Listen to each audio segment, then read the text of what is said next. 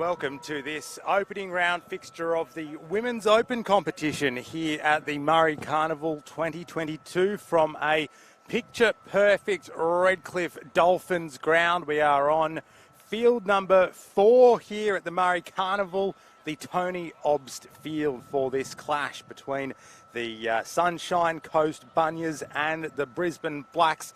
First match here of Friday competition, bright and early for both of these teams. An 8 o'clock start here at Redcliffe.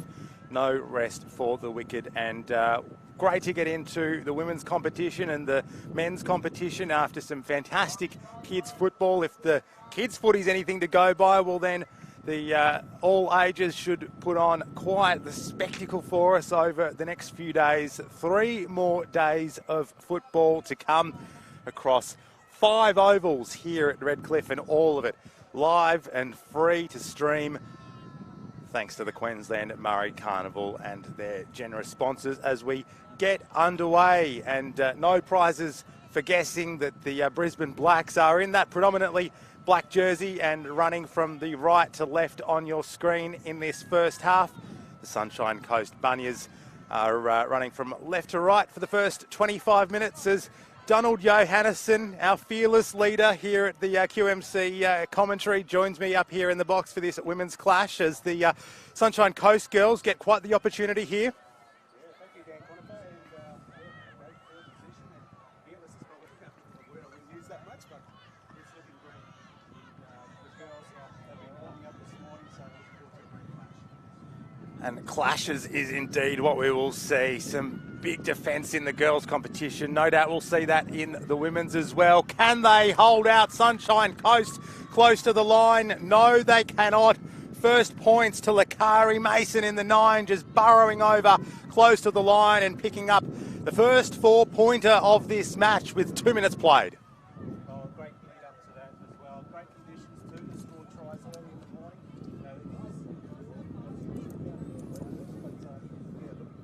Don't forget the QMC app as well. You can check out other games. 4 games, 4 teams, 4 matches, I should say, running today for 4 games.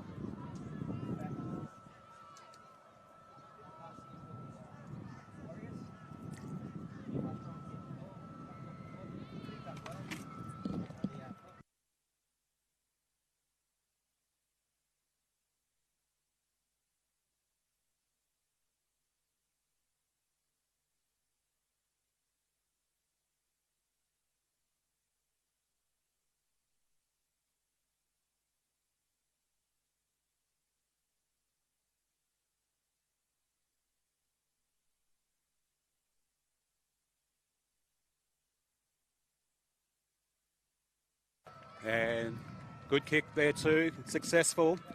Extra points. So 6-0 is the scoreline here on field number 4.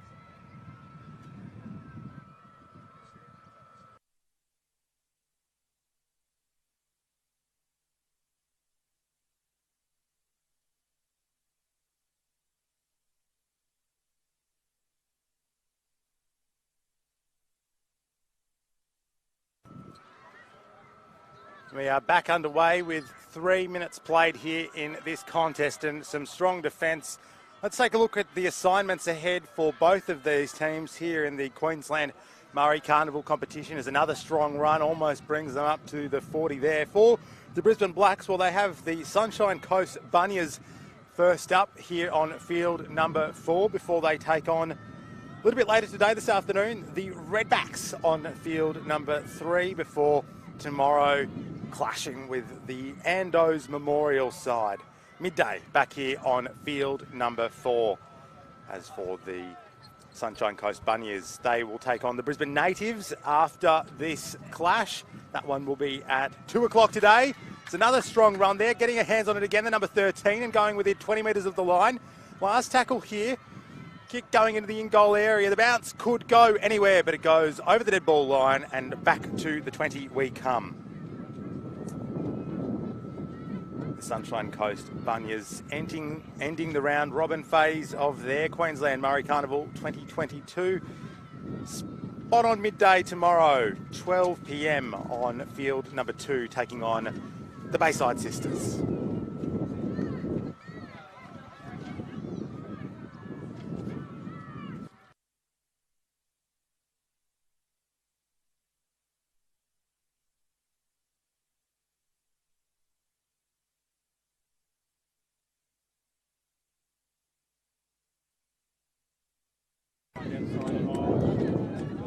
Good run down the sideline. The ball stays in, but possession changes hands, and have to issue an apology, a mea culpa, a correction. I guess the Brisbane Blacks were in predominantly black, but the girls just tricked us this morning. The Brisbane Blacks are the ones who are running from left to right on your screen at the moment in the lighter uniforms, and they were the first to post points in this affair. And the Sunshine Coast Bunyas defending at the moment and trying to prevent another try early on in this clash. 5 minutes gone, and the Brisbane Blacks on the attack. The girls from Brisbane, a lot of them from Anala, playing here in this competition at Redcliffe.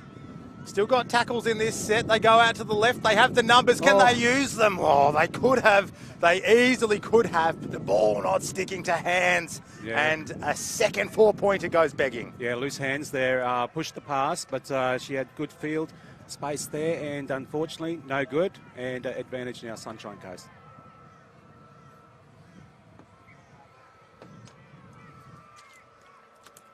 They set up again. Good. They need to get some more meters out of their area, their own area, Sunshine Coast. And, well, she's lost the ball. That was from that hard tackle. So well done there. They're really going hard and put that down to Coolwell.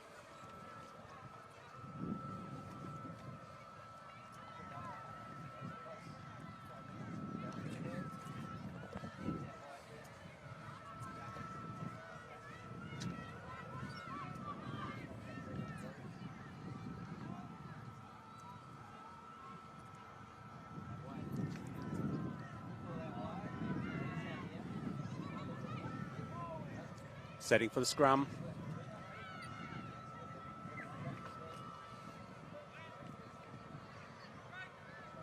And here go the Brisbane Blacks on the attack. Back on the inside it goes, and just a steady run to start this set. Look where they are, though. This is prime real estate here. And can they get across the stripe? Yes, they can. Does she plant the ball down? Checks with the touch judge. That's all the confirmation we need to see the Brisbane Blacks go 10-0 up early doors in this contest in the Women's Open competition.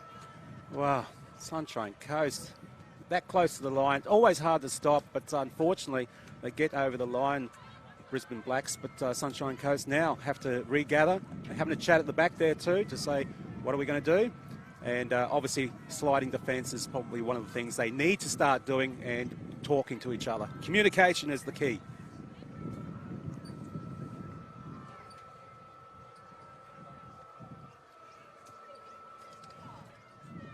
And don't forget the QMC app if you want to check out other games. 4 fields running today on field 2, I should say. You've got Jiro Sen and Warren Boland, Chris Bombolis and Mark Tukey on field 3.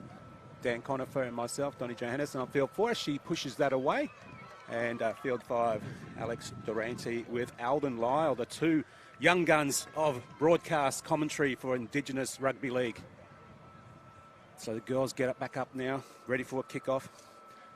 They need a good set here, good kick-off, just to maybe put pressure and get some points on the board. A conversion attempt unsuccessful from Talia Fisher for the Brisbane Blacks, and the scoreboard staying at 10 points to 0. This Women's Open clash, the first of the Queensland Murri Carnival for both of these teams. Great that we've got the women's competition underway as the Brisbane Blacks side market through Ashley Monkland and get to the 40 metres, 41, 42 away from their own line. She's not going to be taken to the turf before playing the football, and does eventually then play it, and going up for a little dart and making it over halfway is Ashley Monkland, getting her hands on the ball again in this set. Seeing the market defence asleep at the wheel, she goes for a dart and makes 15 there. The number 15, Maddie Fisher for the Brisbane side. A bit of a dummy, but no, doesn't want to throw that forward pass. Goes herself, finds someone else, finds Kat Durante in the number 8 jersey there. 23 away from further points here for the Brisbane Blacks, and drifting across field dangerously there to Leah Fisher, but she's wrapped up and eventually stopped, and there is a steal there that our referee says was legal. The tackle wasn't completed. The second tackler had gotten out of there, and coming up with it, the Sunshine Coast Bunyas.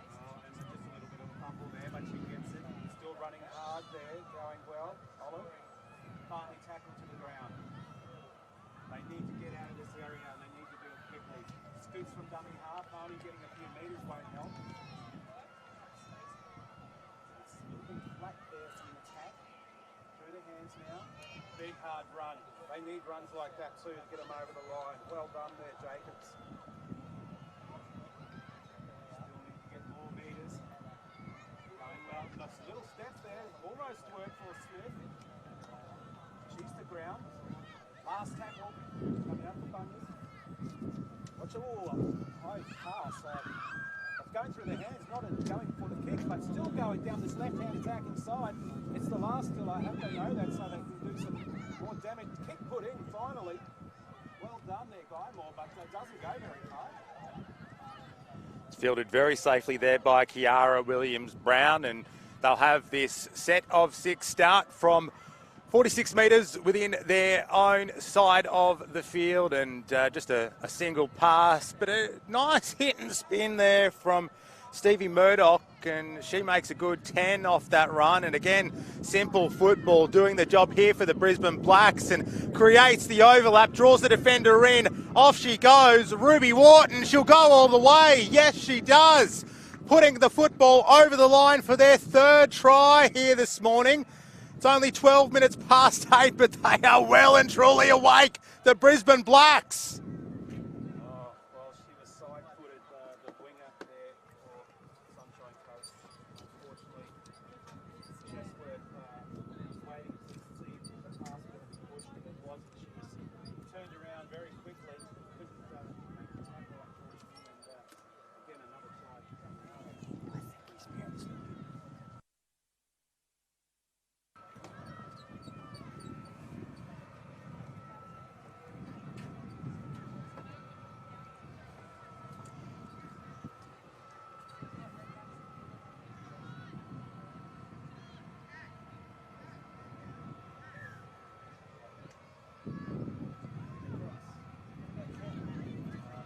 Well, the weather's really turned it on, hasn't it, Dan Conifer? It's been a funny old week here in Redcliffe. Freezing cold yesterday morning, blistering sun yesterday afternoon, and now not a cloud in the sky. Literally cannot see one anywhere in the skyline here at Redcliffe as that one gets waved away once more, and we will stay at 14 points to nil after that unsuccessful conversion attempt from Talia Fisher. Currently 19 degrees here at Redcliffe. We're destined, according to the forecasters, for a high of 25 degrees. No chance of rain. Picture perfect conditions for footy here in Brisbane. The kind of spring weather in Queensland we're more accustomed to than the past couple of days. Just in time for the final few days of the Murri Carnival 2022. Yeah, no, it's been a good carnival so far. And if you want to watch some other action too, possible, probable games are going on at the moment on field 2 and 3 as we see the short kick, and didn't work. Didn't work, dived on it well there by Narika Orchard. And we see this strip there in the tackle. Was it a strip or was it a loose carry? Our referee rules it was a loose carry. And that is a fortunate ruling for the Sunshine Coast Bunnies. They get possession in a part of the field they haven't really explored so far. This scrum packing down 40 out from the Brisbane Blacks line. This is new territory for them, so hopefully they can use it well. As they slowly pack for the scrum, you'd think they'd hurry up and, urgency to get some points on the board. They need this now. Let's see how they go. They're going to have a bit of a set move here to at least get some metres and get close up into the defensive line. They need to get some points, hopefully, in this set. They go to the left-hand side, surprisingly. Going hard, nice run, a little bit of it went a bit high, but Guy Moore, she's been playing really hard for them at the moment, for the Bunyas. Through their hands, getting some more metres, going well. Ludwig finally brought to ground. Strong defence, Narika Orchard there for the Brisbane Blacks. Yeah, they're passing it out this left-hand attacking side again, going hard, big run. And Wacho was the one who's getting it close to about 10 metres out, but hey, advantage coming back, quick tap. The ref says, no, you're not going anywhere yet. And there, Templeman is going to tap it now. Going up, straight through the middle, going close to the post. That's what they want to do, Ludwig. Back almost 5 metres out. Right-hand attacking side they go. Through the hand. She did the little pump, but it goes close to the line.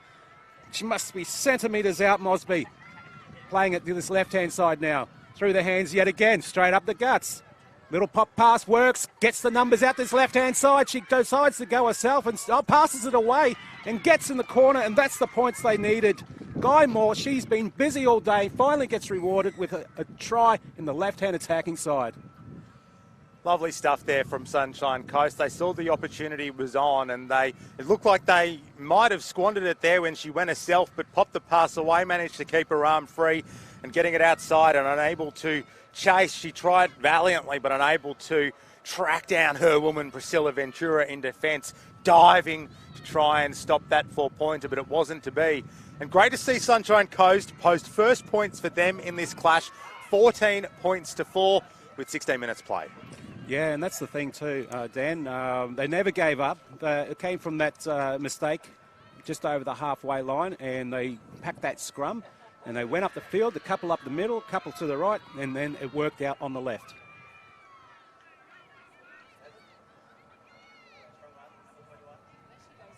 Lovely job exploiting the numerical advantage that they had out here on the left attacking flank here at Redcliffe. It is from that exact position that the conversion attempt will come in. And an attempt is all it is. It is waved away, and we will stick with 14 points to 4 for now. Hey, they've tasted blood now. They've tasted how to get a try, so expect some more tries coming from the Bunyas. They know what to do now. They know how to go forward. They know how to pass. And there was good hands too that got those points, and good try as well.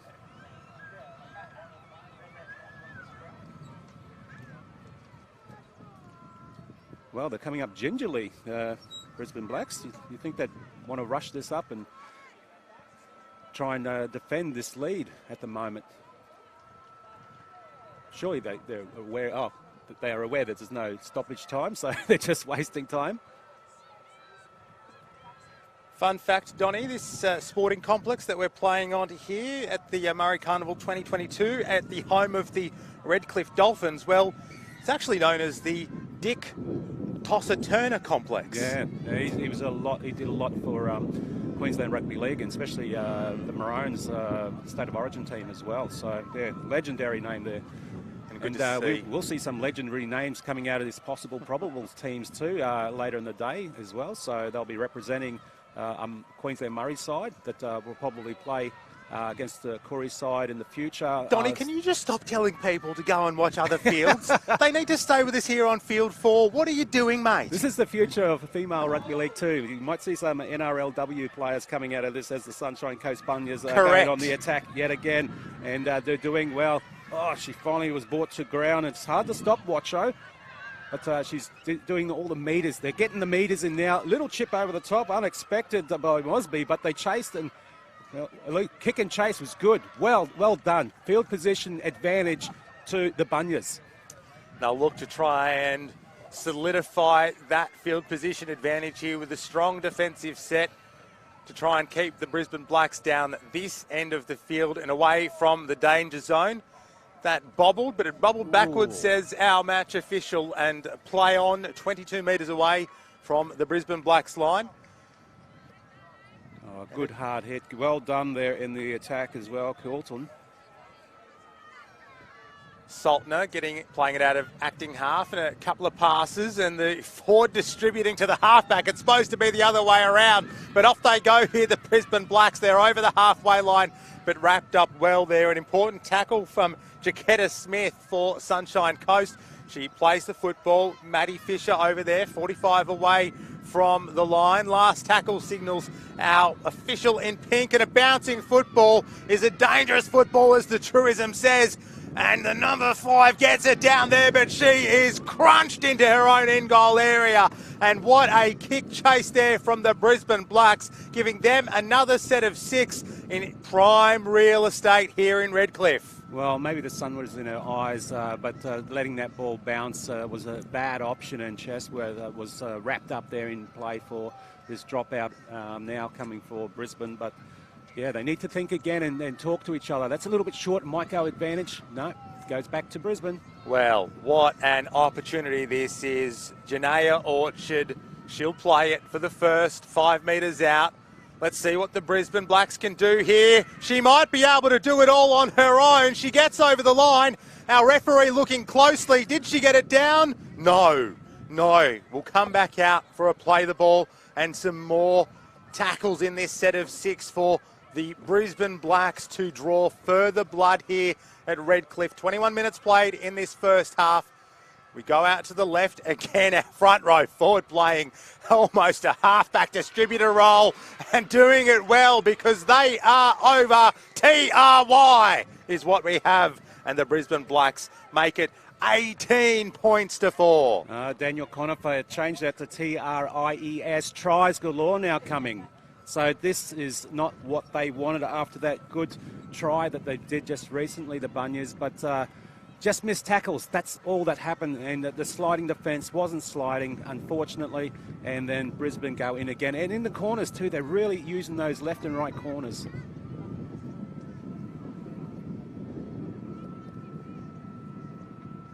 Important here for Sunshine Coast not to get too dispirited.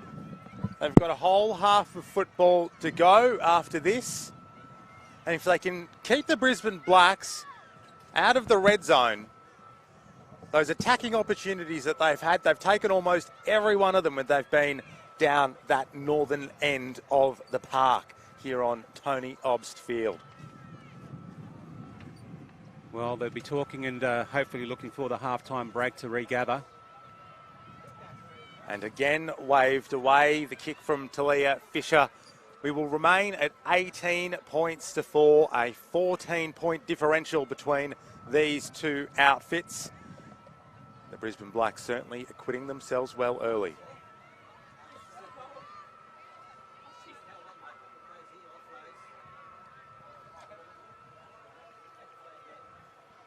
Queensland Murri Carnival 2022, brought to you by the Arthur Beetson Foundation, who've brought this brilliant event together for another year. It is becoming an institution on the calendar, and they in turn have been supported by Health and Wellbeing Queensland, supported by the Queensland Government, the Institute for Urban Indigenous Health, Queensland University of Technology, Deadly Choices, Moreton Bay Regional Council, Containers for Change, Priceline Pharmacy, Rebel Sport, Struddies, Queensland Rugby League, and the Queensland Law Group, Life Rebuilders.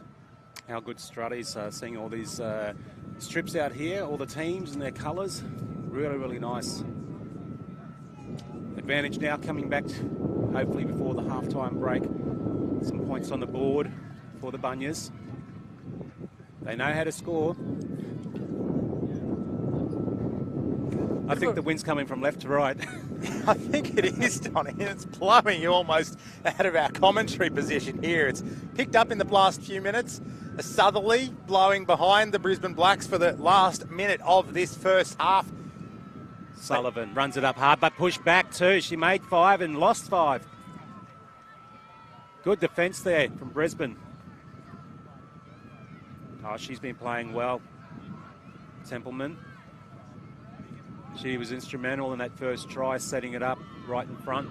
As they go now to this left side, they've scored on the left before, so why not go to the left again? Good hard run there. She's been doing all day, Ludwig. She's doing what a forward should be doing. And she's getting some support there by Duncan. Duncan is pushed forward by a little bit more by her teammate there, the number 9. Mason says, come on, we can do it. Right-hand side now. They're just running a little bit sideways at the moment, not really going forward, but Templeman decides, I'm going to go forward. Still going forward. Finally held up. Finally, the tackle's effective there from Keisha Coolwell. And that will be all she wrote for this first half. Donny, the scoreline 18 points to 4, the Brisbane Blacks over the Sunshine Coast Bunyas. We'll be back right after this break. Don't go anywhere. There's football all day long here at the Queensland Murri Carnival. Don't miss a moment of it. We'll be back in 5 minutes for the second half of this Women's Opens clash.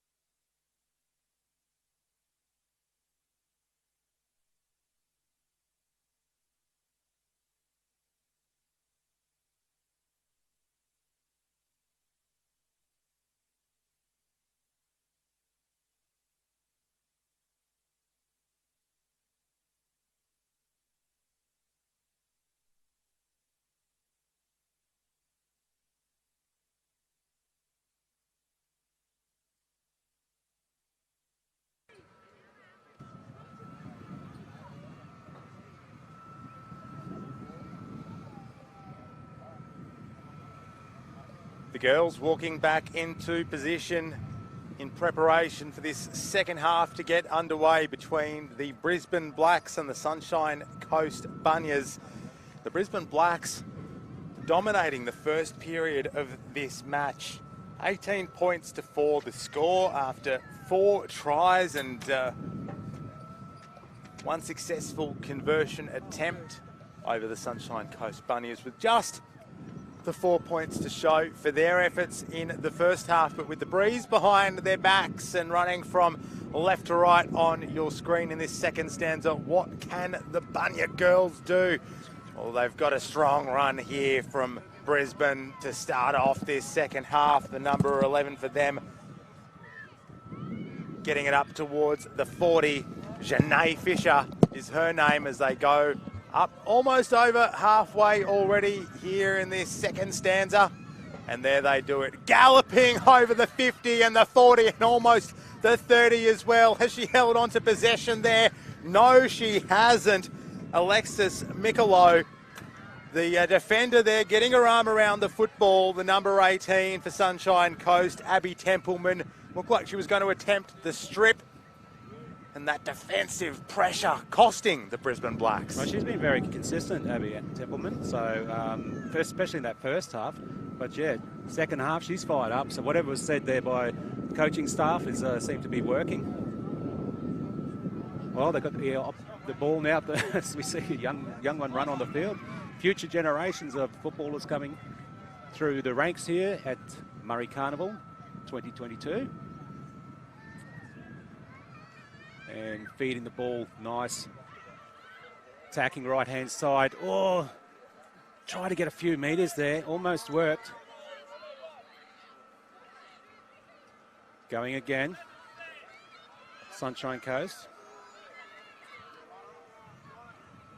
Big hit, taken well, round the legs. That's how you stop the big forwards like Conlon. Templeman. Straight up through the middle. Oh, a little bit high, but it was okay. Ref seemed to like it. Fallujah was the one taken a little bit high. Little dummy, gets a few more metres. Sunshine Coast, last for them. Watch a kick and play by Templeman. It goes to that left attacking side. Surprised everybody. And it was a good clean-up too. Did she lose the ball? No, all good, nice and clean. Clean enough for our match officials' liking, and a classic of the genre, a dart out of dummy half for the second tackle. And this is a sluggish play of the ball, and it looks like it's one of the players may have injured themselves in the tackle. Whether it was our attacker from the Brisbane Blacks or the defender from Sunshine Coast, it's not quite clear as the trainers and the referee converge on the scene. Yeah, I think it's a Brisbane player. Hopefully she's okay. We saw a few injuries. We got a few injuries yesterday, so we don't want to see any today, really. Yeah, it has been a carnival, unfortunately, so far from the matches that I've seen, that's had its fair share of injuries, with players being taken off the field, some medicapped, plenty attended to by the doctors who are on standby here, with so much footy going on at the Queensland Murri Carnival, standing by for this exact moment to see if a player is right to play on or right to get off the field or needs some more attention.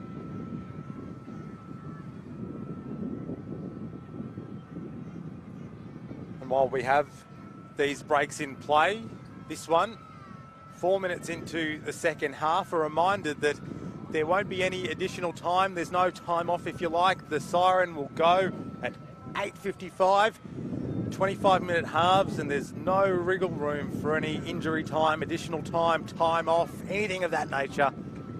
We will be having 21 more minutes of football, and that is all as she prepares to make her way off the ground with some assistance. It does seem to be a leg issue that's afflicting her. Oh, hope she's okay. The right leg. Well, that's the thing, Dan. These women, the men, everyone just puts so much 110% into it, into their games. You know, knowing that they are playing match after match after match, you know, many times a day. Carnivals like this are, I mean, just so beautiful in terms of bringing mob together to, you know, play with the sisters that they might only get a chance to play with at the Queensland Murri Carnival, or carnivals like this a couple or a few times throughout the year. But unless you're playing rugby league week in, week out, well, sometimes the body just isn't in a condition to handle 3 or 4 or 5 matches over a long weekend of play here. So let's hope that everything is all right with that player on the far side as play resumes here through the Brisbane Blacks, and that will be the second last tackle in this set, just shy of the 40. Looked like they might have shaped for a 40-20, but the 5'8", Mariah Power, electing to take the run. Rolls out of the tackle, and again we'll have a moment of pause because another of the players, this time from the Sunshine Coast Bunyas, struggling to get her way out of the tackle, but looking like she'll be able to rejoin the defensive line as the 5th and last tackle is signalled, and it is a wobbly old kick that bounces its way over the 30-metre line, and danger signs here for Sunshine Coast. But they escape the danger, not able to cleanly collect the ball and motor it further down the field. We will see a changeover, and Donnie O'Hannison take over the commentary. Here is the Sunshine Coast Bunnies go on the attack. How lucky were they to get that bounce and everything like that? Just letting it, you know, not taking it on the full sometimes can be, you know, a bad option. However, we can see now big hard hit and runs there. She's been doing very well, Sullivan. She was the one that was a little bit injured just before, but got up straight away.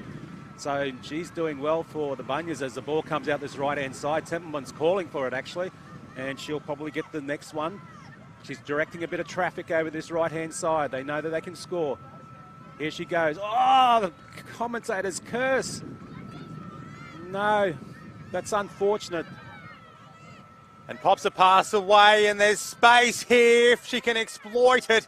But no, shut down quickly by Tia McLean for Sunshine Coast. An important defensive tackle there on Kiara Williams-Brown as Michaela Logan-Gordon makes a couple more metres. Here's Janaea Orchard, the fullback for the Brisbane Blacks, taking it within 26 metres of the stripe. Playing it back here to Dakota Saltner.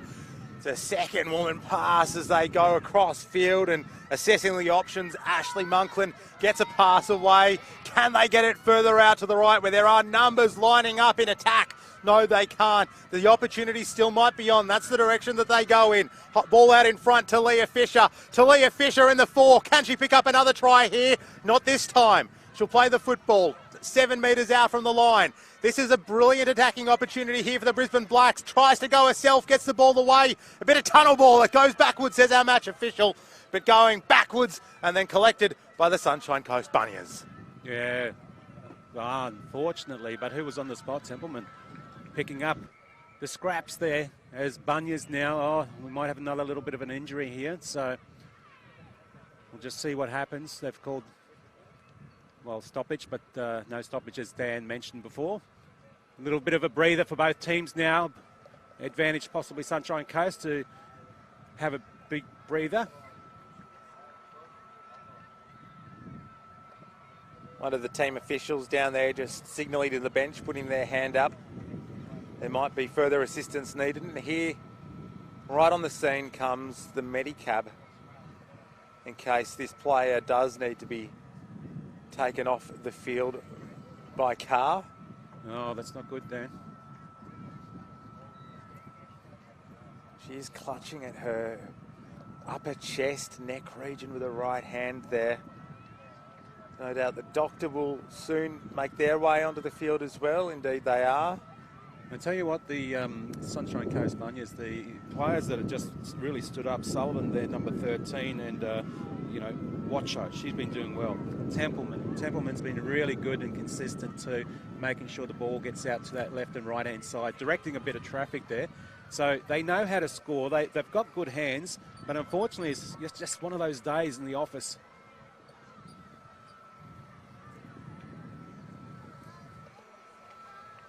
With 10 minutes gone in this second stanza and 15 minutes remaining in this Women's Open match between the Brisbane Blacks and the Sunshine Coast Bunniers, it is the Brisbane women who are leading 18 points to 4. The score unchanged so far in this second half. But with a few pauses in play for injuries so far, there hasn't been a whole lot of football.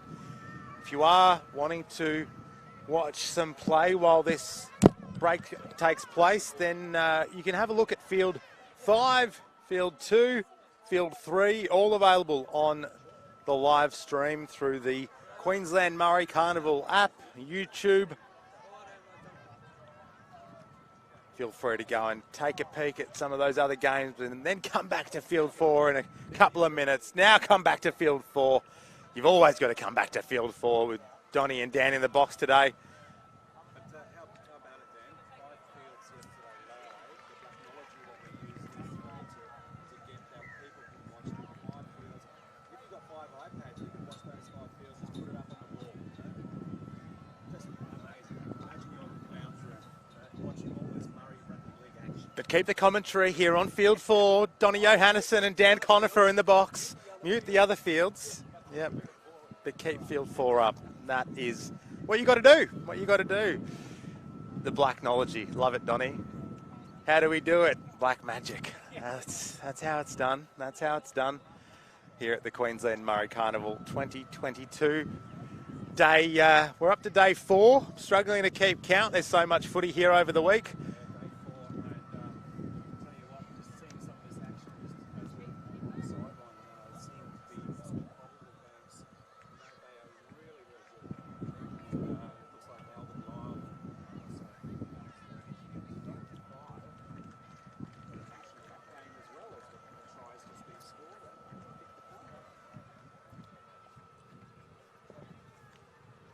In that game, it's the Redbacks in the Women's Open competition leading, before that try, 18 points to 0 over South's Inala Warriors, as we see back on Field 4, the injured player being taken off the field via Medicab. And well, we were worried that it was possibly a neck injury. Thankfully, it looks like there's no neck brace and she is sitting upright. So hopefully that is a positive sign as the Sunshine Coast continue their set here. Well, they lost time, unfortunately, let's see how they go. Some points on the board. This is the second half. You just joined us. Sunshine Coast with the ball and Brisbane Blacks right up strip. Around there. Gentleman coming up. Starts guiding the ball out. Nice kicking play. I don't think anyone expected to push it back so early. In the steps, she goes right, but finally brought down by Sunshine Coast. And who was it? Talia Fisher, again getting her hands on it for the Brisbane Blacks. She's one of their strong players. Whoa, Erica Duncan getting it done. Duncan by name and Duncan by nature in defence as well. And that rattled the Brisbane Blacks, who've coughed it up on the next play. And we will have the possession change hands after this scrum with the loose head and feed to Sunshine Coast. 42 metres away from the line. They need points, Donnie. They're 14 points behind. This is their opportunity.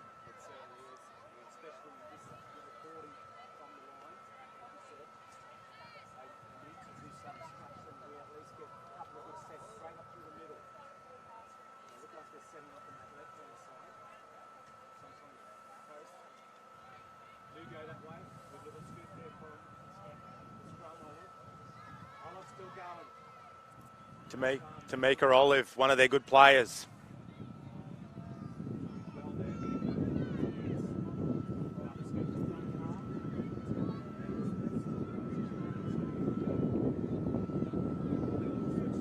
I don't think she expected it. The switch probably wasn't on.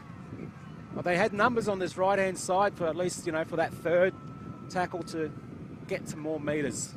Bad luck.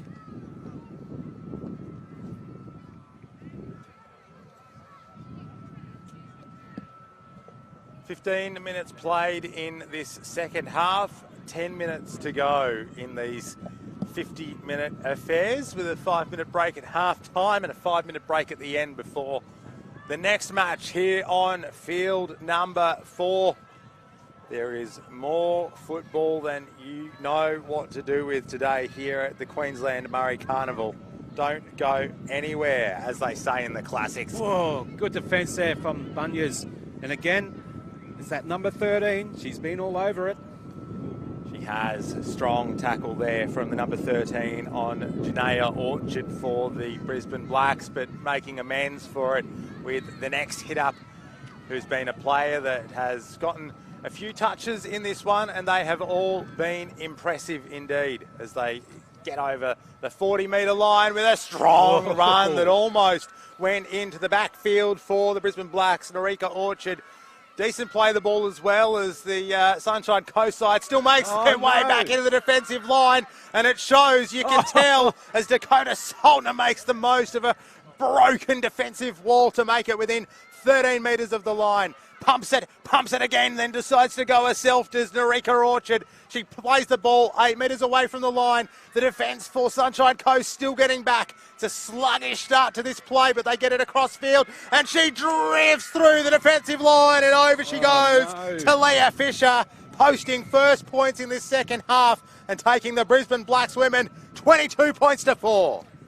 Put that down to the effort in the middle of the field, going through the defence of the Sunshine Coast Bunyas, who unfortunately were just swiping at a jersey, weren't going around the legs. She had so much space, she had so many metres on the book, and she got so close to the line, and they just pushed it out to that left-hand side. Again, the defence had so many gaps in it, and she went through for the try. You felt as that attack progressed that the tribe was on. The defence just struggling to get back and assemble across the field as they needed to. And Talia Fisher, well, she saw that the opportunity was there. She had numbers outside it, but knew that she could split the defence herself, and she cut through them like a knife and will now attempt to convert her own try and take us out to 24 points to 4. With 8 minutes to go here in this first women's match for both of these teams. And it wobbled its way there, but it never looked like missing. 24 points to 4.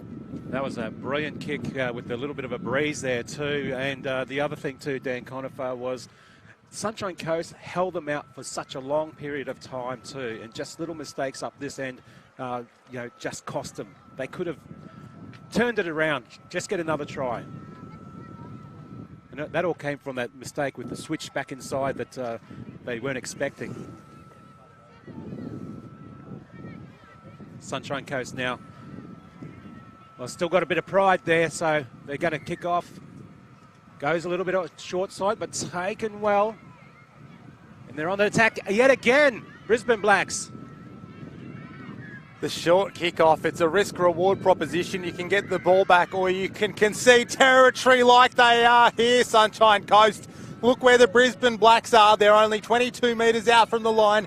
Early doors in this set of 6, going across field and finally falling to ground, but she's still going. Keeps the gaps in defence there again, Sunshine Coast. Yeah, it is a patchy defensive wall at best here for Sunshine Coast. What can the Brisbane Blacks do?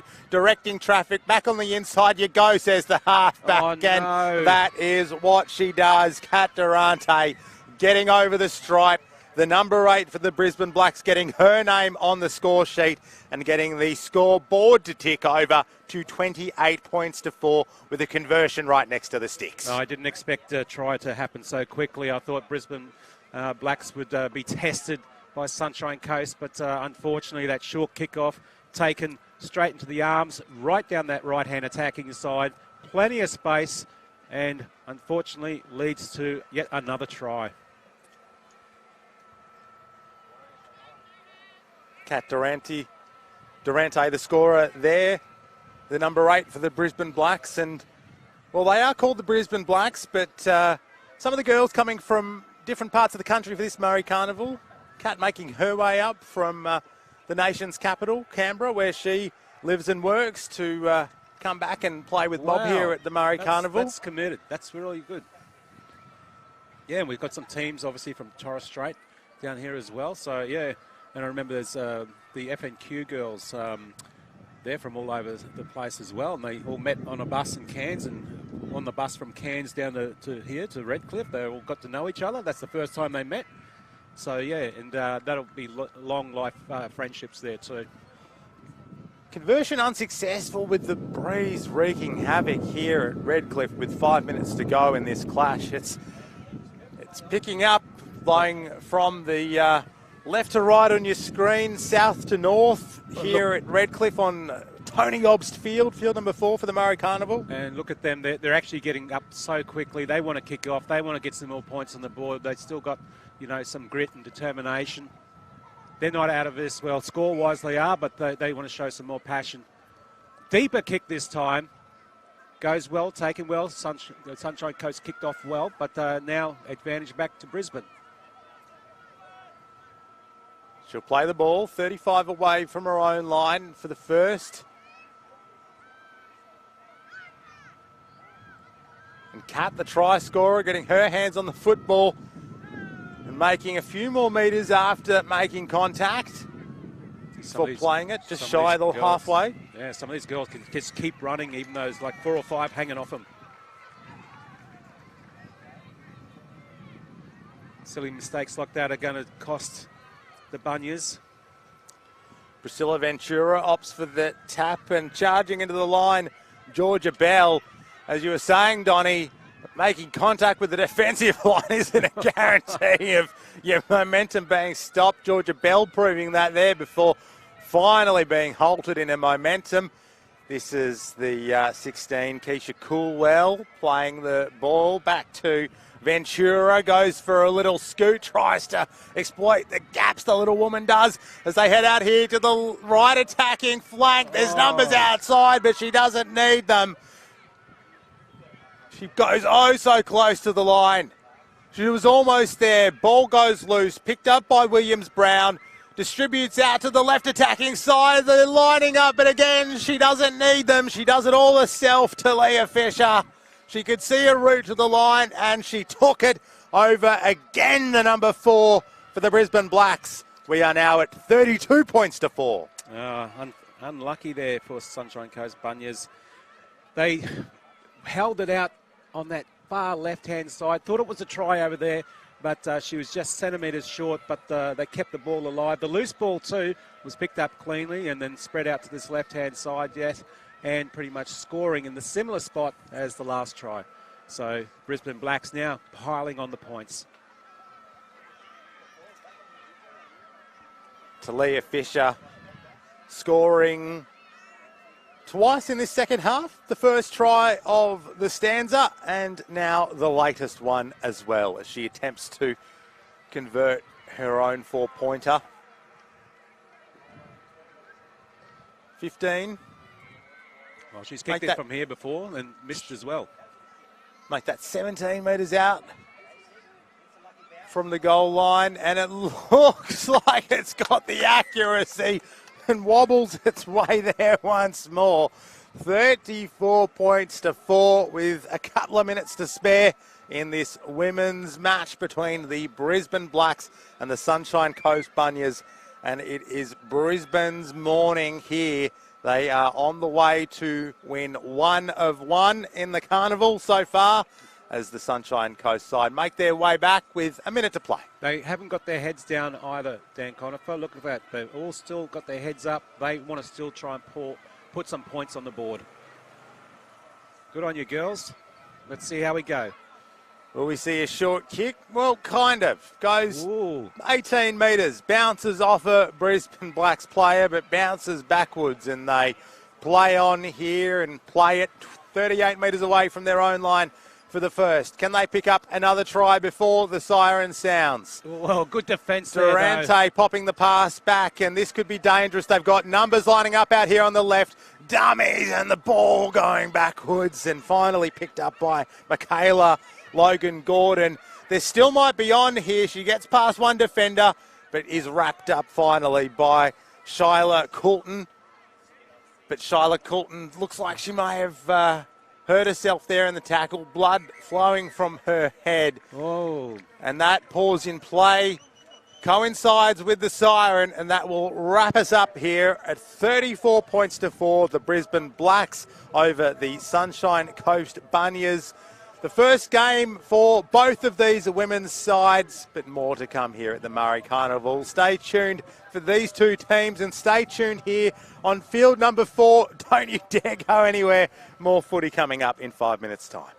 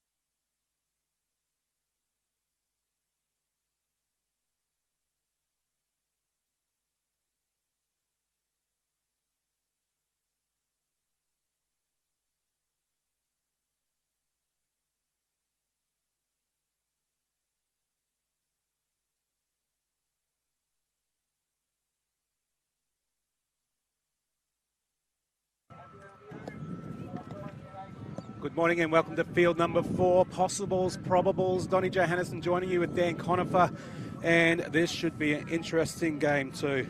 Chris Noble is the Possibles coach and Petro Sivanasiva is the Probables coach. Probables in the maroon and Possibles in the white. Dan Conifer, it's going to be a cracker. Certainly is. Both of these teams competing to be in the under-14s Murri side. And wouldn't that just be a way to cap off this competition for the young lads, getting a chance to represent all the Queensland mob? And we will see the Probables already wearing the maroon, kicking off, running left to right on your screen for this first stanza with the breeze behind their backs against the Possibles in white. Yeah, the guy with the headgear on now, he's got number 15, but he's actually number 10 on the books, but couldn't find a jersey for him, so he's running it up now, Breckenridge.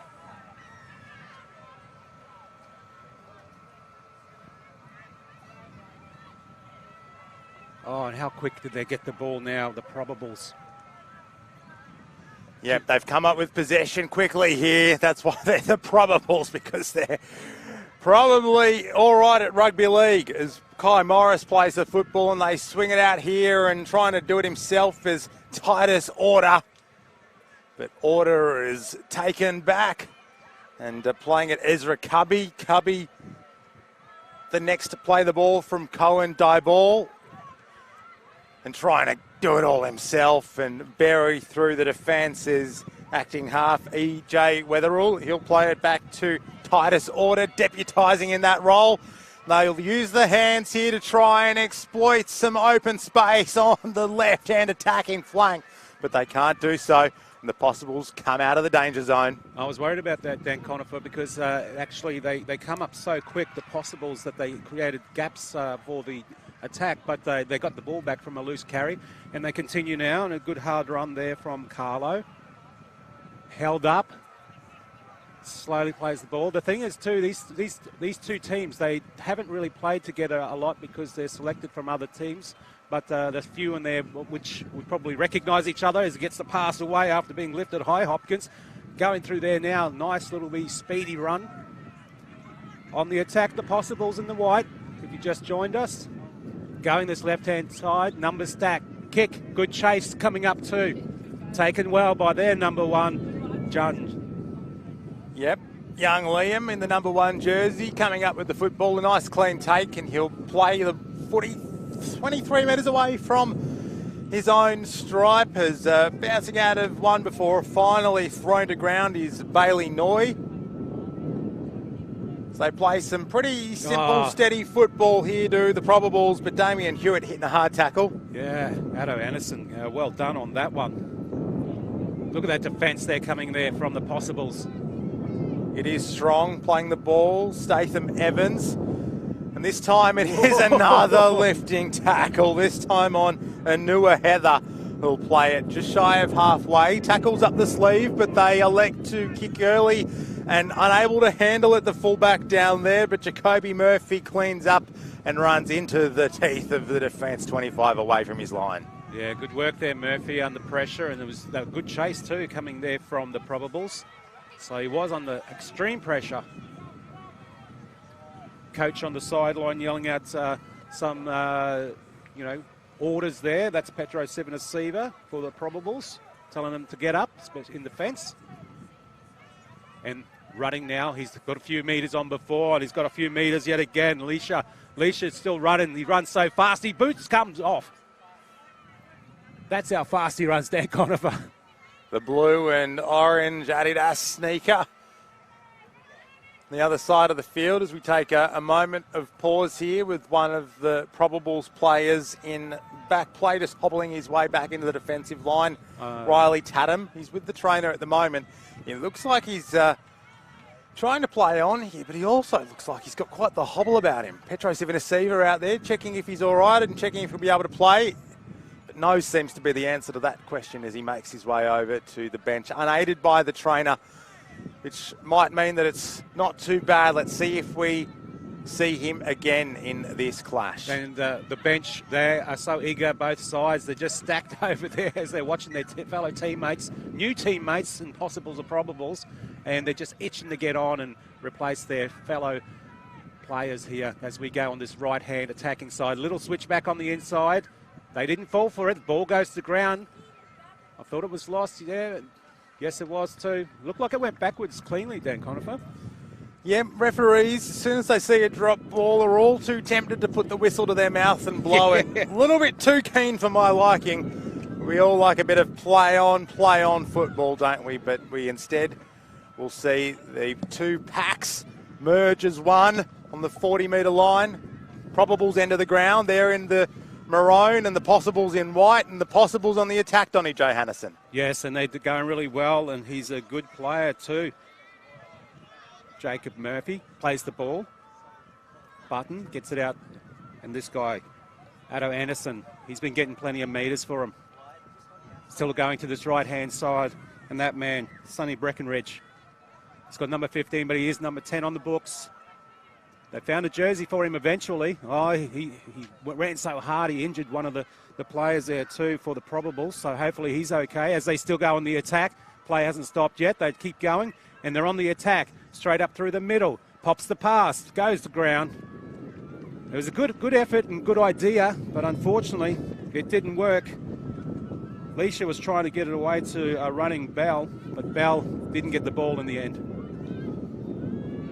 So we see another injury here on field number 4. The trainer with one of the probables players who's still on the turf after a strong run from Sonny Breckenridge. A couple of plays earlier, play continued with him down in the backfield, but now we'll pause. The referee coming over to also assess the situation. And Dan Conifer, you can see it's unfortunate. We'll see more possibly injuries in this because they're going so hard. They know there's a place for a representative side, so this is why they want to put their bodies on the line. You know, they want to show that they can step up and be in the state side. Might be something that the organisers of the Queensland Murri Carnival might need to look at for next year's event. A lot of injuries. It seems like every game or two has a player who's down, seriously hurt and unable to continue. A rate of injuries, well, much higher than you usually see. Even on weekend community footy, you don't see injuries at this rate. But something to look into for the rest of the weekend perhaps and next year as well, as to what the cause might be and what can be done about it as this young man is aided off the field. He needs a couple of trainers to assist him off the pitch. Well, at the moment, the probables are using their bench because of the injuries, and haven't seen much changes at the moment for the possibles for their interchange. They're just using the same players at the moment with this first half. I think that is the number 10, Cohen Dyball. Haven't had a good chance to look at his jersey, but it seems that it's a number 10, and if it is, that means it's Cohen Dyball. If not, it's number 20, like Mason Edgell. Yeah, and we got to remember too, these are under 14 boys, so they are going really hard and fast, and injuries unfortunately are part of the game. Play continues as that young man makes his way off the field and trying to rip it out of his arms, the number 1 there. But Statham Evans holds onto it, aware of the threat, and the probables will be held in this tackle and stand and play the ball. Yep, that's exactly what happens. Kai Morris unable to be taken down to the turf, and they will play it there through Cordell Kirk. 30 metres away from their own line. Down the short side they go, and bursting through here is Statham Evans. He's got his support on the outside, and he finds the man, Bailey Noy. Noy evading his counterpart, number 2, and getting the first points here in that right corner, getting past Cameron Beach and beating Beach all the way to the line. Go back 60 metres, Dan. And that's where it all started. The short little pass, they had no room there, and they just went down that sideline. Good support on the inside. Well done too. He was running there, Evans, got some support and found Noy, and Noy in for the try. But what do you say to the Possibles? The Possibles, a team that hasn't played together. You just got to get your head back to get together in the game. Talk to each other, communication, and try and get some points on the board now. Just shake this off, reset, go up, enjoy the game. As we see now, trying to add some extras here, Costello. Wind picks up behind his back, so it might help him in this particular. Got water bottles and papers and pens flying all over the scaffolded commentary box here as the number 7 strikes it nicely off the boot but drifts left as it is airborne, and we will see the scoreline remain as it is with Yim Costello unable to convert there for the Murri probable side. Well, they're running up with enthusiasm, the possibles. Let's see how they go. Might be a short kick, but then again, this wind has just really picked up. It won't go that short. Petro Sivanasiva, the coach of the probables, will be happy with his start.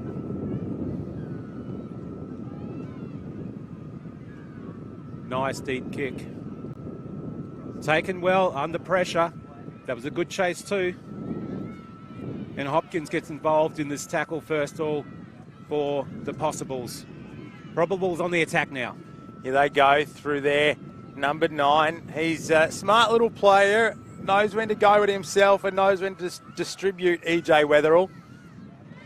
Plays it just shy of the 40. This fella too in the halves, nifty young man. As they decide to do it through the hands this time. And again, they've got numbers on this right-hand side and they've got speed as well. Titus order, but the defence scrambles across and takes him down. His opposite number finally affecting the tackle, Jamal Bell. 18 metres away from the stripe. Here are the probables. They can sniff more points. They can smell them only 10 metres away. The scent drifting up their nostrils as Liam Junge plays the ball 8 metres out. Here he is, the halfback. Ball out in front. Connects with the 14, who might go there all on his own. The thighs are pumping, but he can't get there this time. MJ McElliotty. And that is where we will see the play come to an end and the possible side play the ball just shy of their own line. Well, this is new ground for them, finally getting the ball back in possession. The possibles, they really need to get out of here now, and short passes like that, that'll help just a little bit, especially with a couple of metres run like that. Maybe see a kick and play coming in very soon just so they can get some ground. Wrapped up nicely. Kicking into the breeze, though, Donny, will make that a little more challenging than usual. Have to be executed well if that's to take place. Possibles are up for it. They're up for the challenge there. You believe in the possibles, Donny? Yeah, possibly. A good hard run there, Sonny Breckenridge. Nice kicks. Put down low. Not too much pressure put on the probables. They take them all the way back. Good ground there for the probables. And here they go, the probables. With 14 minutes played in this clash between the under-14 sides. A strong tackle there on Ezra Cubby. Looked like it had a potential to have a whistle blown on it, but no. I thought so too. Played back and will continue. EJ Weatherall getting into acting half before they come out this right side where there is space aplenty once again. Bounces off his defender, does Statham Evans, and goes over in the right corner in an almost exact position to where they scored their first try. We are now 8-0 in favour of the Murri Probables. Well, I thought there was 3 defenders there for the possibles, and one of them there, number 1, Murphy. He come flying across, hoping to push him out on the sideline, but too big, too strong for the probables, and try number 2.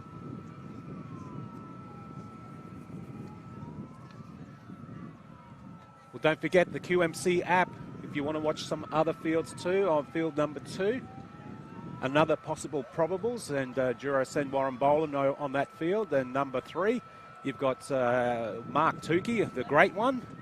He's there with Chris Bombolis, and Mark Tukey, obviously the inside of rugby league that he's got with all the teams that he's played with in the National Rugby League. Be insightful. Field number 4 here, of course, myself, Donny Johannesson, with Dan Conifer and Alex Dorancy and Alden Lyle on field number 5 as the kick is waved away. No extra points added. 8-0. Probables over the possibles. 16 minutes played here in the first half. The Murri Probables running back into position to have another shot at the possibles line. The Probables, mentored by Petro Sivanasiva, the Deadly Choices ambassadors, getting involved to help these possibles and probable sides prepare. Oh, and the great bounce! kick. Oh, the bounce was very, very successful for number 2, Beach. He was there coming flying through, and I think they were sleeping there, the Probables. Didn't see that one coming. Great opportunity now and a great run, hard run there, Fiaso. And he's still going, finally brought down by 3. And right-hand side is where they're stacked, and that's where they decide to go. And Ardo Anderson, he's been busy in defence, also an attack. Push back just a little bit of ground loss there, but can they get some more now? Through their hands, looking good. This guy's been doing very, very well, Leisha. Leisha goes steps inside. Again, still going. Leisha doesn't get any support there. Tries to get up and go again. Now this left-hand side, attacking through the hands. There he is again, working well. Ardo Anderson, is he in? He's short, or is he held up? That was so close. Held up is what's been decided by the touchy. So held up, but what a great passage of play. All that started from the kickoff. Number 2 flying down there, Beach. Well done. Still alive with the ball going through their hands. Good run there, Fiaso again. Fiaso's going sideways. They're going out to that right side. Steps back inside there, Hearn. Hearn, still going. Hearn short of the line, couple of metres. Last tackle. What can they do? They're going to go back to this left-hand side. Through their hands yet again. Oh, wrapped up. Great defence. Strong defence there from Cordell Kirk, rushing up out of the line. Missed opportunity. Didn't he just read that play beautifully, seeing who was going to get the ball, when they were going to get it, lining them up and putting his shoulder right into them and giving the Probables possession of the footy. 18 minutes gone in this first half. They play it 20 metres away from their own end of the field. And the number 24, the Mason Edgell, plays it now just shy of the wide stripe marking, 30 metres away from their end of the paddock. And they are just slowly, steadily, methodically making their way away from their end of the field and getting up and having another crack at it there. Statham Evans, one of our try scorers in this affair, and an early kick that is aided by the breeze. It wouldn't have gone the 20 metres that it did without it, but gives the possibles a chance with 6 minutes to go in this stanza and a full set of 6 in a decent position, Donny, but strong defence from the Probables. Yes, and that defence from the Probables, you got the coach, Petro Sivanasiva, one of the best defenders out there, so he's obviously given great advice and stopping people there, like Leisha. Leisha's been playing well, but they need to get up over that halfway, possibly put a kick in play. Through their hands, dummies. A few people fall for it, but not too many. Wrapped up. And even there. Still going on this right-hand side. He catches it. It was loose, but he caught it and gets a few more metres there, Carlo. They're calling it for this left-hand side to put a kick in. Watch the chase. Chase going well. Ball bounces. Good bounce again. Knock forward. Play on. Should be play on. Yes, it is. And there he is on the spot, but he should have kept it for that first. Oh, they're playing the advantage. Here we go again. This is what they want to do. Fiaso, he goes hard. Fiaso, short of the line, 5 metres out. Numbers on this left-hand side. They go that way too. Long cut-out pass, gets it on to the number 2, Beach. Beach is just short. Wrapped up well. Good defence there coming from the Probables. Through the hands now. Goes up in the middle, and he just got on the field too, I think, Georgetown. So he wants to get busy. Still going on this right-hand side now. There he is again, running hard, Fiaso. Fiaso wants a try. Denied this time. Again, right-hand side, short pass. I don't think he was standing very flat there. He shouldn't have got the ball there, Hopkins. They lost the tackle there, but they're still going. Little grubber kick, does it work? No, it works for definitely the probables and not the possibles. Advantage back to them. Great defence by the probables. Did the job defensively on their line. And speaking of defence, that is defence, but it's also illegal, says our man in pink. And we will have the probables being helped upfield, helped by the breeze at their backs as well, gaining 30 off that with 4 minutes to play in this first half. Wow, great defence. Again, possibles, had the opportunities. But now they're defending yet again. 19, Aidan Barney getting his hands on the football for the first time in this half. So they drive their way forward through Cordell Kirk on that occasion before deciding to bring it out here to this right attacking flank that has been quite fertile ground for them in this game so far. But can they stay in touch? Oh, his foot might have went over the line, but if it did, wasn't spotted, or the referee saying that was in the but he was on the spot in the motion of playing the football. So play on, playing the ball there. Wayne Clark as they have it out in front through Yeem Costello, but oh, the defence force, 3 of them lining him up and taking a little halfback on a little journey upfield for them. As we see the referee call a stop to play, and we will have a pause as the teams come together to pack this scrum, and attention given to the number 1 for the probables, Liam Junge, who's down and with Petro Sivanasiva in the middle of the field at the moment. Time to start bringing some subs on, Dan Conifer, both teams that is. Let's see some of this talent run out there. Fresh legs, that's what they need, especially the possibles. I mean, they've been up that end, pointy end, to try and get some points on the board, and they haven't done it. So we got to start thinking about something else. What's the next game plan? I'm not biased. I want possibles to get some points.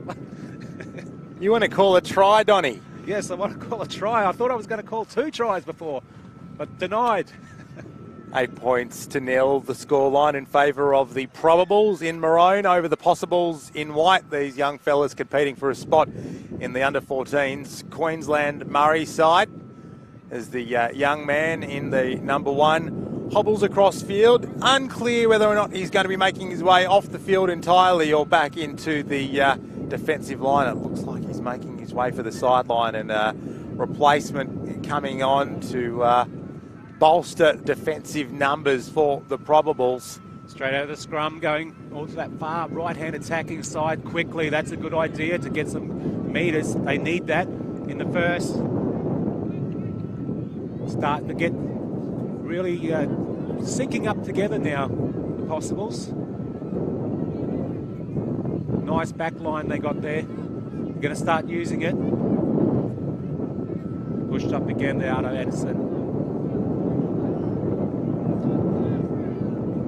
Still need to get more metres. Find some gaps. Defence is too good from the probables. Can't find the chink in their armour at the moment, the possibles. Here we go now. Oh, a little bit high, but that's okay. I thought Ardu was taking it high. Still alive, keeping the ball alive, but the ball just goes straight up because of this wind. But advantage now. Oh, and good defence. They needed to shut it down for the half-time break. Half-time break, 8 points to 0 in favour of the probables over the possibles. Stay with us here. More footy 5 minutes away.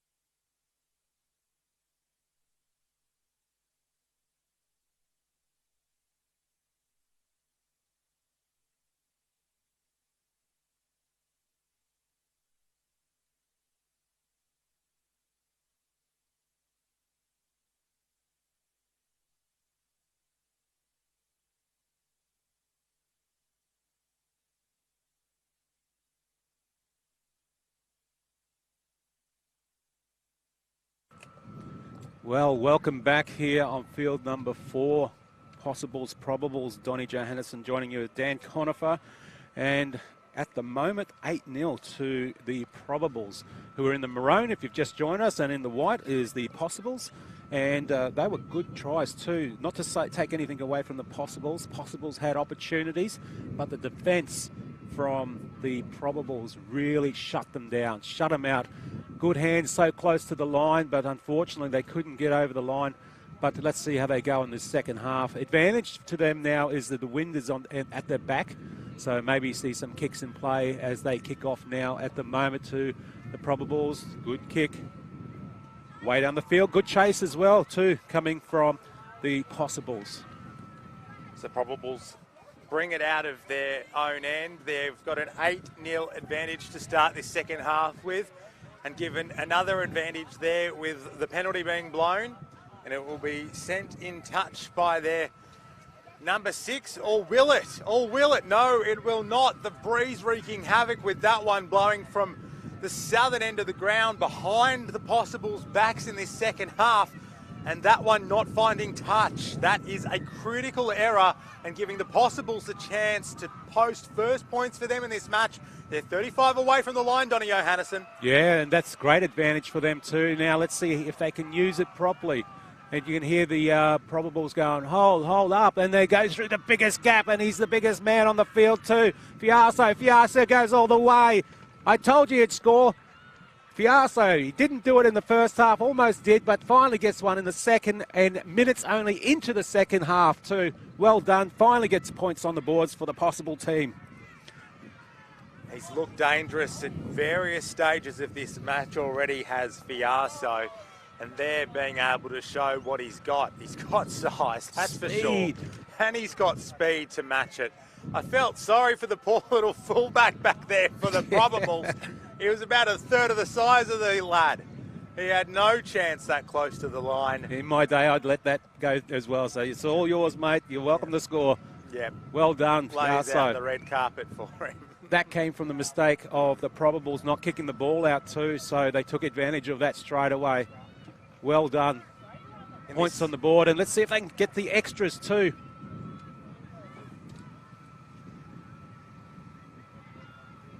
Looks confident, very close too. Fiaso had the knowledge to go close to the post so he can help his kicker, and he didn't get the extras, unfortunately. So close, but it stays at 8-4, the probables over the possibles in this boys under 14 category. They know how to score tries now. They've got the flavour in their mouth for try scoring. Let's see if they can get some more. Benches are being used wisely too after the second half. Both coaches, Chris Noble there for the possibles and Petro Sivanasiva for the probables in the maroon. And even just looking at some of those names for the under 14s, you know, Weatherall, for instance, CJ Weatherall, seeing them play over the last couple of days for their communities and everything as the ball bounces and picked up cleanly. I thought he was going to get pressured there. Wasn't enough pressure, but he still got the ball. Hopkins has been playing well for them. Scoots from dummy half, Kirk. Conlon Law. Straight up middle. Hit well. Didn't get many metres there. Possibles, but still on the attack. Going out that way, Georgetown. Nearly over halfway. Ball back inside passes to that man, Fiaso. Fiaso wants to get number 2. Fiaso might get number 2 if he keeps going like that. They're going, look, swinging arm in there, but he went underneath it, so he's lucky there, Fing, that it wasn't a bit more dangerous. Still going on this right-hand attacking side now. Conlon Law needs to play the ball quickly. And Kirk is encouraging him to do that too, and they do. They still go this left-hand side. Oh, very lucky, he almost dropped the ball there, Addo Anderson. 10 metres out. Going on this left side too. Fiaso's, ball down. Fiaso was the man who wanted the ball, but advantage now back to the probables. Tell you what, the number 15, Fiaso, for the possible side, I reckon they put him in the wrong jersey. He should be in a maroon jumper. He is a threat and a half, is Fiaso, and he might be peeved about being picked in the possibles and not the probables as well, and trying to make up for it here as the probables get another piggyback out of their own end. Will this one go in touch? Will they tap it instead, given the breeze that is flying in their faces here at Redcliffe? Yep, safety first. We'll just take the fresh set and start it exactly where the penalty was blown. As the 16 there, Taj plays the footy. Young Taj Cool.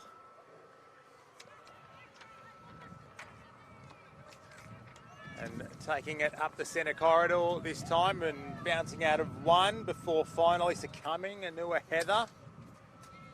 So they go straight up the guts once more here to our friends in the probables. This is their fourth tackle, but electing to kick early with a torpedo kick that does trouble the defender over there on the left side defence, but Kobe Greenway takes it high, takes the mark, and takes the danger out of the situation for the possibles.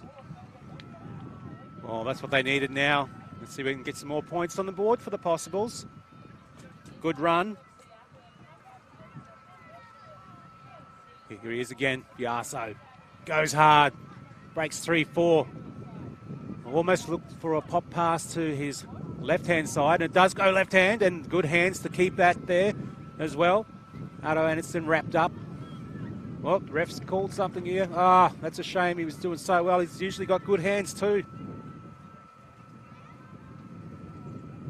7 minutes played in this second half. 8 points to 4. The score in favour of the boys in maroon. The probables against the possibles as these under 14s lads square off for a spot in the Murri side that will be selected after this carnival. Let's see what the possibles come up with as they fight for a spot in the maroon jersey. And a strong tackle there on the number 5 for the probables, Damien Hewitt tackled. And they come down this left attacking side again. Ooh, there will be a whistle blown for sure after Yim Costello was put into an awfully awkward, potentially dangerous position. And again, wary of the breeze that is blowing wildly here in Redcliffe. They tap, not kick for touch. And tap and pass to Kai Morris, who plays it just shy of halfway. Good run there, making 7 is the wingman, Damien Hewitt, but unable to secure the ball at the ruck. And we will have a scrum pack down with a loose head and feet to the Murri possible side. Yes, 8-4 is the score line. Probables over the possibles, so only 4 points in it, and maybe expect something here on the right attacking side, the blind side, but they go that open left and still going. Slowly gets up over halfway and does well there, Hearn. Takes a metre or two to play the ball as well, so that was good for him. Possibles now. Need to get some points on the board yet again. Good quick hands. Oh, keeping the ball alive. Popping it. Going well. Hopkins still going. Gets it away. They're still keeping it alive. This left-hand side for Yasso. He pops it too. It's almost like the last tackle for them. They're just keeping the ball alive, and they go really well over that left-hand side, and he stays in as well. That's really good too. On the attack, Fiasso straight up, goes on the left, stays in.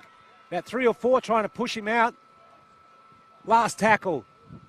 Possibles need this back towards the centre, and ball goes to the ground yet again. Pushing the pass, advantage, probables.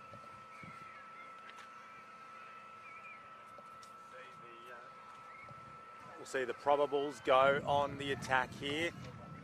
10 out from their own line. The first, Kai Morris taking the tackle. For a bit of a wild one there, brings him to ground, but illegally, says our referee, illegally taking MJ McElligotti to the turf, giving the probables even more opportunities to score. But the pass goes behind Damien Hewitt. He reels it in, but it stops his momentum, and he's stopped 35 away from his own line, just shy of the 40, as they try and see how they'll be able to break through this defensive line that's proved up to the challenge. And it does prove all too challenging, so they send it downfield via a punting kick instead, and say to the Possibles, what can you do? Well done. They needed that meters. Still not too late to get some more points on the board. Only 4 points down. But defence like that's not going to help them. They need to get up towards the pointy end of the field. He's running hard there to Breckenridge. Breckenridge keeps going. That's the meters they want. Pops the pass, keeps it alive, and that's what they've been doing very well. It's just when they get to the final stages there, nice little run, the final stages for Kirk, they seem to just push a pass that really hurts them. That's what they need to do again too, go up to the middle a bit. Oh, infringement.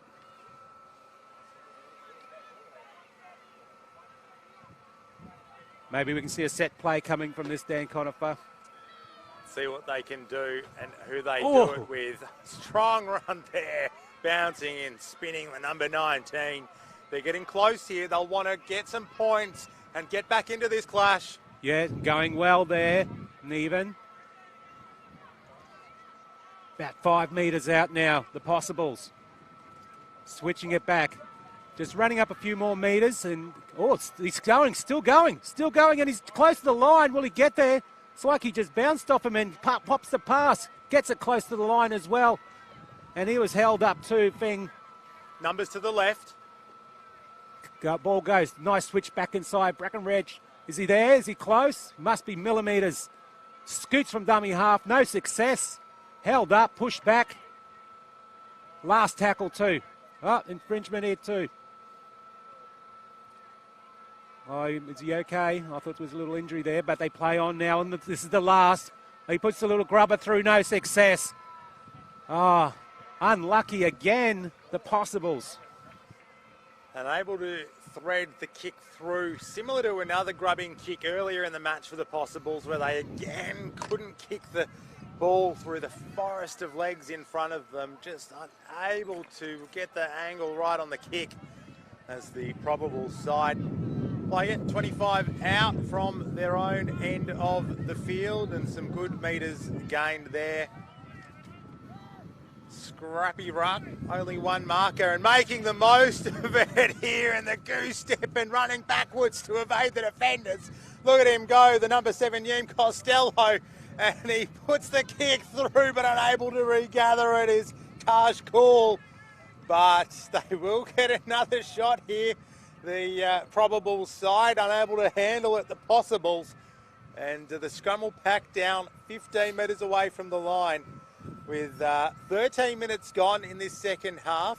And this is a dangerous period here for the Possibles. Another try for the Probables in this low-scoring affair might just be all they need to get home.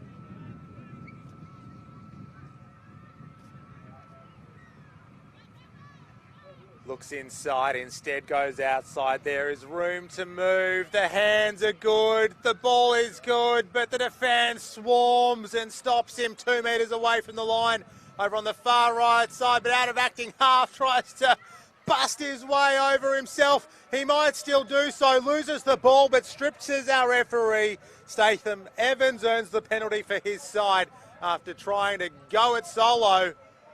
And they'll take it back 10 metres out, lining up here. Buffeting his way into the line is Aidan Barney. Barney finally brought to a halt 3 metres out.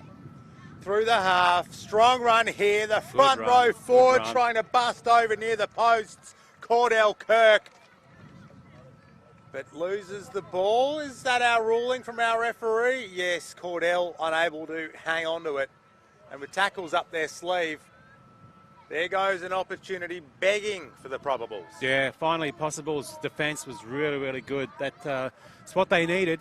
They're standing up now. They're doing really good. 8-4's the scoreline. Probables over the possibles.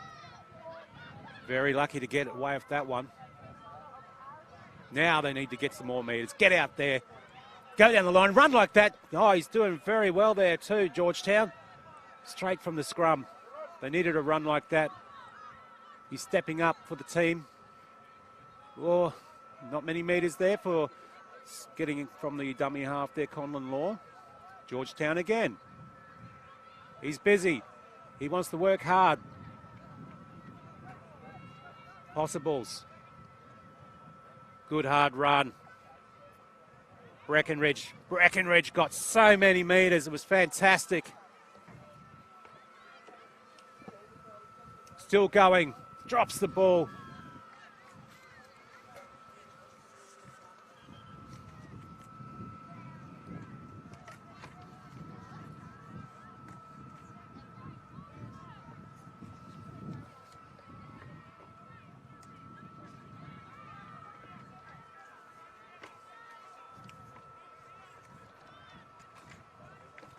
And they're getting the ball now. Good hard run.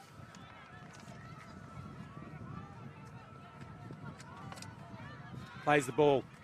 Possibles. He's got a good step on him, but sometimes he just runs into traffic there. Addo Anderson. Right-hand side. Holds the ball up, but he still kept it alive though, so that was good there, Breckenridge. Oh no, he's called it from the ground.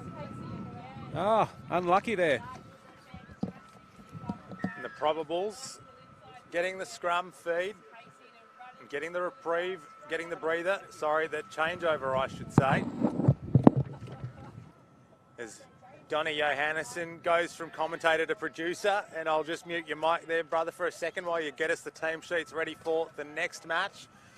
As we see the possibles come up with the football and possibly posting points here. There was open space on the left, but he couldn't hold on to it. Jacoby Murphy, the line was beckoning. Only metres away, he had to hold the ball and motor his way there, and he would have been over to level things up at 8 points all, but just unable to do so. And we will this time see a scrum pack down with a probables feed coming through there. Number 7, Yeem Costello.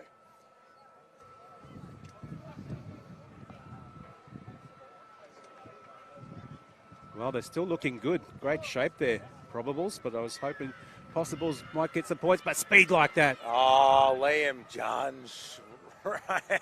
Ranging run over there on the right side, and now needing to stay in or hope for a call of held. He gets it, he stays in, he manages to avoid handing it over, and instead we see the little man pushed back in the next tackle for the Queensland probable side. Look at this defence here from the possibles. They know this is a crucial period of the game. 7 minutes to go. They're 4 points behind on the field, and they are lining these attackers up one by one. Statham Evans, you're next, they say, as they put him into the turf 40 metres away from the line. Cordell Kirk, that's the kind of run that they needed. The 5th tackle signals our referee. They've just made it over the halfway line in this set. It's a bouncing kick that could prove dangerous for the possibles, but no, they pick it up via their trusty fullback, Jacoby Murphy, who's still going. He's trying to wrestle these players off him, WWE style. He can't do so. Instead, taking it out of acting half is Mervyn Conlon Law. As I hand over commentary to Donnie Johannesson. Yeah, thanks, Dan. And they're still going hard. They need some points on the board, and he got pushed back again, Fing. Going this left side. He's had a few good runs too, Carlo. Carlo's still going. Straight from dummy half. Good. Holds the ball up. Runs himself. Finds some space. He goes all the way. And that's what they needed. Oh, just that. Bell goes in the corner, and he just made sure that he put it on the ground. Yes. Great try. And put that down to Bell. He did a little bit of a dummy. He had some support on this right-hand side. Went himself. Put the defence in 2 minds. Great try. That is exactly what they needed, the possible side. They level things up here, 8 points all with a kick to come. Not the easiest of propositions, but they'll be happy to be level and going toe-to-toe here with the probable side. And that was a great effort from the number 6, Jamal Bell, getting them back into this contest.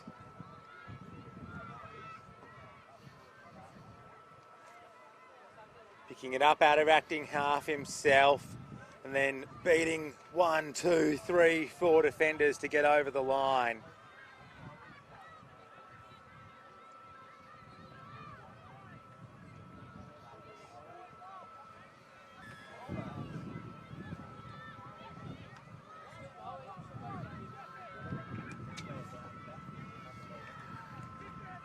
Nice little low kick. Comes well. Oh, look how speed and got the meters in there too. Leisha.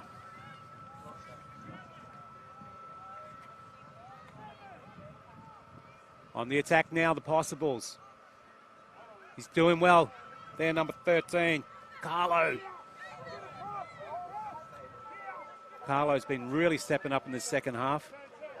Fiaso goes, always takes a couple with him and tries to look for the pop pass, and he does. Gets it away again. There's always someone there to support him to make sure that they can go pretty far with some more meters, and that was Bell. The going hen, Addo Edison. Oh, he copped it in that face too, but is he all right? Oh, he's a little bit shaken there, but he's okay. Going up this left-hand attacking side too. Hearn, he's been busy on this left side. Looking forward to go back to the right. Through their hands, back inside. Feeds the ball well there to Carlo.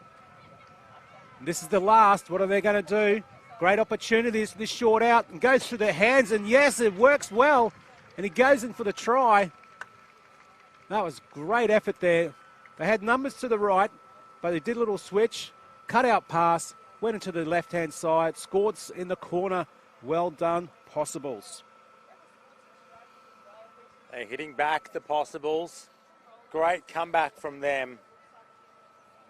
They always looked like they had it in them, and it was really that try from their number 15, that Joseph Fiaso, that lit the fire underneath them and told them that they could get back into this one. And a good solo effort there in the corner, getting the under-14s Possibles ahead in this match for the first time, 12 points to 8. That's what they needed. They've really settled down in the second half too, Dan Conifer. You know, at the beginning they were really struggling, but obviously the talk at half-time and even the talk amongst themselves has been very, very fruitful. So this is why they're getting some points on the board. Kick-off time now for Probables. That's an ugly kick, but taken well. And on the charge again. He's been getting so many metres. If we had a tracker on him, I'm sure he'd be doing a couple of kilometres today, just in this game alone, there, Addo Anderson. And he's supported by a lot of good players there too, such as Breckenridge. The player down after that tackle, the number 15 for the Probable side, Wayne Clark. I'll keep an eye on him. I think he was just coming out of the tackle and he just fell backwards too, yeah, so hopefully he's okay. Yeah, he was rocking on his neck in an awkward position there on the ground. Don't forget the QMC app. You can check out all the other games going, field 2, 3, 4 and 5. And on field 2, there will be a presentation in the next hour too, so if you want to watch that. And that's with Juro Sen, Warren Boland and Chris Bombolis and Mark Tukey calling a probable match over there as well. And we've got a women's game going on field 5 with Alden Lyle and also Alex Durante, which is full-time for them. And full-time for us too here on field 4, Dan Conifer. What a great game. Good turnaround too for the Possibles, getting that 12 points to 8 over the Probables. We'll pause here, we'll take a short break, and after this, in 5 minutes' time, guess what? More footy here on Field 4. Don't go anywhere. Donnie's running out of the box to go and get some team sheets for us. Get back here before kick-off, Donnie, and we'll see you soon.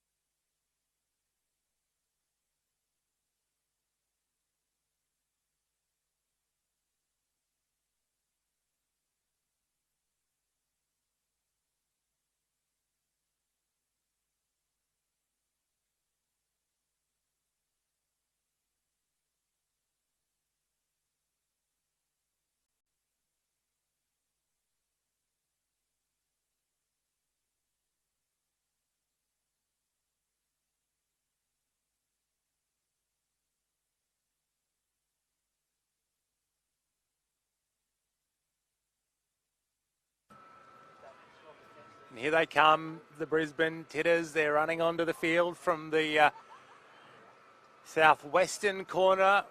Didn't know that they were going to show up. Where were they? Where were they? They were nowhere in sight. And some of the Bayside Sisters players thought they might have a walkover here, but no, not to be.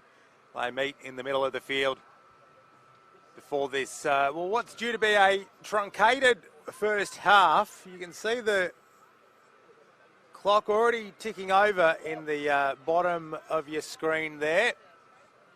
And the siren will still be going at 25 minutes past. That will be all she wrote for the first half, and we'll be back at it for the second full 25-minute stanza after that. Donnie Johannesson joining me back in the commentary box with some changes to the team sheet for the Brisbane Titters that I'll familiarise myself with quickly.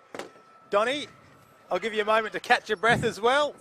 We'll just take a moment after you've done more running than both of these teams so far, getting those team sheets and confirming them. Give you a moment to catch your breath as the Bayside Sisters line up in the blue and white on the left of your screen. They'll run from left to right towards the northern end of the field here at Redcliffe in the first half against the Brisbane Titters in the rainbow-coloured jersey, let's call it, as they run from right to left on your screen for at least the first 20, 21 minutes of this match, which is overdue to get underway. And here we are, off we go. Rugby league, play on, says our referee, as the Bayside Sisters kick us off and look to regather off the kick-off as well with a determined chase there, Donnie Johannesson. Yeah, Dan, I've had a chat to both teams. Oh, wow. We've got the Bayside Sisters. They're from everywhere. So that's what I was saying. Brisbane Titters, they're still waiting for some players to come. So I apologise to them. I said, look, if the players come late, and we'll try and call as best we can with those girls.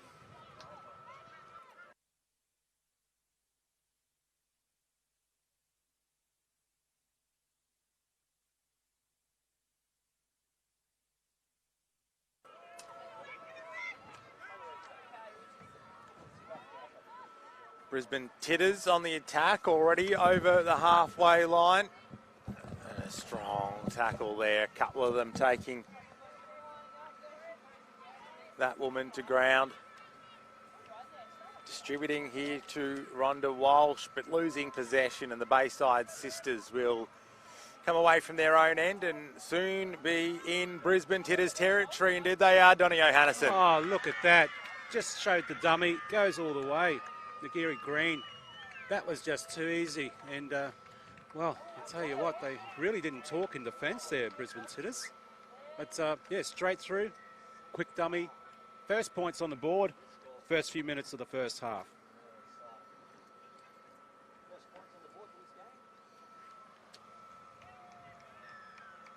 And like I said, having a chat to the Brisbane Titters team, I mean, they're still waiting for some girls to get here as well. So a lot of teams have travelled, and a lot of teams are still trying to find some players to make it on time to their scheduled games, as well as some who have been injured out throughout the course of well, in this particular case, 4 days. So we've had 4 days of rugby league action here at Redcliffe on, 4 fields, but yesterday was 5 fields on field number 1 over in the main stadium. So it's one of those things where some teams lose players throughout the course of the actual carnival. So as we see now, the possible extras added on here right in front. And they seem to be, yes, nice and clean, gets the extra points. It was always going to be nice and easy there for Angela Wattago. That close in front, and put that down to her teammate, scoring the try right under the post there, Nugari Green. 6-0 the scoreline first half here on field number 4, Brisbane Titters and Bayside Sisters in that blue and white strip. But not to take it away from Brisbane Titters, they got a really nice strip as well. Very colourful.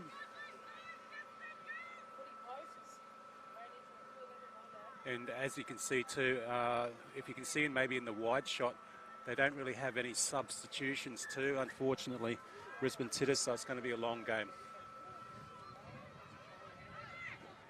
There, get the ball again, Bayside Sisters.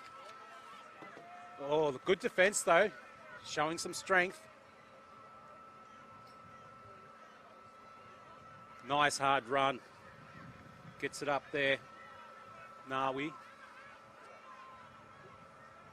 She didn't like that either. Oh, she overran the pass, both players on her left-hand side, but it still goes backwards. They've lost all that ground that they've just created. Oh, ball goes loose now this time, but yeah, definitely the swing and the tackle. Loses possession. Advantage now back to Brisbane Titters.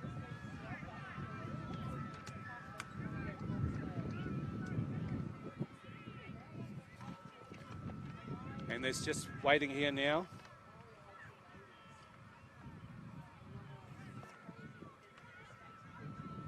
Going well. We're getting ready for this scrum. First one of the match. Taking their time a bit at the moment for the scrum. Just laying down the rules, how to pack it properly, making sure no one gets injured.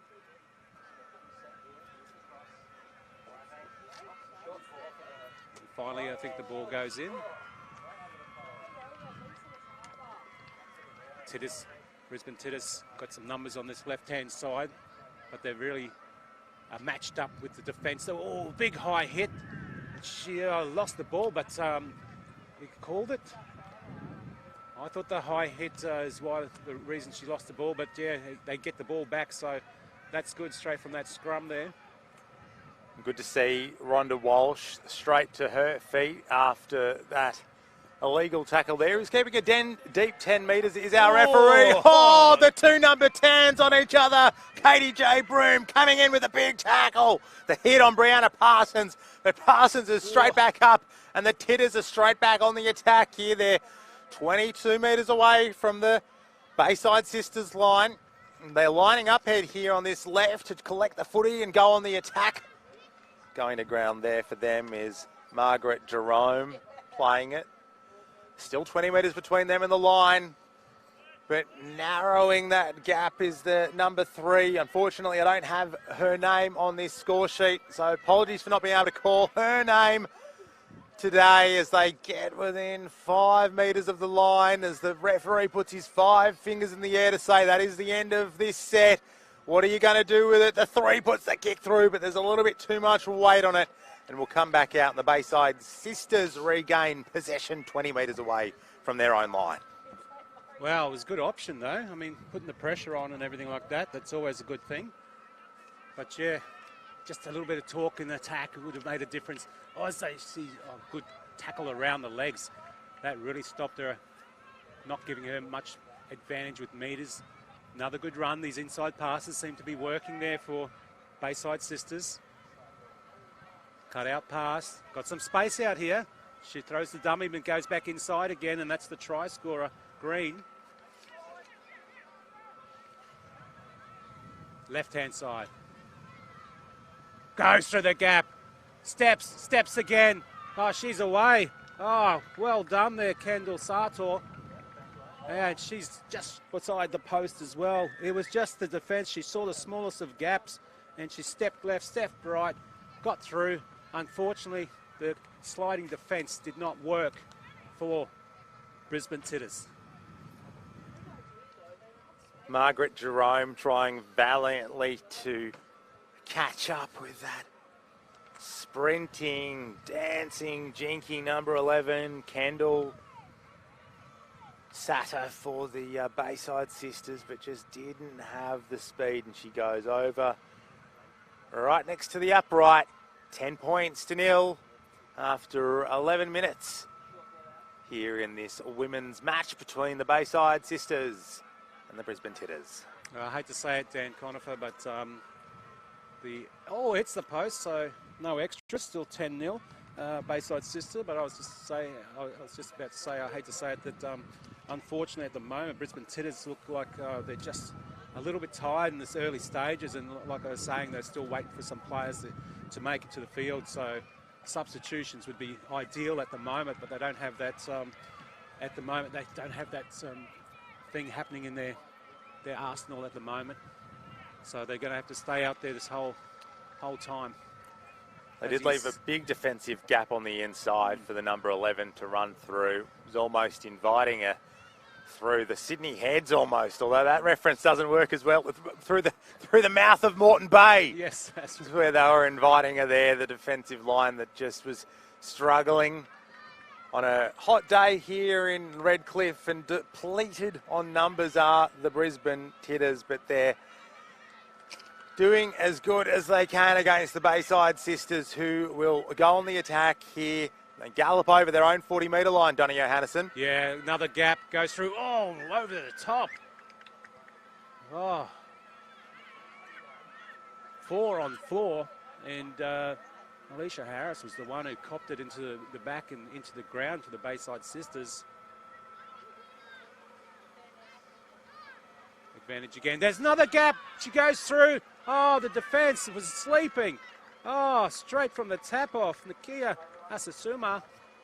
Oh, right under the post. And wow.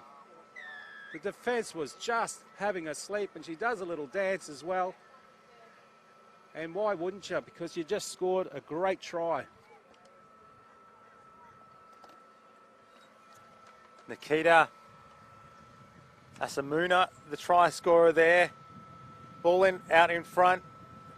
Shaped a pass, but no, held on to it after she broke that first tackle. And the Chasers, once again, not able to keep up with the pace of the Bayside Sisters. And right under the black dot is where she plants the pill for their 4th try of this match after 14 minutes here at the Murri Carnival 2022. And this time the extras are added. The scoreboard ticks over by 2, and we are 16 points to 0. Dan Connor, for those tries have just been coming from straight up the middle of the field, through the gap. That's where it is. No left or right, using the wingers, centres, straight through the middle. That's how they're scoring these tries. And they're just the little steps. So they know where the gaps are now, and they expect more tries to come through the centre of the field from the Bayside Sisters. Let's see if the Brisbane Titters can change things up in defence. Whether they move a few chess pieces around on the board and change the way they're lining up.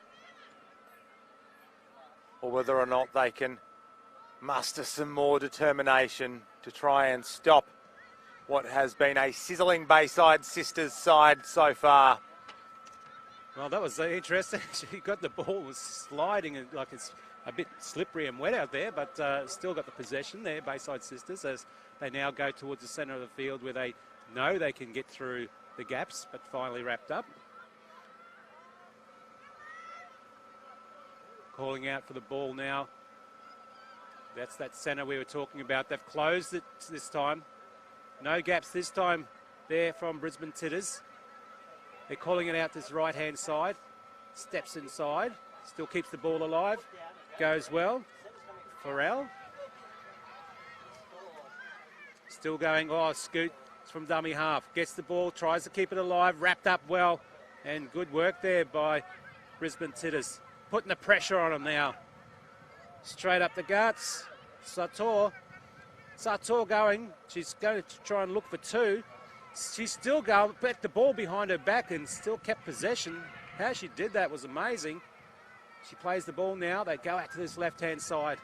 There's numbers and there's a massive overlap there too. She catches the ball into the corner and try. Well, we have a forward pass call, Donny. It looked like it was a try, but the referee maybe getting the hot tip from his touchy over there on the left attacking flank for the Bayside Sisters. The ball certainly looked like it floated forward, and our touchy and ref say forward out of the hands as well. A reprieve for the Brisbane Titters. Yeah, they needed that too, as they now finally get up, get some good runs and good work there too.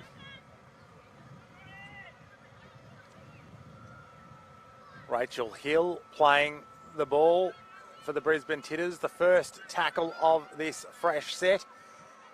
Sadie Langton, the second, going out of acting half on her own. Is that? Stripped. Oh, she stripped the ball and goes all the way. Right under the black dot. And good work there too. Well, I've seen some strips over the last couple of times and most of the games over the 4 days, but no one's scoring a try from it. Just getting the ball in possession for their own team. But a strip and a try, well done there. Bayside Sisters just trying to see who it is that actually scored. The number 6 with the strip there for the Bayside Sisters, and running away with the try, Chelsea Campbell for the Bayside Sisters, doing it all on her own. Saw the opportunity, saw that there was not as strong a carry as the Brisbane Titters needed. And she goes over, and her halves partner, Angela Wattigo, lining up to slot the extras. And that's exactly what she does, extending us out to 22 points to 0 here in this women's match between the Brisbane Titters and the Bayside Sisters. Dan Conifer and Donnie Johannesson in commentary with you for this match from field number 4 at Redcliffe as we edge towards half-time. 7 minutes until the break, 7 minutes until these two sides get a breather, and more important for the Brisbane Titters, given they're pretty depleted today, although they do have a few players on the bench now, Donnie. Yeah. There's 3 women over there, so... the GPS on the car must have been working. They know where Redcliffe Oval is now, so... Yep, found a park, made their way in. Good run there. Oh, she's going all the way. She's looking for some support, and she might go herself, and she does. Oh, straight from the kickoff there. Marie Heary. Oh, that is a tired Brisbane Titters defence to do that. And she was jogging, Dan Conifer. She was just going along there and went all the way, about a 65-metre run, and goes under the post to put more points on the board. And she was enjoying herself out there as well as she ran past our commentary position. She had a big smile on her face. She gave you a wave. Well, I got a smile. And then she went all the way 50 metres further downfield before delicately putting the ball to the grass and making it easier for the number 7 to convert. But this is turning into something pretty ugly for the Brisbane Titters, Donnie. It certainly is. Start using that bench and, she gets the extras there, make it 26-0. But, the halftime break will be good for the Brisbane Titters side. But Bayside Sisters, well, you can count. You got Green, you got Asuma, you got Campbell, you got Heary, Sator, just to name a few, scoring tries just in this first half alone. And look, you can see the difference too. But the Brisbane Titters, they're tired. They're coming back slowly and gingerly. The game plan has pretty much gone out the window at the moment, unfortunately. But let's see if they can finish strong and enjoy the rest of the game. As they set up now, maybe a short kick will be an idea here. Sharing the tries around as well. Nigiri Green getting the first for the Bayside Sisters. Kendall Sartor the next. Nikita Asanuma. Chelsea Campbell also putting her name on the list of try scorers. Whoa, and then big hit. Marie Heary.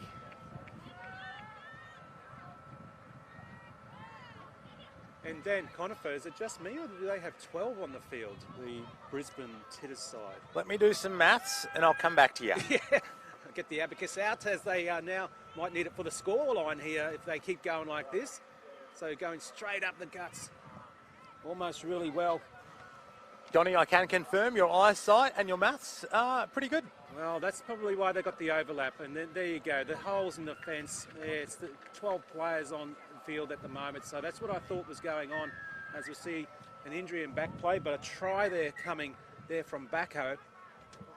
And she's been playing really well. So, yeah, Bayside Sisters, unfortunately, now we've got the 12 players on there. And because we were saying before about the subs, and they've got a long day ahead of them, so that doesn't help either.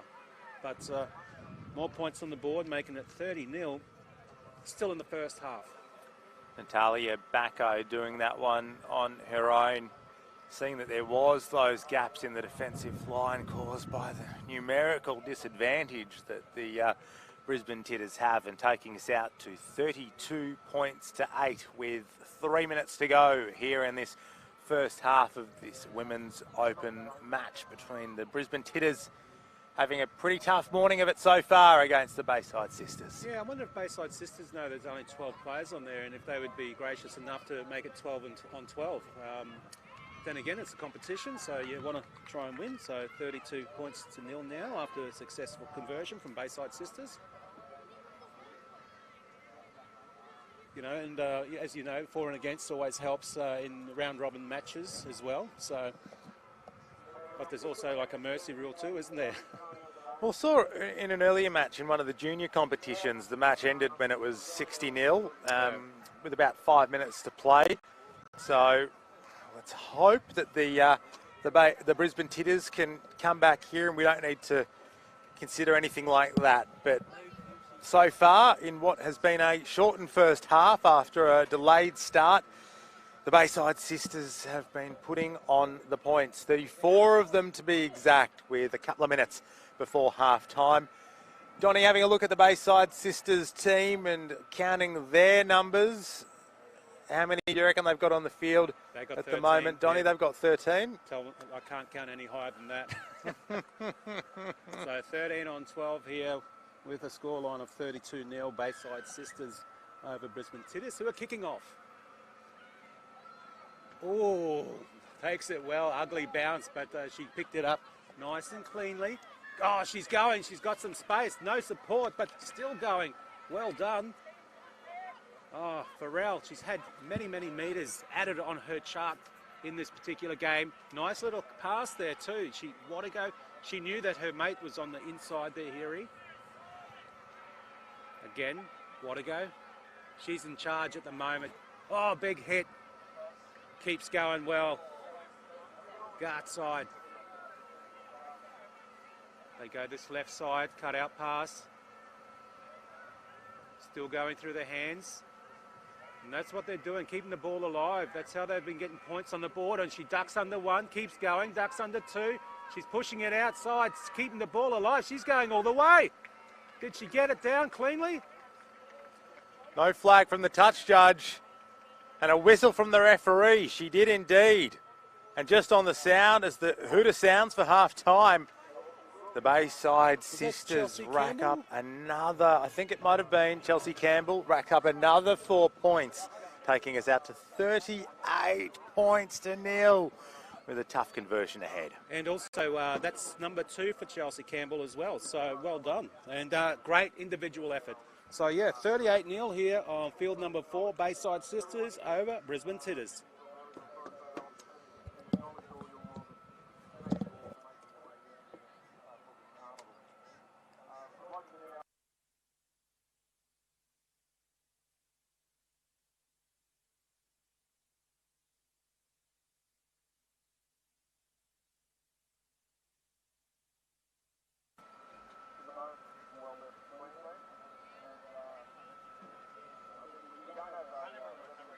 Not an easy proposition, this conversion. She'll take it 18 metres out and an acute angle. One of the most acute angles you will see. But it doesn't look bad off the boot. Does it have the distance? No, doesn't have the accuracy either. So we'll stay there at 38 points to 0 as we pause for half-time. Stay with us here on Field 4, second half action coming up in just a few minutes' time.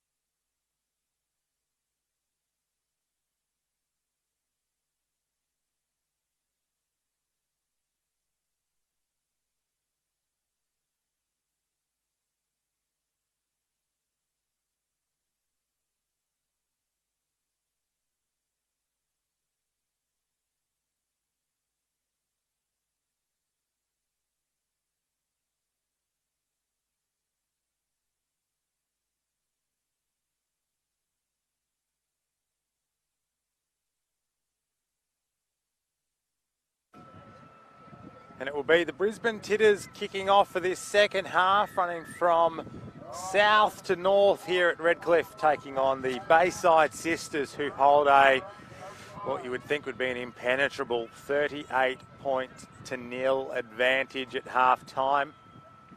And they will have first touch of the football in this second half, getting up gingerly there, the Bayside Sisters player, before a fumble from their 18 Shaniqua Gartside. And we will have a scrum form in the first minute of this second half. Although they were a bit late out there, the girls, so it probably says the second minute on your screen, but the first minute of play at least, after the Brisbane Titters suck it in the big ones at half time, needing a bit of an extra break with their numbers depleted, struggling to field a full 13. But let's see what they can do. Those who are out there in this attacking position, 32 out from the line is where the ball will go into the scrum, and a fumble out the back of the scrum, and our referee says it was fumbled forward. And we will have a replay of the two packs coming together. But this time the loose head and feed will be with the Bayside Sisters instead.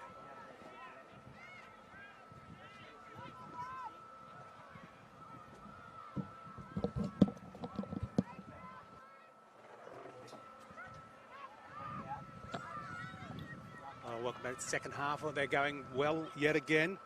Bayside Sisters.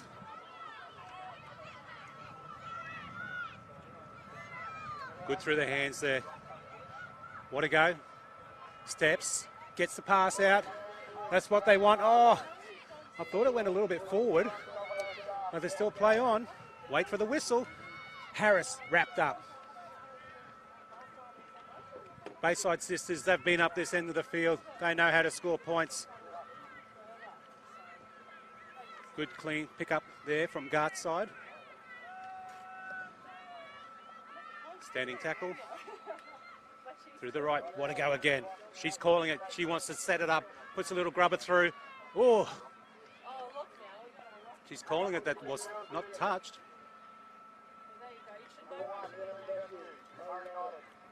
It was a good effort though from Wadigo. Chasing her own ball after grubbering it through Angela Wadigo, and then making sure the ref was in no doubt that it came off a Brisbane Titters player and that we should be resuming with a goal line dropout. And that's exactly what will happen once the Brisbane Titters get into position in no rush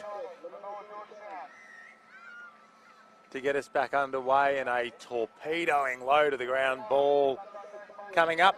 Nagiri Green bringing it back and trying to find some space in the line, but she finds the opposite. Wow. A big tackle from the Brisbane Titters. What a go, gets the ball out now to this side. Hannah Suma was one of the try scorers too, one of the many try scorers for this Bayside Sisters. She's wrapped up. They got numbers again stacked over this side. What a go, holds it up. Cut out pass. Too far was that cut out pass. She knows it too. Puts her hands on her head and says, oh, it's gone over the top. So unfortunately, no points for them, but escape out of jail there for the Brisbane Titters side. Yep, Alicia McGrady would have had to have been a couple of foot taller to grab that one. And the right idea, though, just the execution not quite there for the Bayside Sisters. And we stay at 38-0. The score that we had at the halftime break remains, and let's see what the Brisbane Titters can do with possession of the ball 20 metres away from their own end here on the Tony Obst field at Redcliffe, as one of their forwards, Brianna Parsons, struggles to get to her feet after the contact in that tackle. Goes to play the football, but our referee... substitution now, so...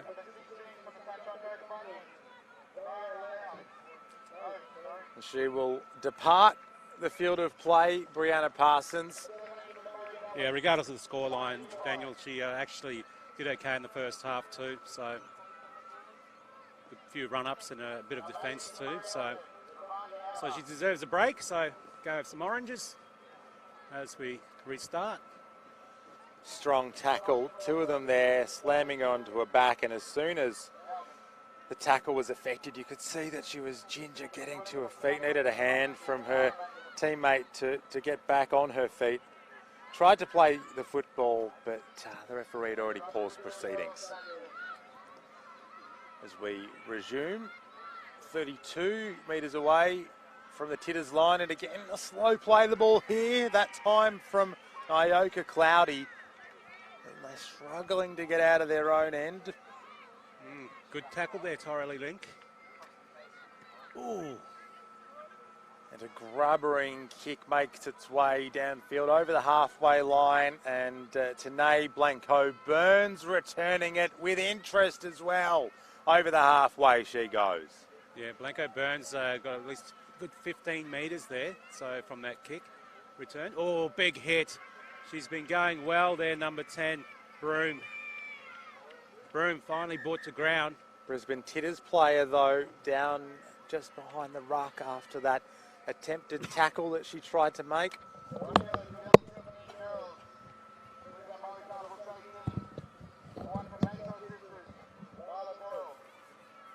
Well, we've seen a few injuries in this game. Unfortunately, most of them have been on the Brisbane Titters side.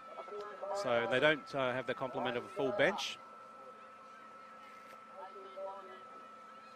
And they're starting to warm up out there too, Dan Conifer. Heading for a top of 25 today here in Redcliffe, if the local forecasters are to be believed, as Rhonda Walsh returns to the defence line for the Brisbane Titters. I think she wants a break, but they don't have that. They've just had some subs come on who are replaced injured players, so unfortunately she can't be subbed at the moment as swings around and starts getting some more metres there too. Finally brought to ground there, Corporal. What a go. She's got heaps of players to assist her to take the ball up even further. And she gives it to Randall. What a go. Oh, what a go. Steps back inside. Oh, she goes again. Does she go again? No, it's called. She was thinking about it, Green. Darts out from dummy half, so close to the line now. Little kick put over the top. Does it work? It does. What a go. Finally gets a good kick in play and is picked up by a player on that far right-hand side. And more points added to this particular game, Bayside Sisters and Brisbane Titters. It's always hard to defend against a cross-field bomb. It wasn't a bomb as such. It was just more or less skirting along the ground in a way, a little bit high, but picked up cleanly there in that far right-hand corner. Yep, if you can't pass the distance that you need, well, try and kick it instead. And that was exactly what the Bayside Sisters did there, and picked up well, low to the ground as well. It wasn't the easiest of collections, but she did grab it down close to the ground, and all then she had to do was plant it on the turf, and that's exactly what she did. Looks like it may have been the number 14, Cindy Corporal, for the Bayside Sisters, as they extend their lead out, scoring the first points after half-time, extending us out to 42 points to nil. Yes, and conversion unsuccessful. And if you're watching on the QMC app, on field number 2 is a presentation for the juniors, and field number 3, it's got a game going there with Chris Bombalis and Mark Tukey. This one here, field number 4, you've got the Bayside Sisters and Brisbane Titters, Donnie Johannison and Daniel Conifer, and then a match on field number 5 with, it looks like a seniors open women's game there with Alden Lyle and Alex Durante calling that one. So heaps of options for more great football. Stop it, Donnie. Just stop it. But field 4 is where it's at. Thank you. And you know what's going to happen in field 4 in the afternoon. That sunset, we'll be watching that as we watch some great football action too as the games go on today. And kick off, and it's going to let it bounce. Yes, goes straight into the bread basket there. Oh, no. She passed it, and unfortunately, not clean hands there from Alicia Harris. 11 minutes gone. We'll have this scrum packed down with a desperately needed stint of possession for the Brisbane Titters. Can they strike back in this second half and tie things up for the second half at least? After that try a moment ago from the Bayside sisters.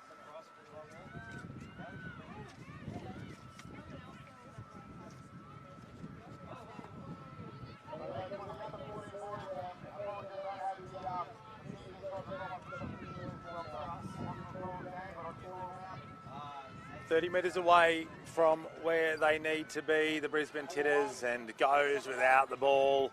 And we will have the Bayside sisters come away from their own end via Nagiri Green, I think it is, over on that far side.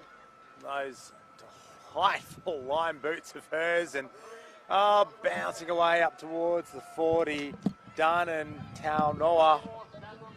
But she struggles to get to her feet after some heavy impact with the turf here in Redcliffe.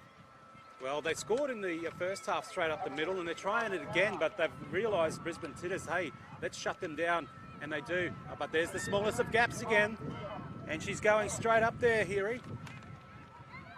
She's a try scorer. Multiple try scorers. Here's Quadigo again. She's setting up the field well. Good talking, good captains. She's doing good captain's work there. There she is again. Steps inside. Does she get one herself? She certainly does. Steps, and puts it down. Finally, Quadigo now on the board. As we see the scoreline now, 46-0.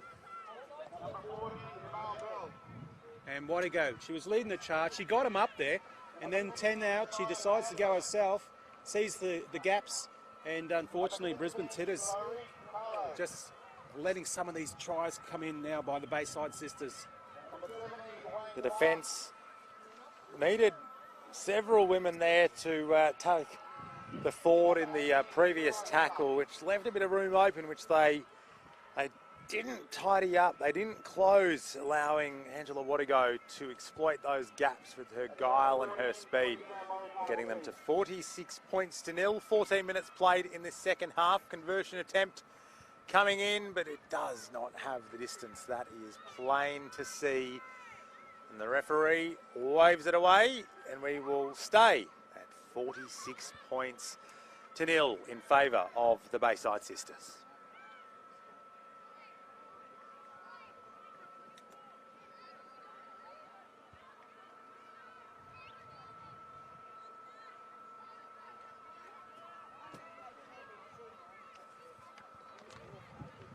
Oh, they're slowly walking up.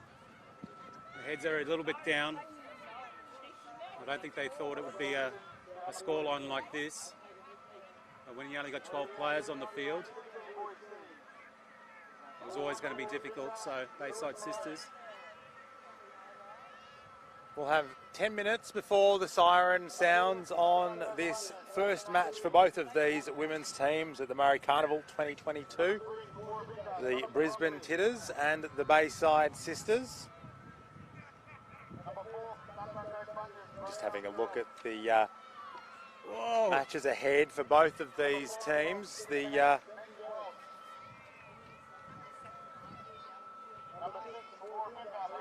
going up well now still, Titters. Push back, held. She was called held, but she was trying to scoot away with some more metres. Oh, back inside pass. We just lost a little balance there. Randall. There she is again, Quadigo. Gets it through the hands. Sator. Play on. Play the whistle. 6 to go. Good advantage now there. Scoots from dummy half. Looking really good here. Here he goes all the way. Straight from dummy half after 6 to go from the referee called. They put themselves under pressure, unfortunately. And there she goes. There, number 5, that's Mayhiri. Points on the board galore now at the moment, making that the 50. They've hit the 50. 50-0 Bayside sisters over Brisbane Titters. And it looks like Quadigo is going to try and add the extras. But wow, how quickly that turned around. Just that little mistake there from Titters to get 6 more in a good field position for Bayside Sisters. And they used it straight from the dummy half. She ran straight through, some big gaps there. Esme Heary, and she adds the extras.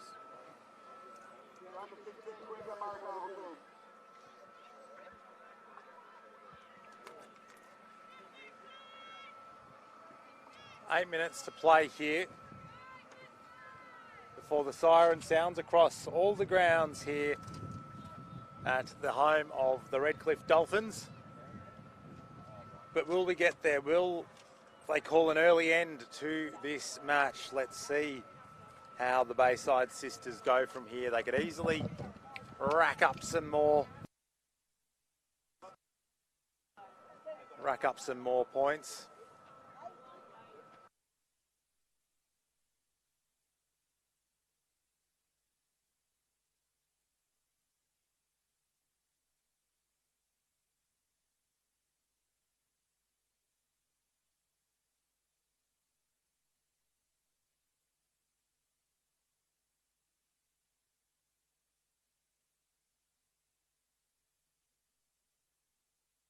There from Brisbane Titters. Nice deep one. Ooh, she almost knocked it on. She was just waiting for it to settle. And it's those ones too that can really trick you. And she runs it, the Satur. Another good run, big hard run. Tanua. She's had some good moments, Alicia Harris, in her game. She had a try disallowed in the, as we see another player down, she had a try disallowed in the first half, which was very close to the half-time mark. And now we see an injury here, Dan Conifer, so let's hope she's okay. They've been playing with the 12 girls at the moment, so like we said, in this open women's division, I should say, so hopefully she's okay. Another injury that we're unfortunately seeing here at the Carnival. This will be something that they'll need to consider ahead of next year's event, as this time it's the number 12 for the Brisbane Titters, who's a little worse for wear after that encounter. Unfortunately don't have a name for our number 12 in today's fixture.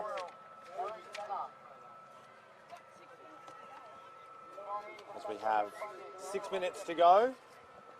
A reminder that there isn't a mercy rule as such in this competition, but in one of the kids' ones earlier in the week, we did see a scoreline get to 60 points to 0, and the teams agreeing between themselves that they'll take an early shower and not let the pain continue any longer. At 52 points to 0 in this clash between the Bayside Sisters and the Brisbane Titters, let us see if something like that happens here. She's still going. She still wants to get more points on the board.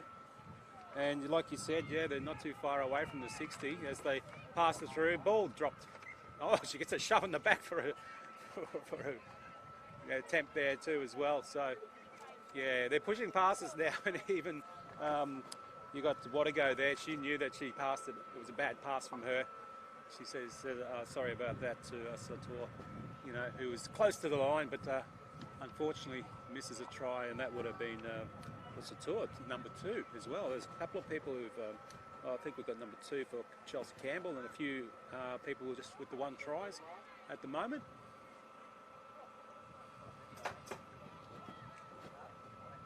Scooting out from the scrum. Oh, she swung to the ground. Sadie Langton falling 10 away from her own line after that swinging tackle. And another one, she's flung to ground there by Alicia Harris. Correction, Chelsea Campbell for the Bayside Sisters. And the 6. Getting her hands on it again there. The number 8, Aaliyah Fisher with a high tackle there. Effective. And then so she gets up, but she's okay, that's good. Yeah, well, there's no malice in that. It was just one of those things that people seem to be stepping into. Try to do a sidestep, and the swinging arm just happens to come in at the same time. Sadie Langton getting us back underway with that tap before the charge takes us to the 38-metre mark, the Brisbane Titters side of the ground. Rhonda Walsh playing the football. And don't have the player information of that woman, and played the ball that almost was intercepted there by Shaniqua Garside, who was alert at marker to the possibility of a free ball off the ground. And let's see if the Brisbane Titters can get over the line. The number 6 for them going as close as they've been. Sadie Langton, the defence of the Bayside Sisters, still coming back. She plays it. Let's see what the Titters can do. 12 for them, goes within centimetres of the line. It takes 4 Bayside Sisters to stop her. She'll slowly get up, plays the ball back to Langton. Langton tries to do it all herself just near the posts, but on the 5th and last tackle can't get there, and will hand possession over to the Bayside Sisters. And that is as close as the Brisbane Titters have come to points in this clash. And Sadie Langton can thank herself for that effort, getting close to the line. And a big tackle there. Oh, the Brisbane Titters with 2 minutes to go, not clocking off at all. Oh, the combination of those two affecting a punishing tackle, but thankfully the Bayside Sisters player A-OK as they look to make their way up the field through that woman who's now 36 away from her own end of the field. Some easy meters there. Oh, more meters for Murri Carnival, and she will collect more than 50 of them on her stat sheet before planting the ball and getting another try for both her and the Bayside Sisters. Right under the posts, 56 points to nil. Murri Carnival with a try.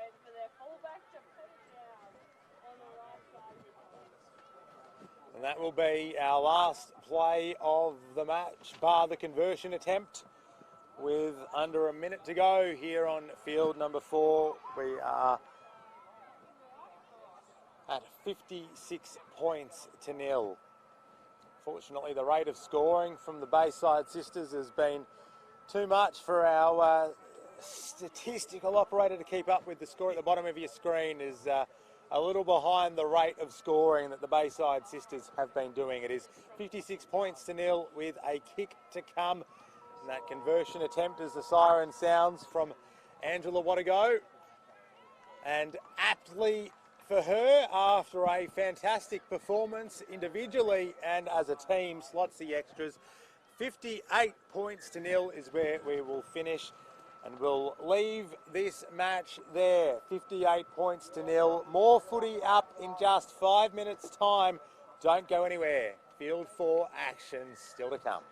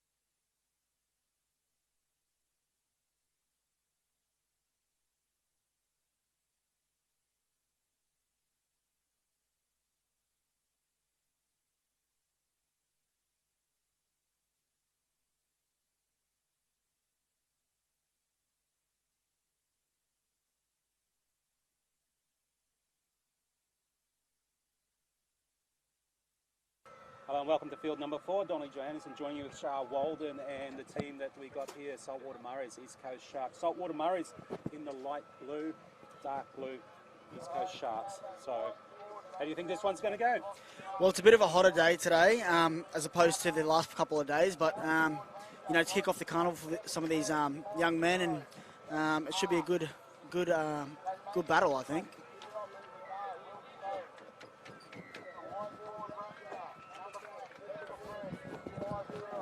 Well, let's see how we go. We was just waiting for a team sheet. So look, we apologise if we can't get many players for the East Coast Sharks, but we hope that they do actually come through.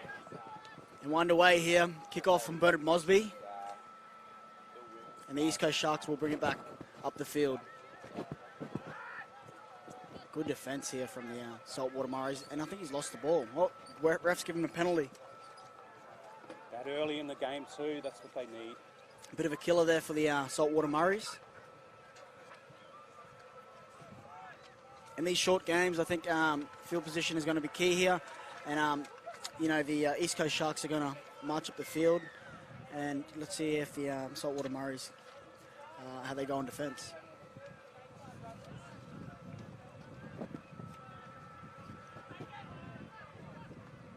Oh, they're doing well at the moment. The East Coast Sharks don't lose that piece of paper. We need that as we see the wind pick up here too.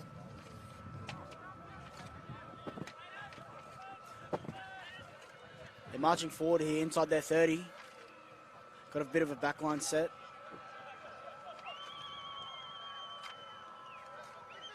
But Saltwater Murri's up to the task and defend it really well.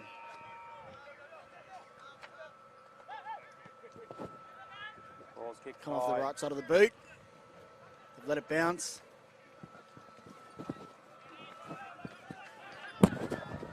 Last tackle here for the East Coast Sharks. Stabbing kick to the corner. Picked up on Bernard Mosby. He takes off down the sideline. Good footwork. Well defended there by the Saltwater Murris. Now they get the chance to go on the attack.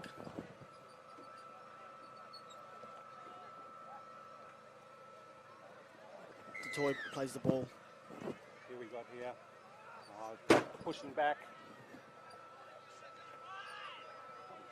They're not going really anywhere here, the Saltwater Murris. Sage Yasso hits it up. He's actually a teammate of mine at the South BRL team, so quick shout out to Sage. And now pushing it on this right-hand side. Oh, he was going to do the back inside pass. And I believe that's Travis Waddell, yeah. former Newcastle Knights player. Kick and play. That was nice there, coming from Yasso. Well, what's the ref going to call here? Oh, it's still alive. Is it still alive? Play on, he says. Play on. He's going close to the line. He puts it down. Did he drop it? Yeah, pushed. Yeah, he's lost the ball there. It's called a double knock on, I think. But how lucky was that? Very lucky. I think the Saltwater Murris retain possession here and get a chance to attack on their line. See if they can turn it into points.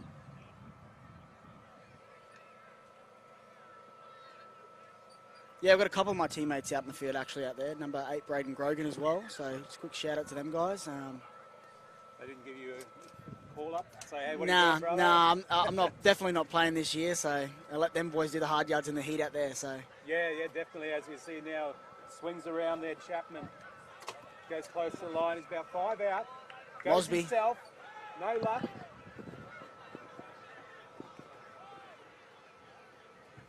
No luck. Goes for the intercept. Oh, good hands by way to Braden take the Grogan. ball as he falls to ground.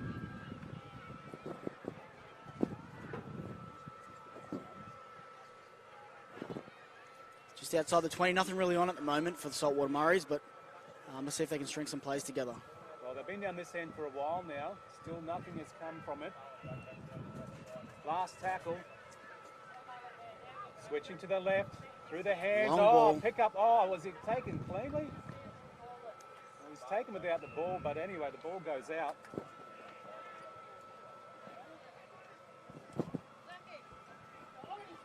I think the Sharks have possession now, and they defended well there. You know, they were under a bit of pressure and late in the set, and they managed to get out of that pressure, and now they get a chance to get out of their half. Well, don't forget there's other games being played on the QMC app. If the wind blows here, Juro Sen and Warren Boland, they're on field number 2 if you want to watch a game over there.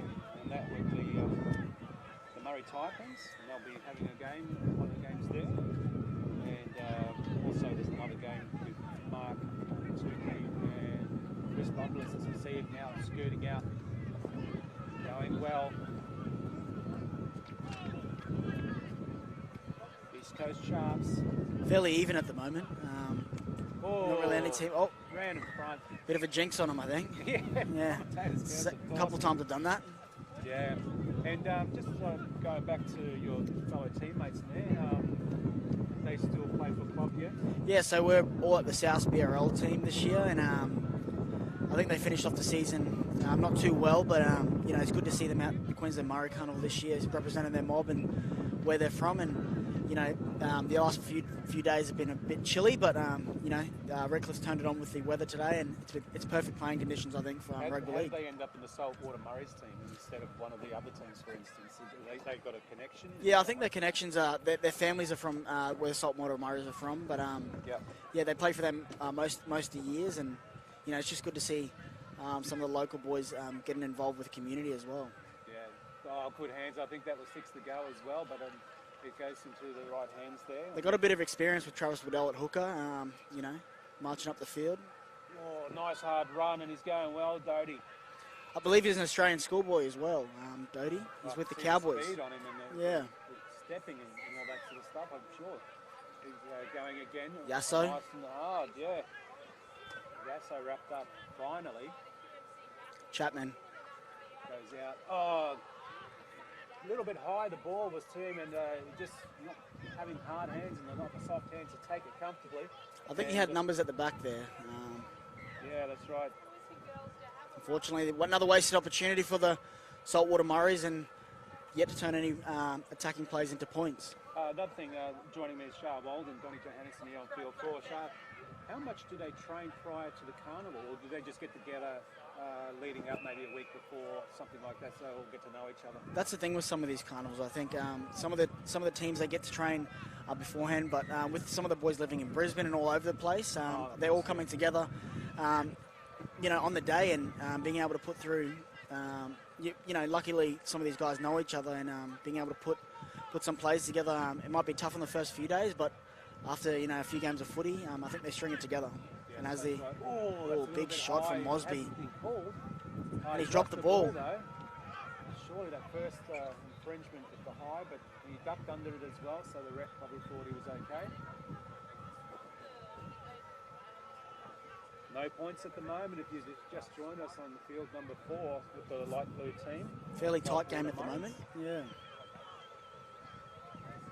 Just feeling each other out at the moment, aren't they, Shark? Yeah, well, I think the Saltwater Murrays have, like I said, wasted a few chances they've had down the line, and they need to string some plays together.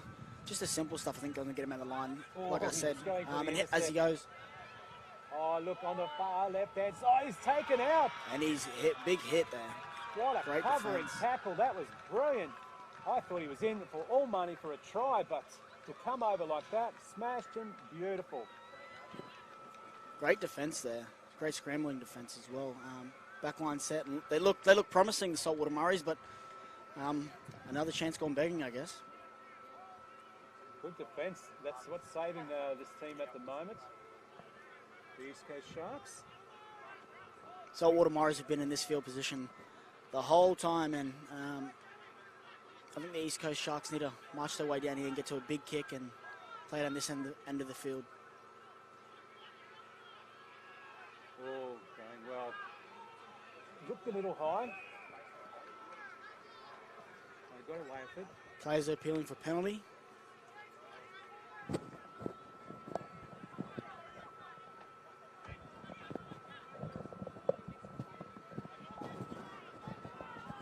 Nice high kick.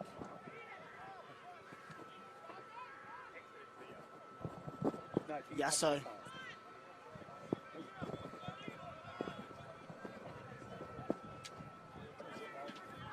Picked up by Mosby. Finds his front.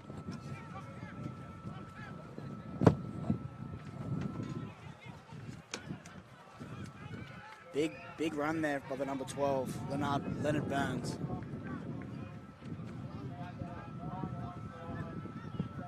Big left foot step.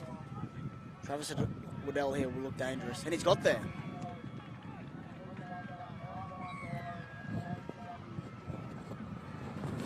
Great little try there by I think that was the number 6, Trey Benito.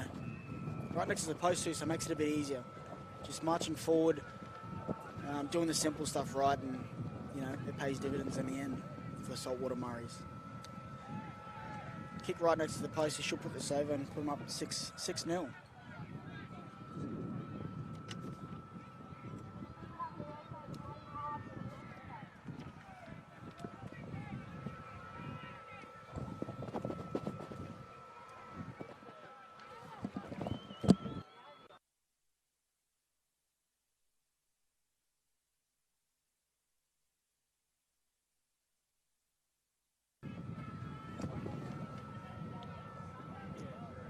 Kick to come here for the Saltwater Murris.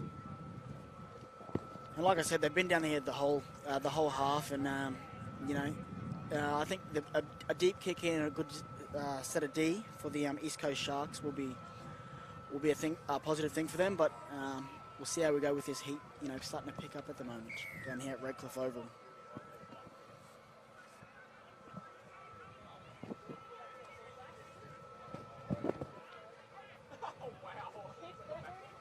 Well, 6-0 so far. Trying to get their breath back, I think, these East Coast Sharks. Like I said, it is very, very hot out there, and it's still early days, early start of the day. It's only going to get hotter and hotter. So if you're coming down to the Murri Carnival, make sure to put in your sunscreen and drink plenty of water, because it is hot. It certainly is.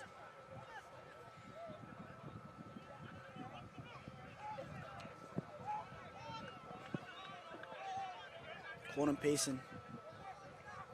Pearson plays the ball. That's an up kick. Finally brought to ground there by Ware. He goes for another one, run Pearson.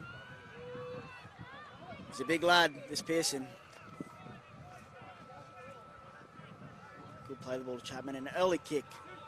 I think that's what they wanted after points. It was an early kick. Diffused well there by their number 1, Twist. Good tackle from Detoy. Twist now played the ball, going through their hands, and they've still got to try and get onside East Coast Sharks, so getting a bit flat there at the moment. Oh, he's calling for infringement, but the referee's not going to buy it as he scoots from dummy half. Good defence coming there from Saltwater. East Coast Sharks now finally up over the halfway line there with Aniba. They're getting in good field position here to see if they can put some plays together and get some points in the end of it. But a high kick here from the number 6.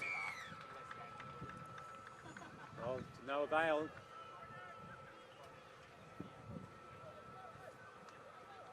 Saltwater Murris get the penalty in the middle of the field. Let's see if they opt for to kick for the sideline and use the breeze, or yep, I think he is. Not a bad kick. I think it's gone into the canal. Yeah, we're right next to the canal here down at Redcliffe, so hopefully the players can keep it away from the fence. Up kick with the hit up, finds his front, gets a quick play the ball. They're marching forward here, the Saltwater Murris, with the toy. Strong centre.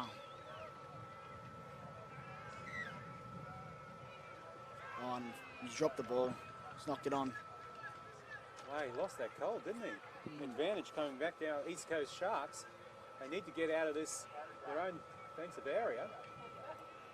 The heat, I think today is going to be a big factor for some of these teams. Some of these teams from coming up north, they'll be probably used to it a bit more, but the teams in the colder parts of Queensland probably not as used to the heat down here at Redcliffe. Saunders plays the ball, goes out to this right-hand attacking side. He has a big run and a look. He hit as well, that centre Saunders. again. Toy.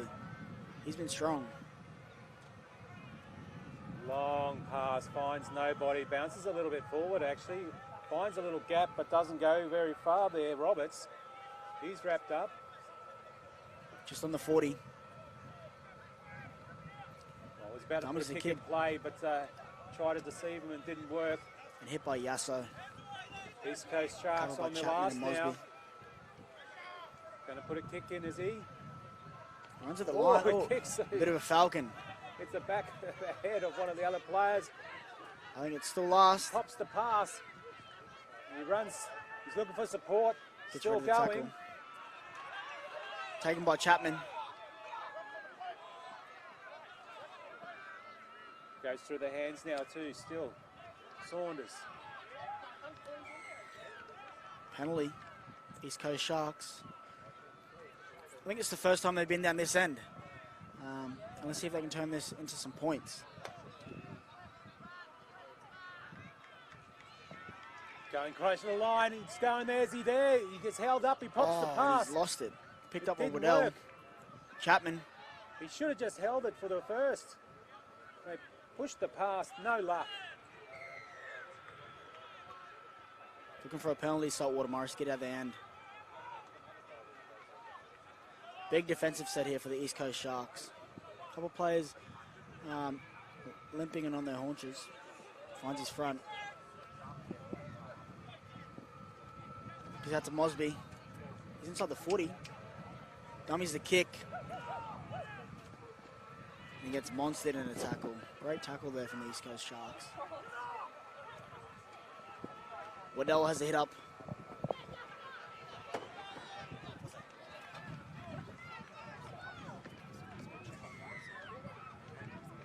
Bit of footwork here from the try scorer from before. Dummies. Gives it to Upkit and he goes over under the next to the post. Great lead-up work there by the number 6, Trey Benito.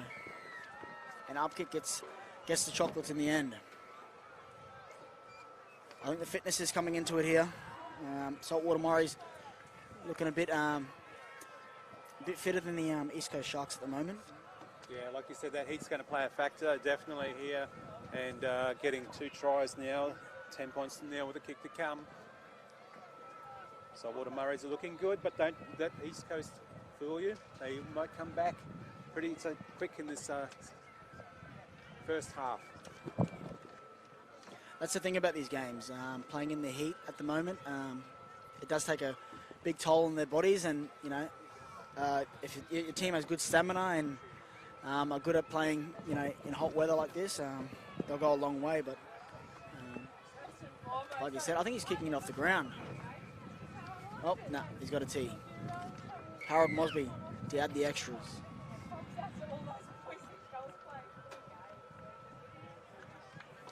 Well, they're starting to stand up now, aren't they? Getting the two tries in this early stages. He's taking his time, Harold. I think he's letting his team get a bit of a breather, get a drink, and I think for the East Coast Sharks, this is a bit of a breather for them as well, that is much needed.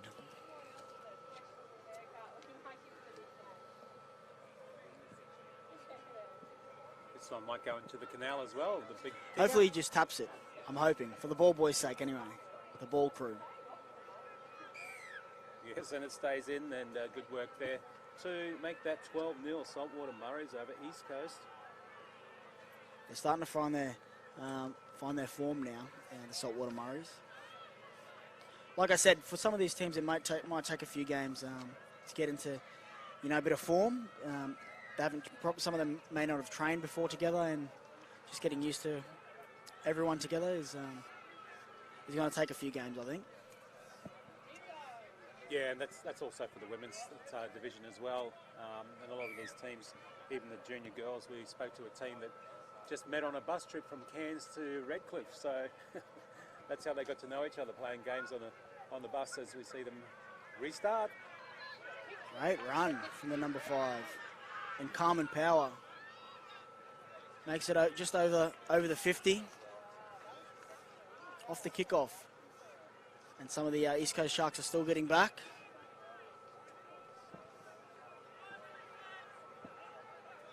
Some of these Saltwater Murri. Oh, he slipped over Chapman.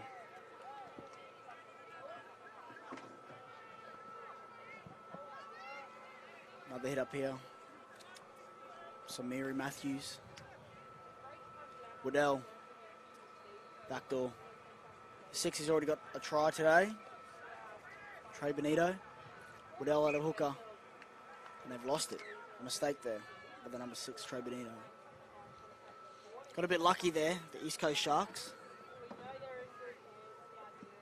Yeah, they are lucky too. Not to let in more, but anyway, just this 12-point scoreline doesn't reflect how good they've been going in a way. You can see some of the fatigue kicking in late in this half, I think. They'll be waiting for that Ahuda to go, the East Coast Sharks, get a bit of a breather. It's surprising too, the halftime break for some teams really is, they make the most of it. They come back and they come out firing, especially if there are a few tries down, as we see now the ball going through the East Coast Sharks. Wrapped up there just at the moment, twist. And they've got a bit of experience with Travis Waddell in the middle, playing a number of NRL games, and he'll be moving around the park fairly well. Good to see him still playing as well. They still need to get out of their own half at the moment. They're not making many metres. Through their hands. He's been doing well for them. Roberts. I need to look for an early kick here. Look for a 40-20. And a chase as well. A good chase. But they go through their hands and they back themselves. And why wouldn't you? Because you're getting plenty of metres there. Great shift. They really needed that. That was really good. Oh, keeping the ball alive now. It's just under pressure. And I'll just put the kick up, says Saunders.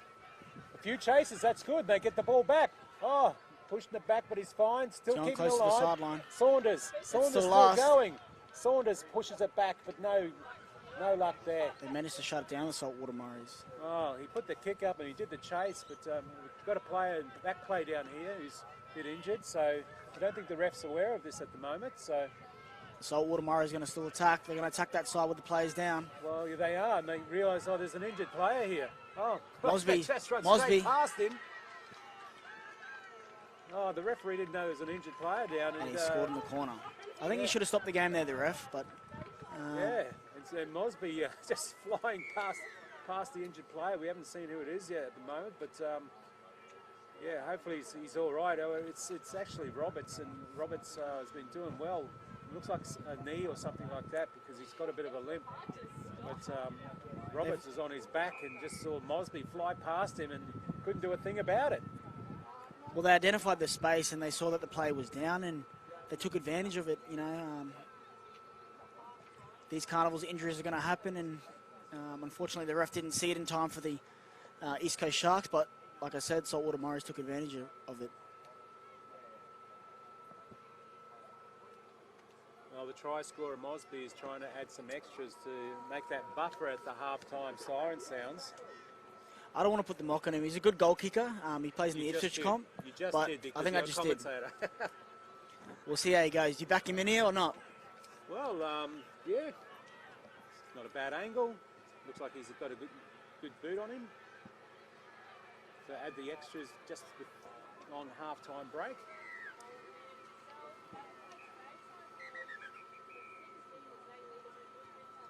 Looks good, looks good, looks good. And it is good. 18-0 here, first half. Saltwater Murris up against the East Coast Sharks.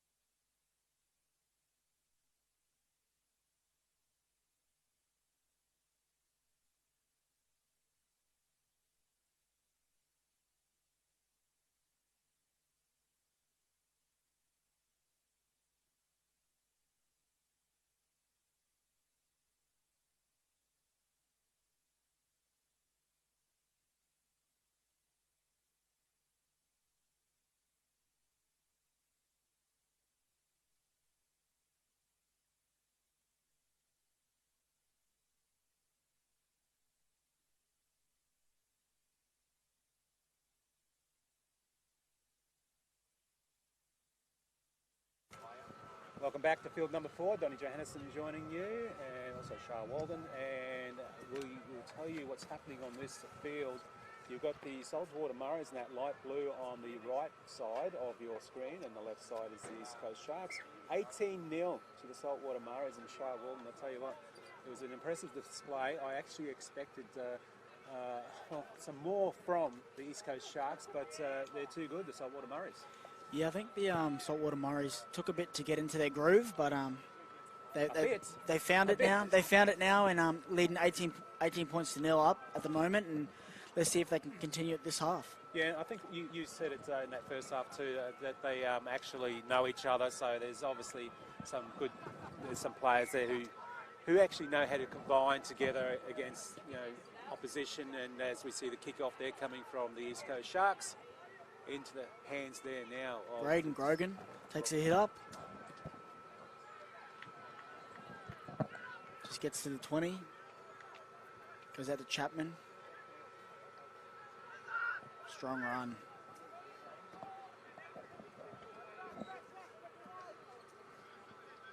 Good push there too. Leonard Burns finds himself over the 40, just over the 40. Goes out to Chapman. Goes under to Braden Grogan. Already over the 50, I think. And a good set to start their half. Kick to the corner. Nathan come out of the corner for the East Coast Sharks, and a great tackle by twist. He was dumped. Trey Yasso. Oh, twist. He could feel that one. He just got driven to the ground there. And they're trying to scoot up and get some more meters here, the East Coast Sharks. He charges through, and that's not too bad, that run. That'll help the team, but he's getting pushed back.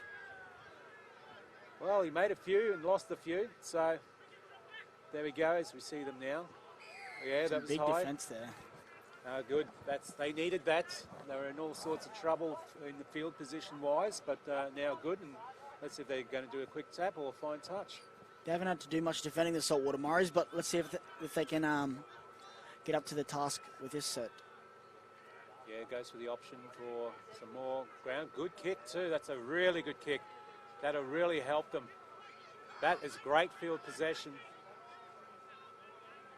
Now, I think the East Coast Sharks need to score first this half and give themselves a bit of confidence. Well, let's hope both coaches have had a good chat to them. Obviously, the East Coast Sharks probably be told as the ball is lost to, hold the ball at least to start with, and East Coast Sharks probably, not very happy about that. But Saltwater Murri is probably the word from the coach. Just keep doing what you're doing. They'll be very disappointed, I think. Getting an opportunity like that, and they've just given the ball straight back to the Saltwater Murris. Great ball from the 6, Trey Benito. Oh, it got smashed at the same time too as putting that kick down. And it stayed in. Yeah, through the top. Good result. Oh, well done. Car keep come across the number 6 for the Bevan Sharks. Quiro. Wow. How about that? Geez, it was that pass here, the spiralling through the cutout, using the whole of the length of the field on this left-hand side. And like I said before, it makes it a lot easier when you do know and you already have combinations with some of your players, and you can see that with these Saltwater Murris. The dropout, that looks a little testing, but and he's held it. That was really good. Bevan Quiro finds his front inside the 20 now. Dudley Dutoy. Good tackle there from the Sharks. Timmy White plays the ball, goes out to Grogan.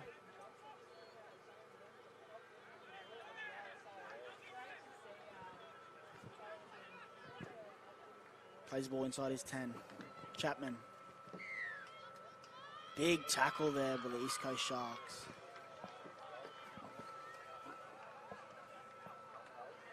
Chapman throws a dummy. Bit of footwork. Inches away from the try line. Hooker takes a scoot. Good defence there, the East Coast Sharks. Managed to hold him out. But still inside their own half and trying to work their way out now.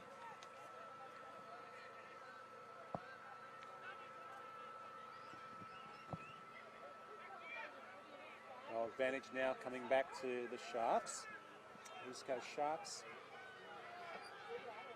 That was a good run.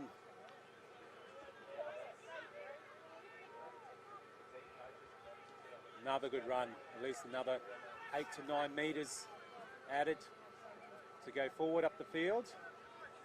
Good little inside passes. Good footwork Worked. from the number 17. Yeah, worked. Tusa. He's still going.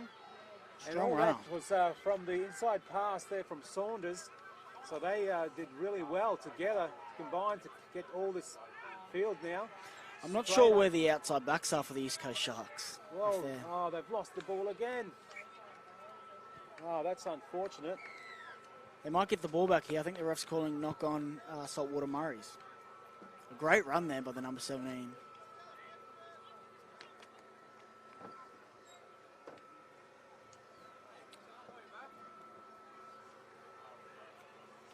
Get an opportunity to attack here, the East Coast Sharks.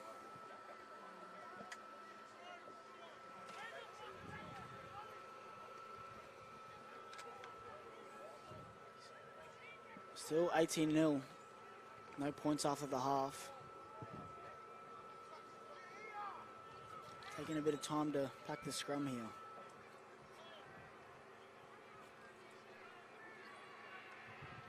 Here they go again now. They need to get some points on the board. They need to get closer to the sticks. And under that black dot. They can do it out wide as well. We know they can shift it wide. We've seen them in the first half do it. And Yeah, Denzel Briscoe plays the ball. He overran the ball a little bit high, but still going well. About 5 out now. under the pump here, the Saltwater Murris. Scoots from dummy half. Doesn't get near the line. That was read so well by the Murrays. Long pass. Pass doesn't work. He gets wrapped up. Last tackle. East Coast go to the blind. Doesn't work. Held up by 3 players. Probably not the right option there. Poor option indeed. Need to look wide and try to look for space or look for a repeat set, I think. But nonetheless, they D him up and they're in the corner. Saltwater Murri's trying to play out of their end now. After some pressure on defence. Timmy White with the hit up.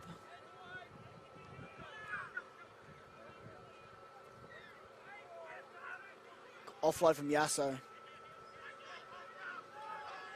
They're managing to march up the field.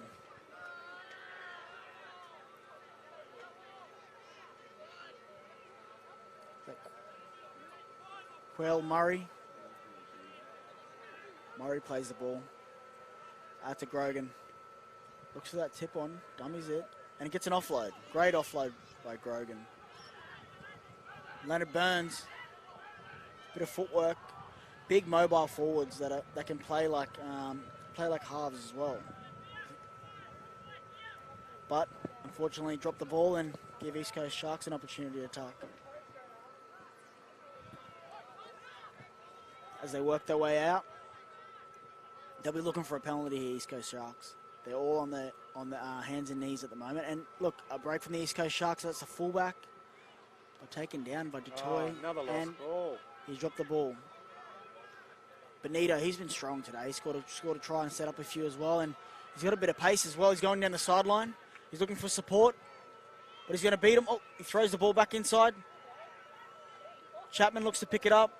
But it's diffused by the East Coast Sharks.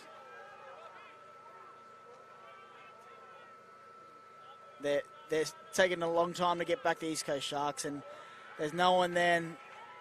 He's driven back. And he's dropped the ball, and I think Harold Mosby scored the try over on the sideline. And yep, they've awarded it. Bit of strong defense there from the Saltwater Murris, and the East Coast Sharks look like they're on their hands and knees and a bit under fatigue at the moment. Maybe that heat's getting to them.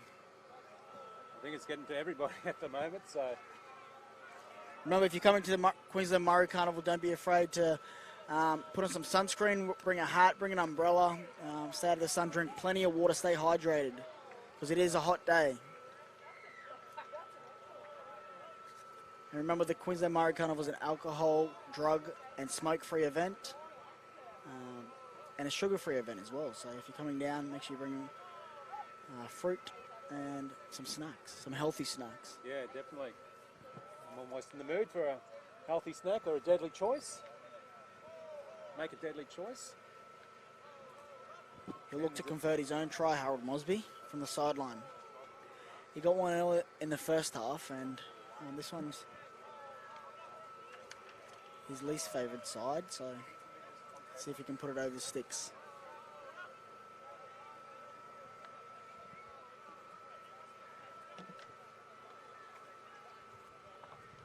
Oh, had the height. The wind, not the distance. The wind got behind it, I think. And now the East Coast Sharks, they'll come kick it off to the Saltwater Murris, and they made a couple of line breaks off the kickoffs, the Saltwater Murris, so let's see if they can continue that form that they've had.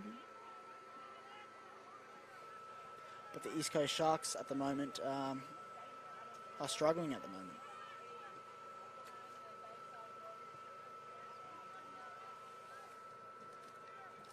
Taking their time to come back to halfway. Just getting that few extra seconds of breath.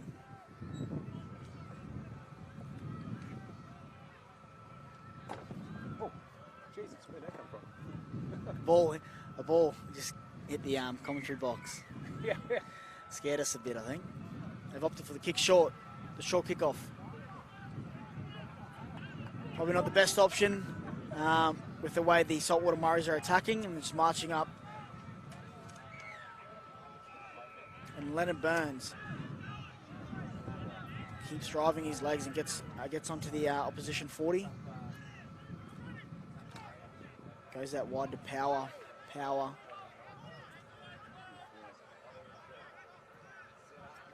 And Leonard Burns with another run. He's been strong today as well. About 20 out. Goes out to Detoy. Good footwork from the centre. And he scored in the corner with a miraculous dive. Great try there from the Saltwater Murris. Well, they're piling it on now, aren't they, at the moment? Another one out to the side. And like I said, it's a lot easier when you have them combinations and they're already formed, and you can see that they're strung a few plays together, and a great try there by the number 4.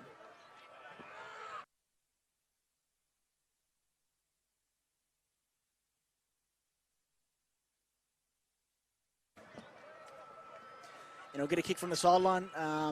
So Harold has given up the kicking duties. I think he's off the field at the moment, getting a bit of a breather.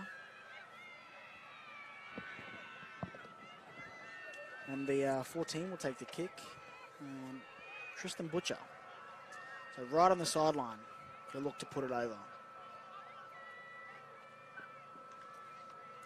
Saltwater Murri has been too strong at the moment, and they look confident as well. To start off their carnival with putting some points on these East Coast Sharks. So he'll go from the sideline. Tristan. He looks confident. Butcher.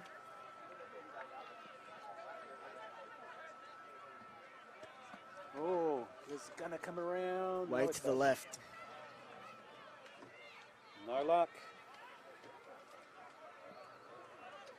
And don't forget, on the QMC app, you can check out the other fields going on at field number 2, 3, this one 4, and 5, and some great action as we continue the Murri Carnival.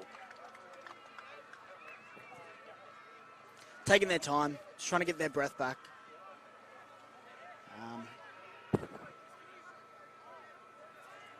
I think they should kick it long here. I think short kickoff's probably not the best option if they want to stay away from some points from the Saltwater Murris, but yep, and they kick long.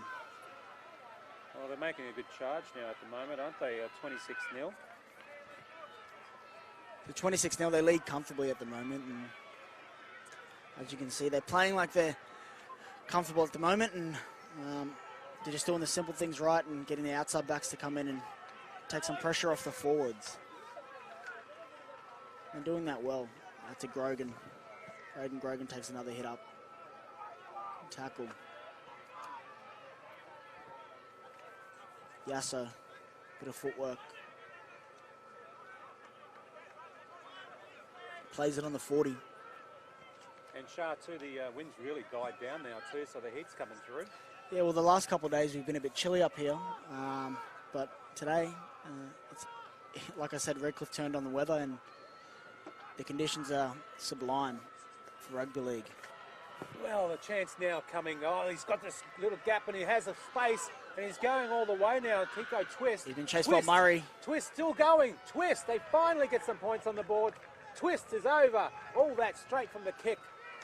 So smallest of gaps, and you can see that too. That actually they're getting a little bit upset with themselves now by Saltwater Murray's by letting that happen, and the defence, few little gaps there, and Tico Twist finds it and runs through pretty much a good solo try, running about 70-75 metres to get the points on the board finally for the East Coast Sharks.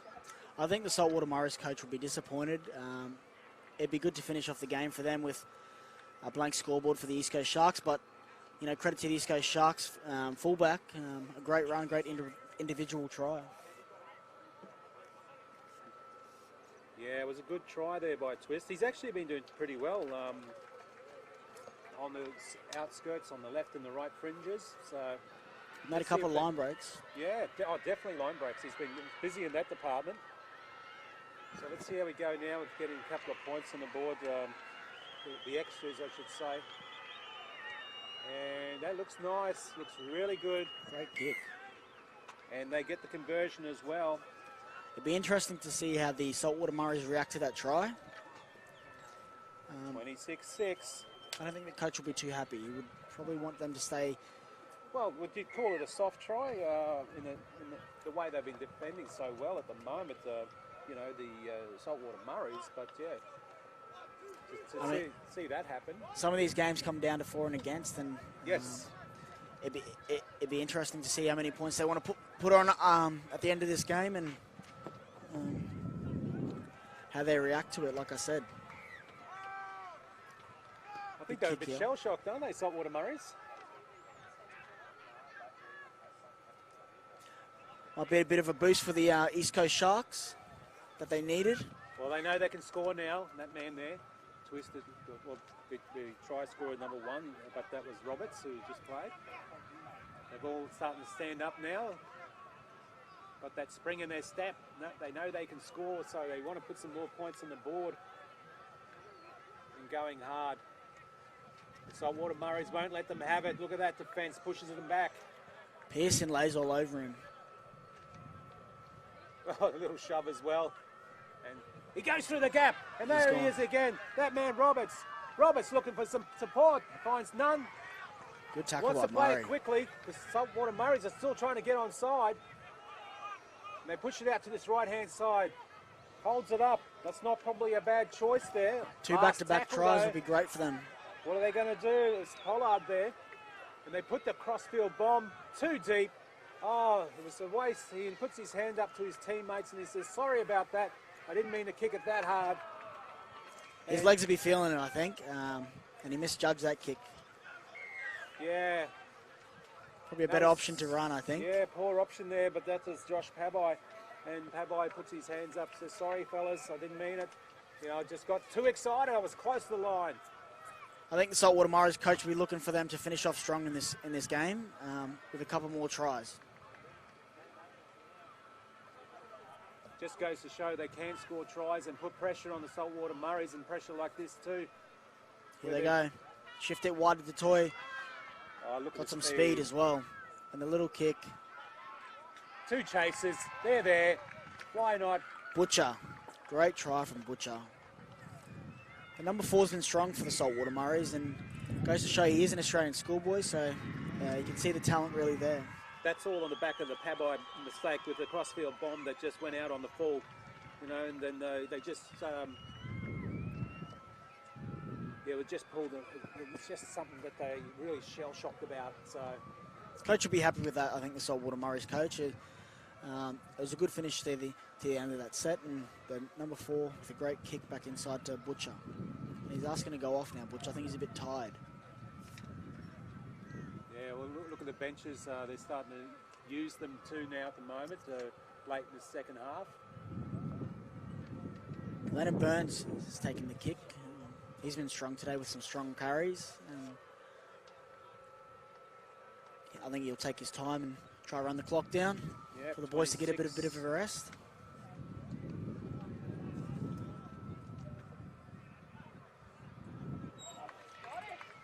And is he going to add the extras? Let's see if he does. He's pretty confident right in front. Good chance he'll get the extras. Nice little chip shot with the leg. And they score now and adds the extras. They'll need to finish this game strong, and they got Waddell back on to finish it for them, so I'm sure he'll be barking orders out there.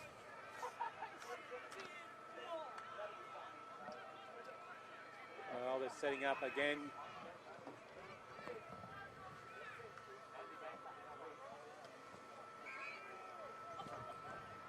Deep kick, and the ref has just stopped the game.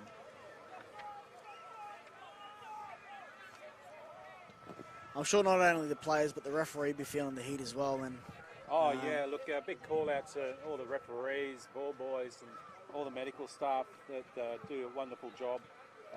You know, even the cameramen, they're out in the sunshine all day, every day for the period of the broadcast. So, you know, without the referees, we wouldn't have a game. We really appreciate that, and it's not gone unnoticed. Upkit hits it up.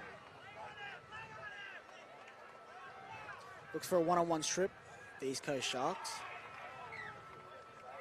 To play the ball to the big fella. Pearson. To look short. Well, they've got no Waddell. short down this blind side here. Waddell. He's trying to look for the ball. Oh, he dropped that. He dropped that cold. That was a cold drop. Happened right in front of us. Be disappointed with that, Trevor Waddell.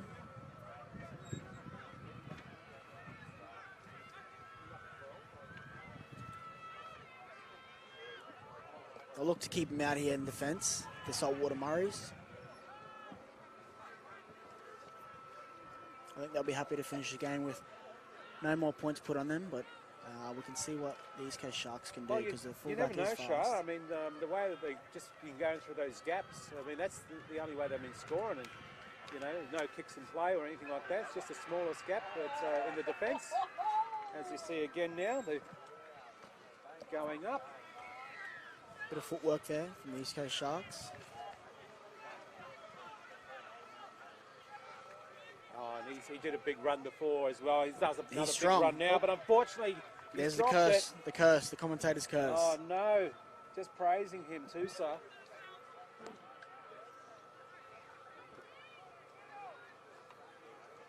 I look for a wide shift here, the Saltwater Murris. Upkid.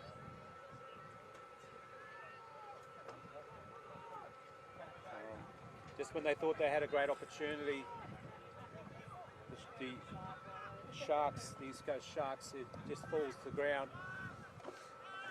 Pearson stays on his feet, plays it to Chapman. Waddell, inside ball, last play of the game.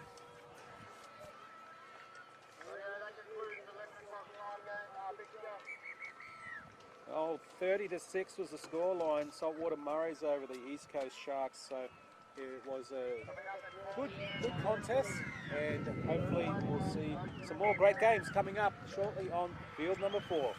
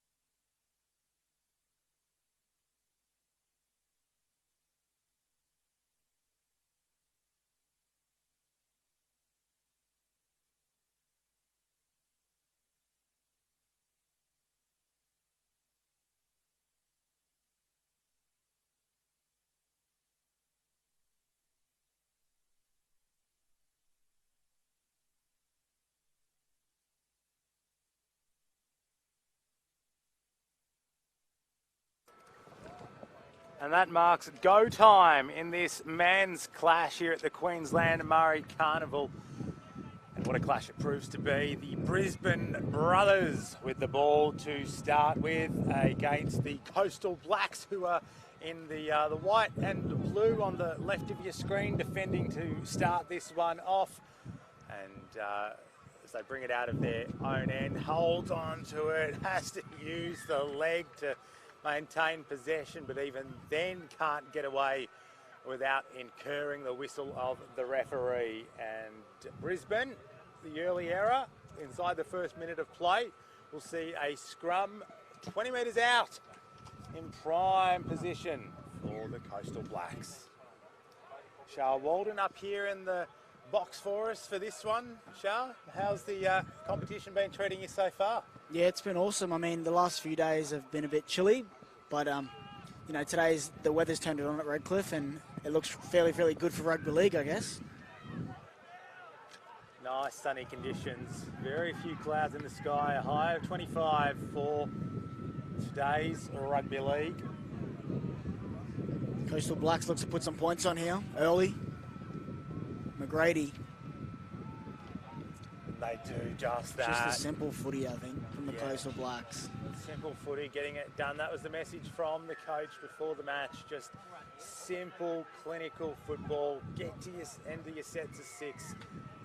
Get in good positions and the rest will follow. And that is exactly what has happened there. They'll be well drilled, these Coastal Blacks. You know, Corey McGrady, Toowoomba A-grade player of the year in the Toowoomba comp. So you'd expect them to be, you know, managed really well.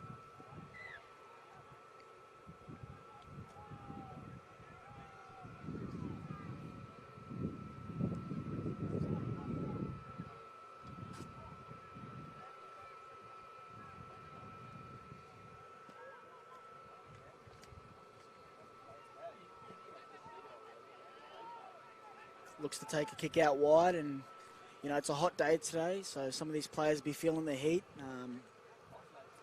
You know, so if you are coming down to the Murri Carnival, don't be afraid to put on some sunscreen, drink plenty of water, and stay hydrated.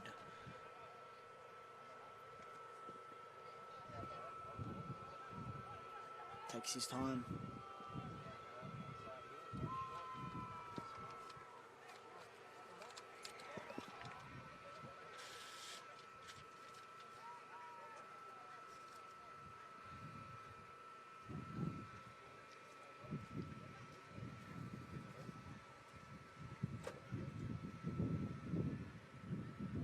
Into the breeze, and it's waved away. 4-0 Coastal Blacks.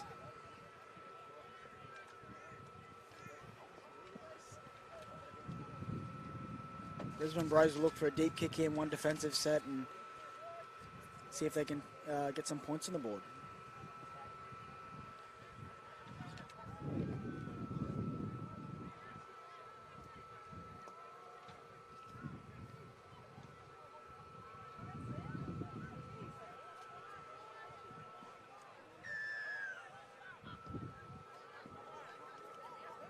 Close to the sideline, he's tapped it in, Freddie Pitt. Coastal Blacks look to go on the attack.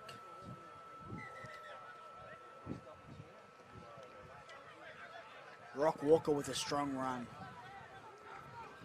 Finds his front, plays the ball to right.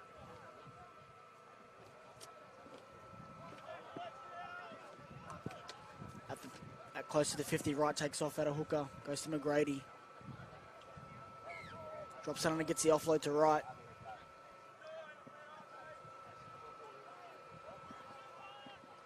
McGrady, short ball.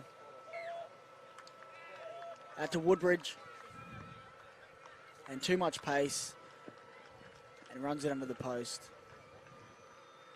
Chris Woodbridge making things easier for his kicker and not done with beating defenders over the 30 metres. He runs another 30 metres infield to ease the conversion proposition, and that takes us to 2 tries to the Coastal Blacks in the first 6 minutes of this match. Coastal Blacks looking very comfortable at the moment, and Brisbane Brothers in a bit of trouble right now.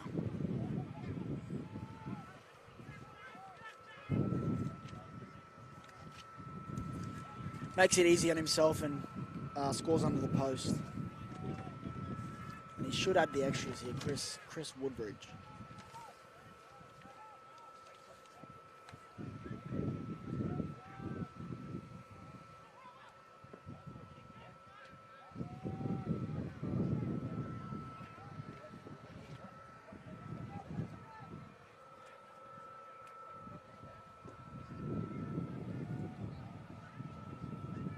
Takes his time.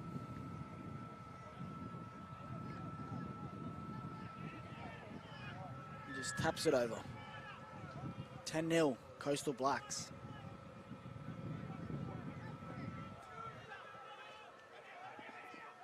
They look very dangerous on attack each time they've had the ball, and the Brisbane Brothers haven't really had much of a chance to show what they've got in attack. They've been defending most of the time.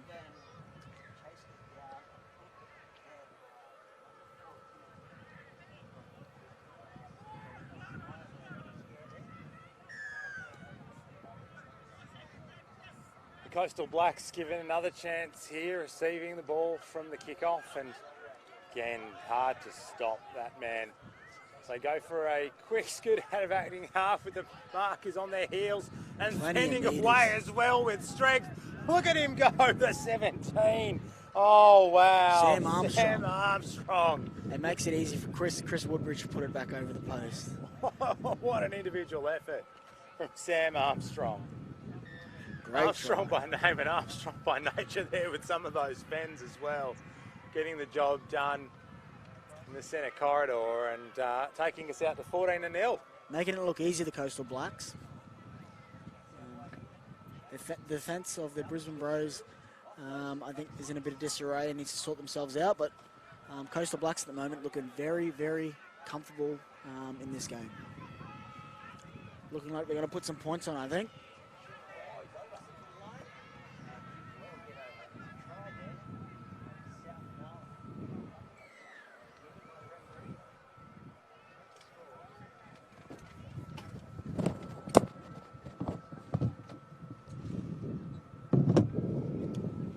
Takes his time with the kick. Hopefully for the ball boys, he doesn't put it in the canals. It makes it a bit easier on himself. And he just taps it over Woodbridge.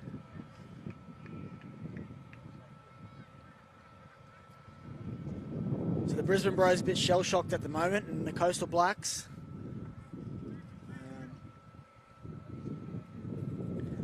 looking very cruisy at the moment.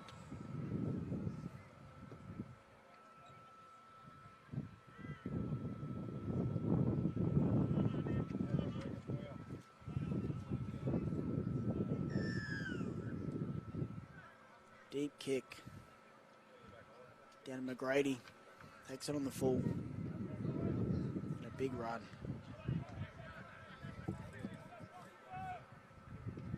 Pitt. Pitt finds his front.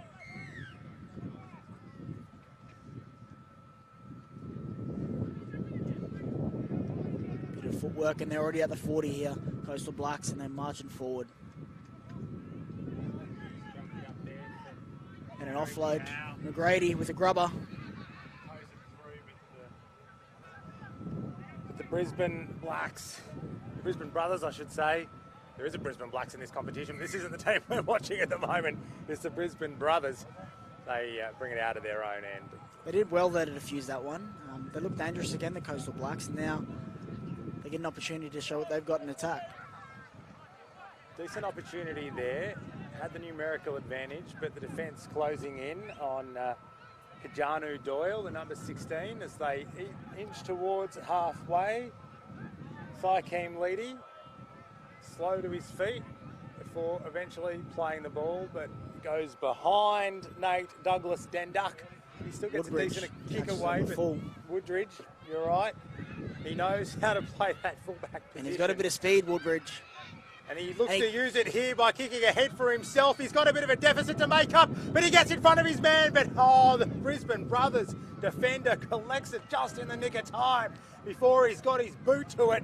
It looked like Woodridge was going to be in for his second. They got lucky there, the Brisbane Bros, and he was confident, Woodbridge, in his efforts, and he managed to put a grubber in for himself. Almost just needed a little bit more weight on that kick, because if you had an extra 10 metres, he would have went well clear of that Brisbane Brothers chaser and been right under the upright. Not to be. Instead, they go forward here through Phil Waters. 8 out from the line.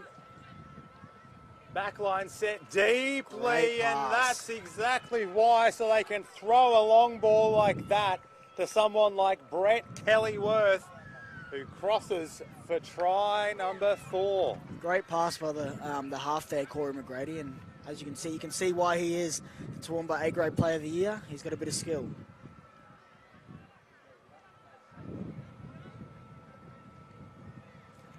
And Brett Kelly will look to add the points after his try.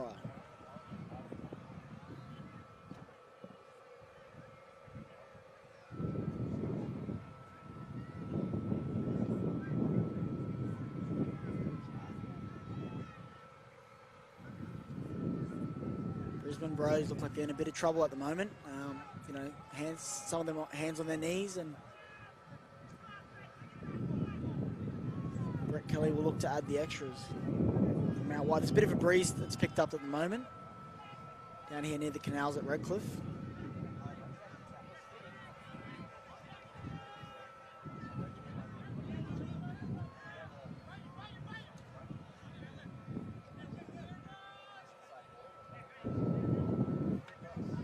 Brett Kelly-Worth lining up, try and convert his own try and extend us out to 22 points to nil. Piling on the points to Coastal Blacks. For and against is a big part of these carnivals, and they'll be looking to put on as many points as they can and try and concede no points this game as well. Waved away, and we will stay at 20 points to 0 after 13 minutes played in this men's clash between the Coastal Blacks dominating in the first quarter of this contest against the Brisbane Brothers. And you can see there is a class differential between these two sides. Easily could have been any of 3 or 4 attackers that scored there. They were all lining up at the long ball, finding Brett Kelly-Worth, and he is the one who took the spoils. Rock Walker with a strong carry past the 20, and Armstrong again manages to pick up another. Oh, they look for a strip. Wright picks it up. Actually, a Deadly Choices worker, Thomas Wright. He works for Deadly Choices. He's taken leave to participate in the carnival and play with some of the mob. They speed away down that left touchline. Goes in, goes out, and the ankle tap, all that separated the Brisbane Brothers from conceding more points there. They reset, but the defensive line is still patchy. Yeah, a bit of trouble here. Bit of trouble. That's exactly what it was. It sees the Coastal Blacks cross for try number 5.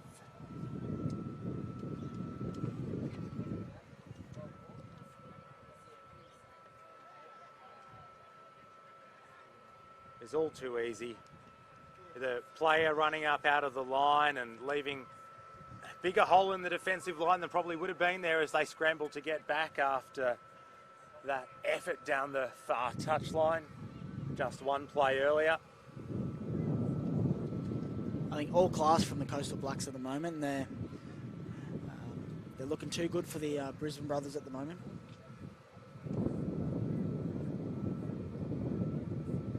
Look to add the extras to the left of the post. Windy conditions though here at Redcliffe, making it a harder proposition than it would usually be. Can he slot it without any issues whatsoever? 26 points to nil after 16 minutes here in this men's clash.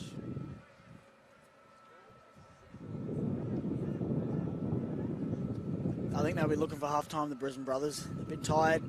The heat's getting to them. They're walking up, trying to get their breath back. And the Coastal Blacks, they look like they just want to pile on as much points as they can.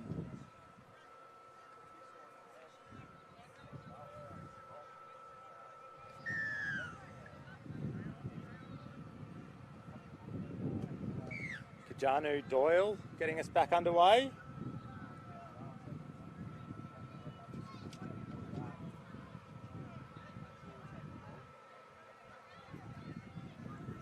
Just the one-out stuff, the simple stuff that's working for the Coastal Blacks, and their, you know, their halves are very smart, and their hooking is doing a good job of getting their forwards on the front foot.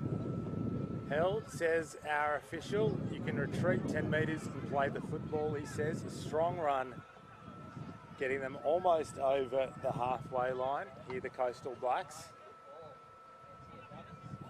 Second Grady. man play, and once again trying that approach, and finally stopped there. Kobe Page, the tackler, big man on smaller man, getting it done. Walker Looking for the offload, but doesn't get it. Holds onto it, Rock Walker. So they'll go Grady. left and then inside, and losing his footing. It could have been something there for David Woodbridge. Well, they're looking dangerous. Every set, they're running the ball, the Coastal Blacks, and some of the Brisbane brothers are hands on knees and starting to get a little tired in this game. Coming to the back end of this half. We are indeed. 18 minutes played, 7 before half time, 25-minute halves here in the round robin for the men's competition.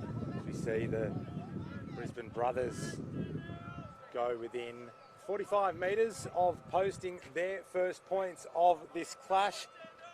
Kajanu Doyle advancing them 6, plays it back to Keith Sullivan. They go through the halves and a chip over the top into space with a couple of the men chasing through, and they do regather. This is the last now. It's the Coastal Blacks have got to get back. Coastal Black side still make their way back into the defensive line, and trying to chip for himself, runs into a player, no obstruction, doesn't pay off for Selwyn Denver as they storm down the other end of the field to the Coastal Blacks, and coast they do across the line for another 4-pointer, walking their way to under the posts before finally deciding to plant the Steeden, and that takes us out to 30 points to zip.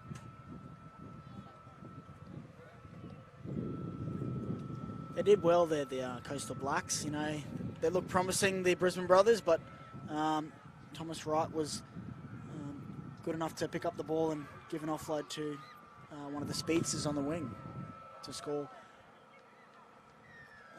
right under the post. Callum Stacey, the man who eventually crossed the line after doing a bit of a sightseeing tour of the end goal area. He had the time though, he had the luxury of time on his side. And again, making it easy for the kickers. Putting it right next to the post, right under the post. So they can add some extras. And like I said, for and against in this carnival is key, and if they can put as many points as they can, they'll be beneficial for the Coastal Blacks, and they're certainly putting on the points here in this game. And they don't look like slowing down, the Coastal Blacks.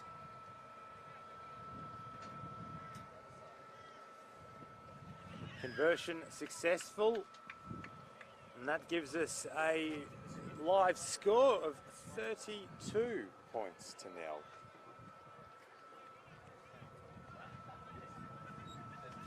I think the Brisbane brothers be wishing it was half-time already, and can get a bit of a regroup going into the half and see how they go in the second half. But right now, it's all the Coastal Blacks. Going black to back to black to black. This one so far. They're going coast to coast every run. Coast to coast and black to black as we count down towards half time. So do the Brisbane brothers.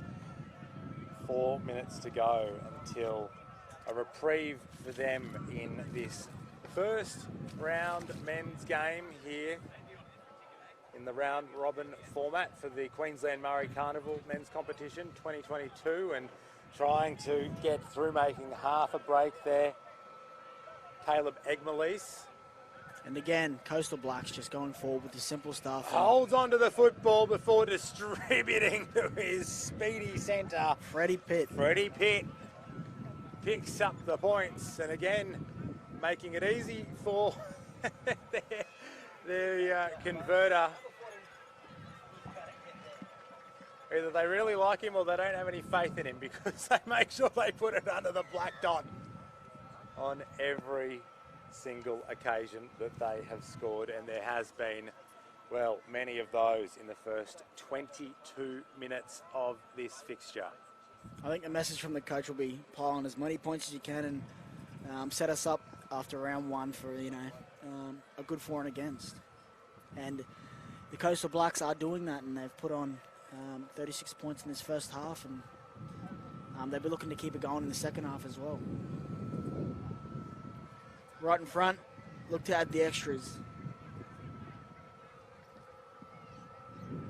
Worth also giving a hat tip to Jeremy Munro, he was the man who passed the ball off to Freddie Pitt, but he had to collect it almost behind his back, and I think he used his thigh or his bum or his back to grab the ball as he reeled it in from behind him before getting the pass away to Pitt.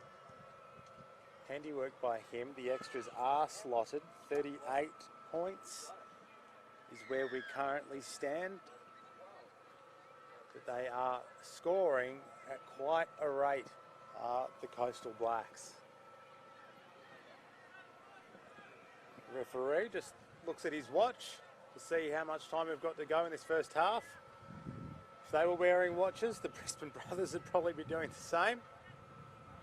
I can tell you, we're within the last couple of minutes of play here in the first half. They go for a short kick off the Brisbane Bros, and it's fielded well by the Coastal Blacks, but I think he's knocked it on there. He And they did get the knock it result. on. Yeah, the result that they were looking for. Probably not in the way they expected, the Brisbane brothers.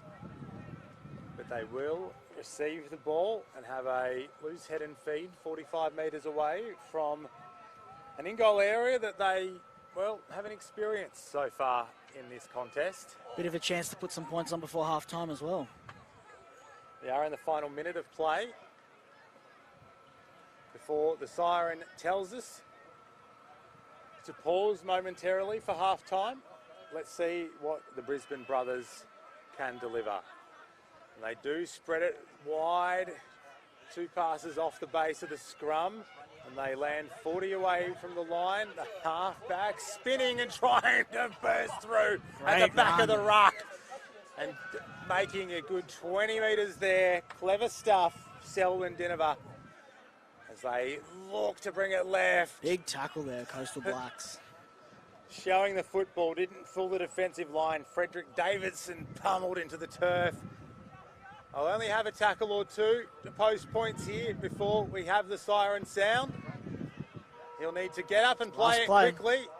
Play on, says our referee, but that will be an end to the half. If he held on to that, we could have been seeing a 90-metre try, but Brett Kelly-Worth can't hold on to the football, and we will pause for half-time. The players and the commentators don't go anywhere, though. 5 minutes, and the second half will be underway.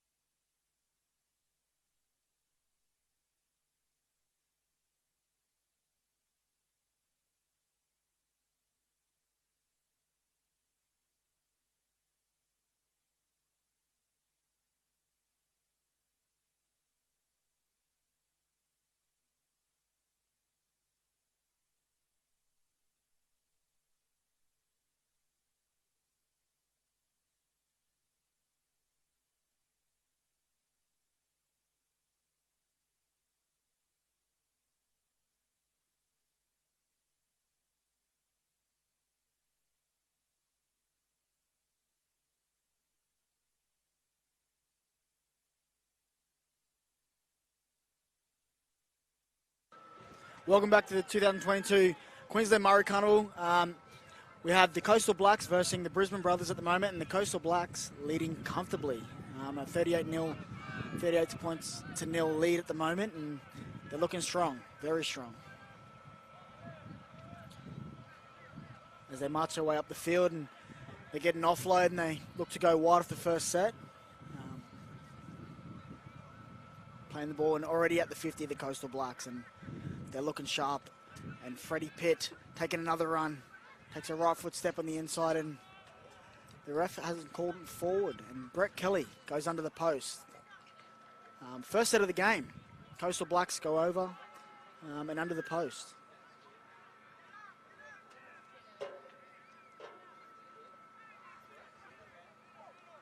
Be disappointing for the Brisbane Bros, or the Brisbane Brothers.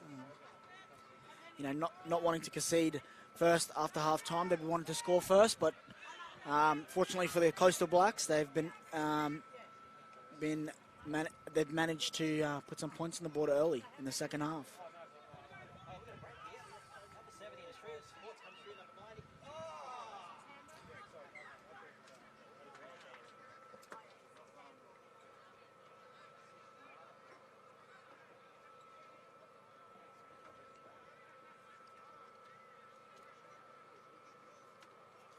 So 42-0 at the moment, Coastal Blacks, and looks to add the extras. And he puts it over, right in front of the post. All the kicks, I think, today have been under the post, and the Coastal Blacks at the moment making it look easy. They are indeed. Shah Weldon, thank you for getting us underway for this second half.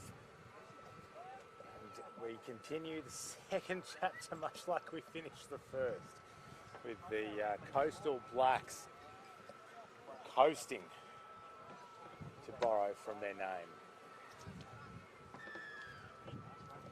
I think the Brisbane Brothers just need to defend one set and try and get the Coastal Blacks to get to a kick, but at the moment, the Coastal Blacks, are getting that really good field position and marching forward with ease. And as I say that, the Coastal Blacks make a mistake. It's exactly what the Brisbane Brothers need. They basically just need to not have the Coastal Blacks complete a full set, because it seems that we haven't got a stats person on the call with us, but it seems like every set of 6 that they have, they basically score. So handing over possession means, well, it'll be a few minutes at least before the Coastal Blacks head down the other end and plant it under the black dot once more. It'd be good to see the Brisbane Brothers go over. Bit of confidence for the brothers. And they had a back line stacked deep out to the right, running back into scrum traffic was the option they elected to take there by Selwyn Dinova. Some big defence, and he's got a one-on-one strip, and the ref has called it one-on-one. And now the Coastal Blacks go on the attack. Yeah, play on, says our man in pink, and the Coastal Blacks rampaging up the field. Almost getting through that tackle, but not quite from Fred Pitt. Back and close, another worker for the Deadly Choices. Oh, he gives it away. Not a deadly choice there to try and pump the offload. Getting a little too eager, the Coastal Blacks player, and popping it up. And once more a reprieve for the Brisbane Brothers. Number 14 for them, just hobbling in backfield. Quinlan Cannon, we'll keep an eye on him coming out worse for wear from that encounter a moment ago. But back with the play, and they distribute a couple off the ruck and make it over the 40. Strong tackle there from Brett Kelly-Worth. And defensively, big just defence. as strong as they are in attack. We haven't seen a lot of the Coastal Blacks defence, but it is up to the challenge as they wrap up ball and all. Vincent McGregor, a little bit of niggle, a bit of frustration, understandable for the Brisbane Brothers, as this one goes big torpedo sailing taken. into the air, and Woodbridge. sailing downfield is Chris Woodbridge. The chase is valiant, but he will get there, and once again, look where he plants it. Under the post. Under the posts. That's a kick for touch from field number 5. Ricochets into our scaffolding commentary position. Everybody okay? Everybody okay? Yep. No injuries to report. Just like that, Coastal Blacks, again, it wasn't a bad kick, but Woodbridge was confident enough to take that on the full, and he's definitely got the pace to get to the try line, and he showed that there. I think he was in second gear. There you go. Had to change gears at the end there just to make sure he got away from the defenders, but yeah, just an easy afternoon jog for Chris Woodbridge on the whole, and just brilliantly took it. He was in full flight when he took the ball, ready to continue that charge downfield. He saw the path to the line before he even caught the ball. And Coastal Blacks add the extras. They've reached the half century with that, have the Coastal Blacks. Once again, a high-scoring fixture. Unfortunately, our man that's keeping tally of the score struggling to keep up with the try scoring. It's understandable. Try a minute stuff from the Coastal Blacks are scoring every set, and yeah, you can't go to the bathroom without missing a Coastal Blacks try. And let's see what they can come up with here. Once again, taken by Woodbridge, this time without the galloping mid-air spectacle he put on for us just moments ago, giving some of his teammates a chance to another take it up. Offload. Tom Symes, good offload from Tom Symes. And another offload here, gets it back to Brett Kelly-Worth. Tries to spin through the forest of bodies, can't do so. Plays it back to Thomas Wright. Yes, Walker gets the offload as well, and within 30 they go, attempting a strip there. Zion Fiode, but unsuccessful, and this is looking dangerous. Stretching out at pace is Brett Kelly-Worth. He'll play it 10 metres away from the line eventually. They'll be lucky not to be penalised here, the Brisbane Brothers. But the referee says play on. And Woodbridge with the mistake. See Woodbridge with the mistake, and perhaps he was being generous to the Brisbane Brothers, that player not clearing the ruck with any speed whatsoever. And if he was being generous to them, well, so were the Coastal Blacks, coughing up possession 10 away from the Brisbane Brothers line. I think the Brisbane Brothers need to get to a kick here, and play down this end, or get a bit lucky and make some line breaks or get a penalty. But at the moment, Coastal Blacks, defence has been strong, attack has been sublime, but we'll see how the Brisbane Brothers can get through this set.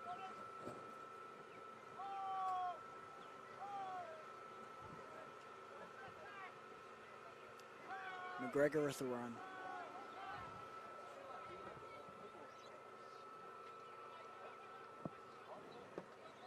Just going back to that ruck, and it was 7. Just having a look there, I was watching our own live stream to see how long it took the player to clear the ruck. 7 seconds from when the tackle was effected to when he could get up and play the ball. I think our referee felt a bit of pity there for the Brisbane Brothers. And they got the penalty that they wanted, march down the field and see if they can put something together, these Brisbane Brothers. But the Coastal Blacks, they look ready to defend.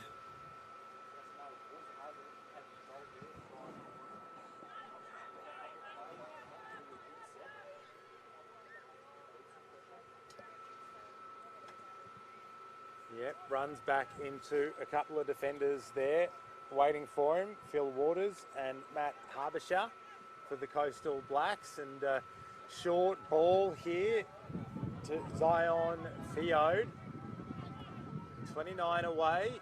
Decent run from him, but and he's dropped the ball. Loses it in the play the ball. That is so frustrating for him.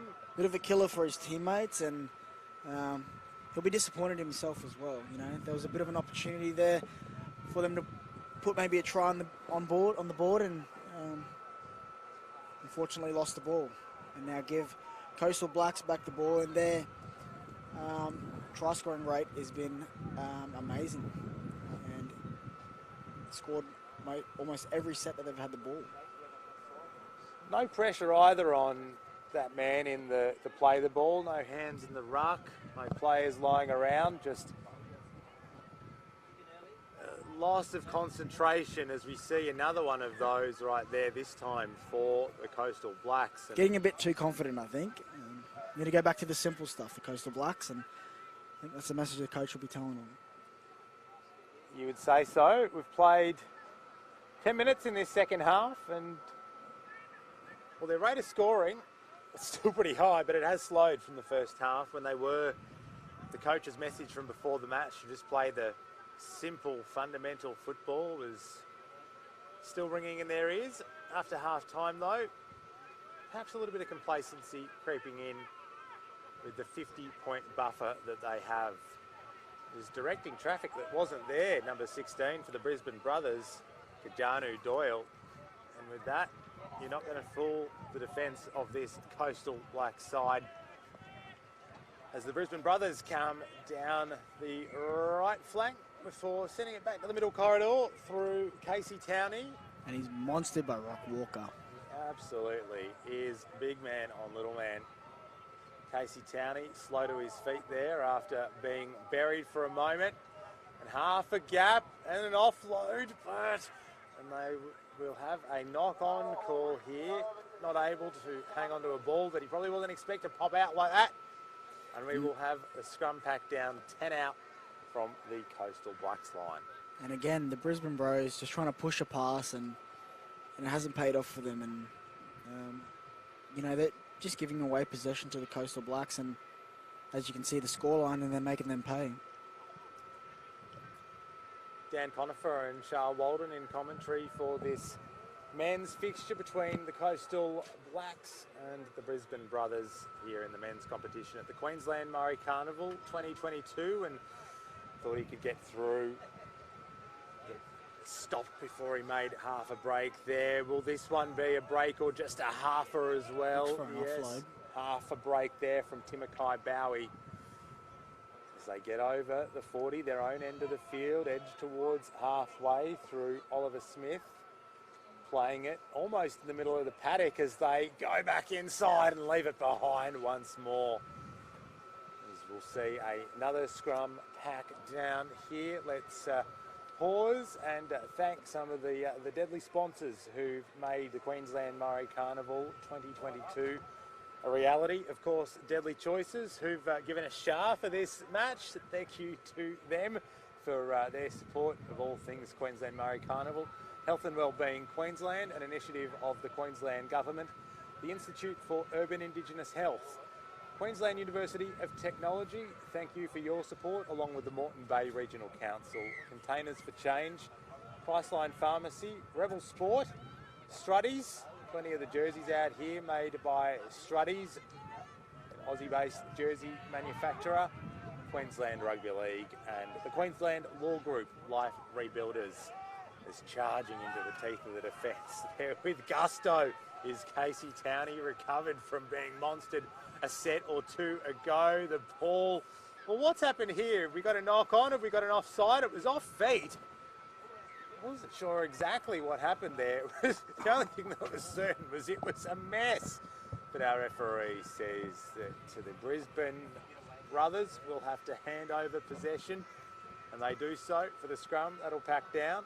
They got Corey McGrady back out there, so I'm sure these last few sets have been a bit out of whack, but he'll put them back into gear, I think. Great short ball there by McGrady. Right, takes off at a hooker. Bit of a goose step there. And they're looking for a wide shift here, I think.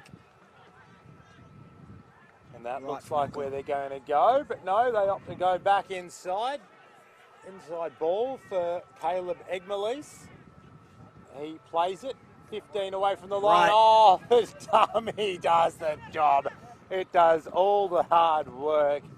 He could sell ice to Eskimos, and he is over again in their favourite position, right under the uprights for a 54 points to nil lead with a kick to come. Made it look easy, Tommy. Like I said, Deadly Choices worker, and, you know, great rugby league player as well. And as you can see, he got out a hooker and made that try look easy and scored under the post.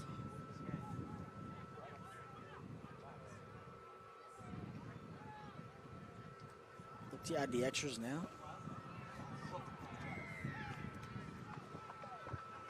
Yeah, brilliant work, just getting out of acting half, and the defence for the Brisbane Brothers rushing up far too quickly, almost anticipating the pass before he even threw the dummy. We see the conversion go through and the lead extended to a 56.1 in favour of the Coastal Blacks.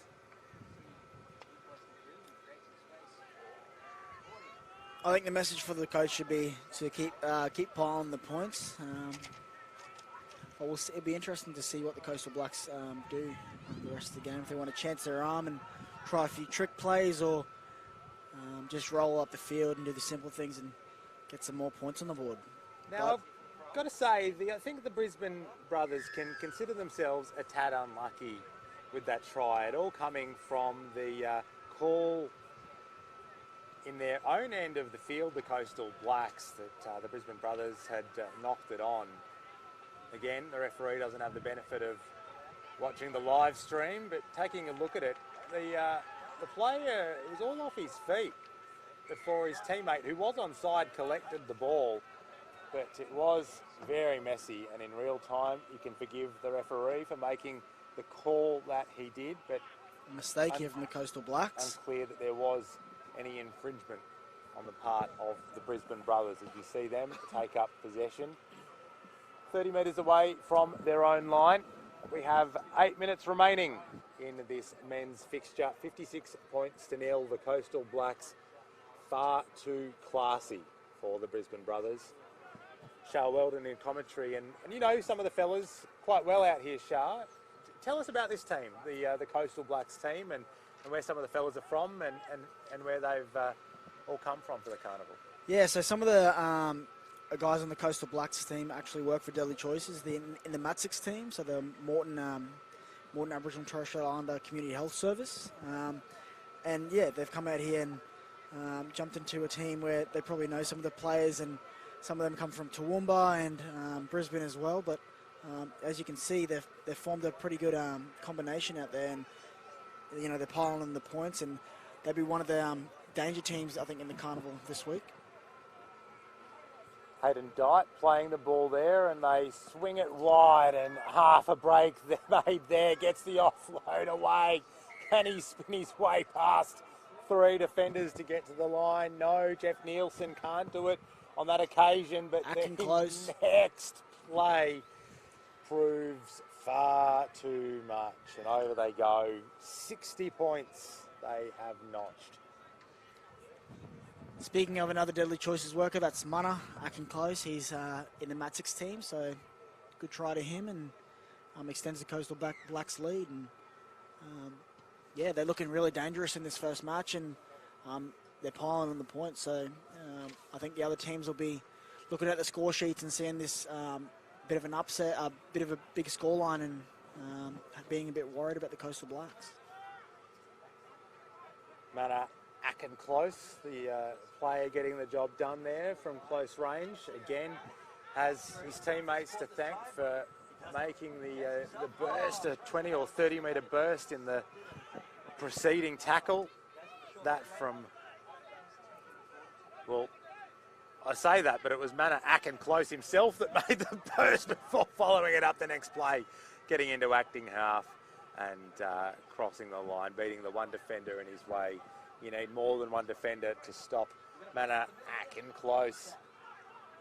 As we see a harder conversion than what he's used to. Let's see if being out of practice of being anywhere apart from under the posts costs him here, as one of our team sheets goes flying out of the commentary position. But the flags go up. Chris Woodbridge converts, and we tick over to 62 points to nil. And they extend the lead here, the Coastal Blacks, and you know, a lot longer left in the game. I think the Brisbane Bros will be waiting for this full-time hooter to go, and you know, they can hold their heads high, because without them, you know, Coastal Blacks wouldn't be having a game today. And You know, they're out there putting in the effort and, you know, in the heat and getting the job done for their team and their mobs. High kickoff floats 50 metres before coming to earth. And oh, what a kick return. The big man, he's got support, but there was defenders there to stop him. And following up is Chris Woodbridge. Can he go all the way? No, but he's got support. There's defenders there. Can they track him down before getting to the line? They'll look for a wide shift here, the Coastal Blacks. As the defensive line still makes its way Long back, ball, they McGrady. do shift it. Wide they come and over in the opposite corner. They go through Callum Stacey from coast to coast for the Coastal Blacks, and they are coasting 66 points to 0. This try in the corner now, scored most of their tries under the post. It'd be a difficult kick for the goal kicker. He said that they needed to shift it, and that's exactly what they did. A long ball. It was pretty pinpoint on both occasions. They got all the way across the field in basically 2 passes. They moved it quickly, they moved it accurately, and they were far too good again. There's a lot of talent in this Coastal Blacks team, and it pays dividends with, you know, people like Corey McGrady out there, you know, Toowoomba A-grade player of the year, like I've said before, and it shows, you know, the class that this team has, and you know, a number of players getting injured beforehand. Zachariah Miles, another player that plays at the Sunny Coast, has actually snapped his Achilles, and it's another player that Coastal Blacks have missed out on. But, you know, they're out there giving all their effort, and they're putting on a big scoreline here on the Brisbane Brothers. 3 minutes remaining. You could not get closer to the touchline for this conversion. The tee, maybe even resting on the paint, as Woodbridge lines it up. It doesn't look bad from way out wide, but it is waved away, not making its way between the sticks, and we will stay there at 66 points to 0. Do you think they'll get 70? 3 minutes to go. What's that give them? At least one set of 6. 50-50, probably. I mean, they've been scoring most of their sets, so it wouldn't surprise me if they score again. But we'll just have to see if the Coastal Blacks can get it done. Whistle blows on as we tick down to the final 2 minutes of this clash. Waters. The shade comes over. Redcliffe in a bit of a reprieve after playing in full blazing sunshine for the first 48 minutes of this one. And they may well get that try here. Stepping off is right. Has he got the speed to outpace the Brisbane brother? No, he doesn't. A strong ankle tap there. He might have hurt himself. Keith Sullivan McGrady. After that chase will stay with the attack though, and it's off his chest, goes backwards. And he's called it a knock on. Called it a knock on, has our referee. So they might not get the 70 points. They might not get the 70 points. Still a couple of minutes left. But if a ball goes to ground, the referee is always oh so tempted to call it as a knock on. So if you want to avoid that, don't let the ball hit the turf. As they pack for a scrum, 15 metres out. Just having a look here. Again, I'm not convinced that that was a knock on. Again, the referee doesn't have the benefit of a replay, but for mine, that came off his upper chest area. It came off his sternum and then went backwards, not off his hands. And the last time I checked the rules, a knock on doesn't involve the sternum. A couple minutes left here for the Brisbane Brothers, and it'd be good to see them get a try to finish off the game. But in saying that, there's not long left. And they got to go 80 metres.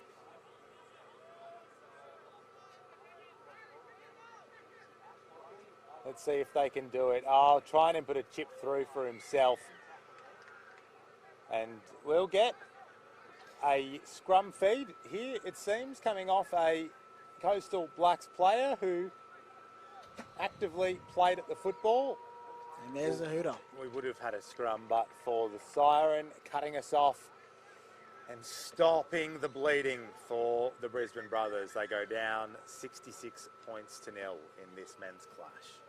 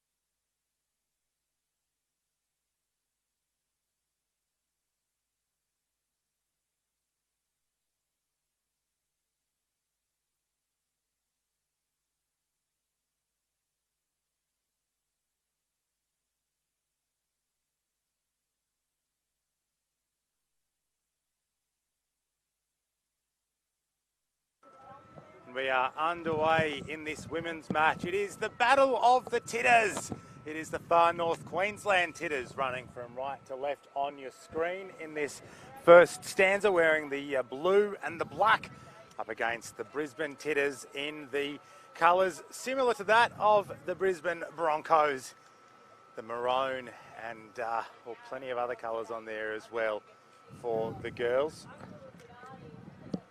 And they will play the ball. The Brisbane team playing on somewhat of their home turf here at Redcliffe, and go within 40 metres of the Far North Queensland line. And one of their forwards has a bit of a show and then a bit of a go before being held up 39 metres out.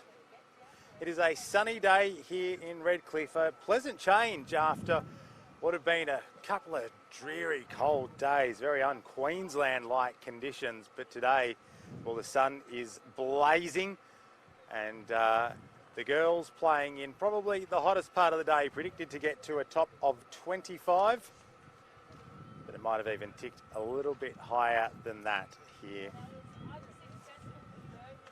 in the Moreton Bay region.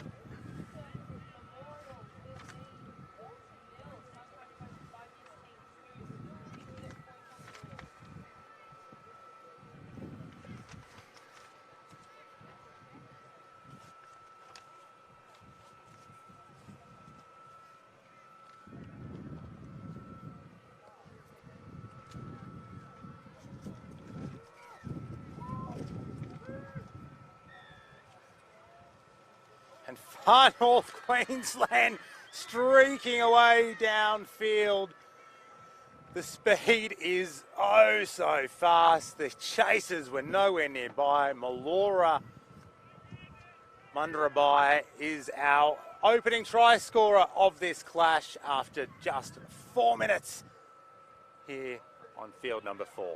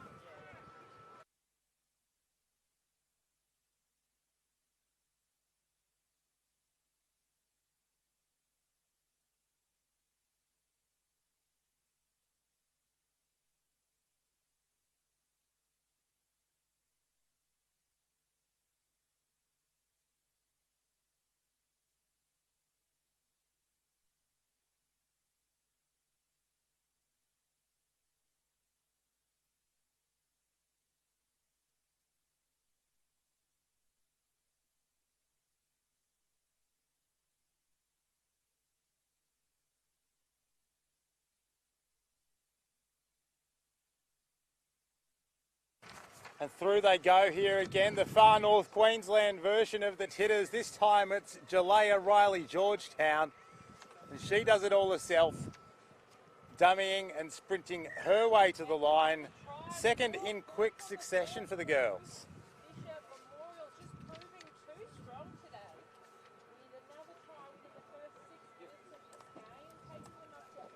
They're looking good so far, the Far North Queensland Titters.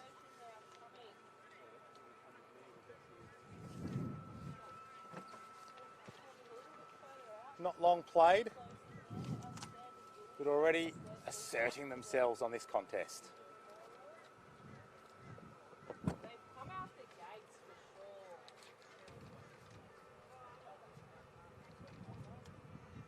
Lining up to convert her own effort, and does so successfully. No real concern that close and that parallel to the sticks. They have a 2-try advantage here.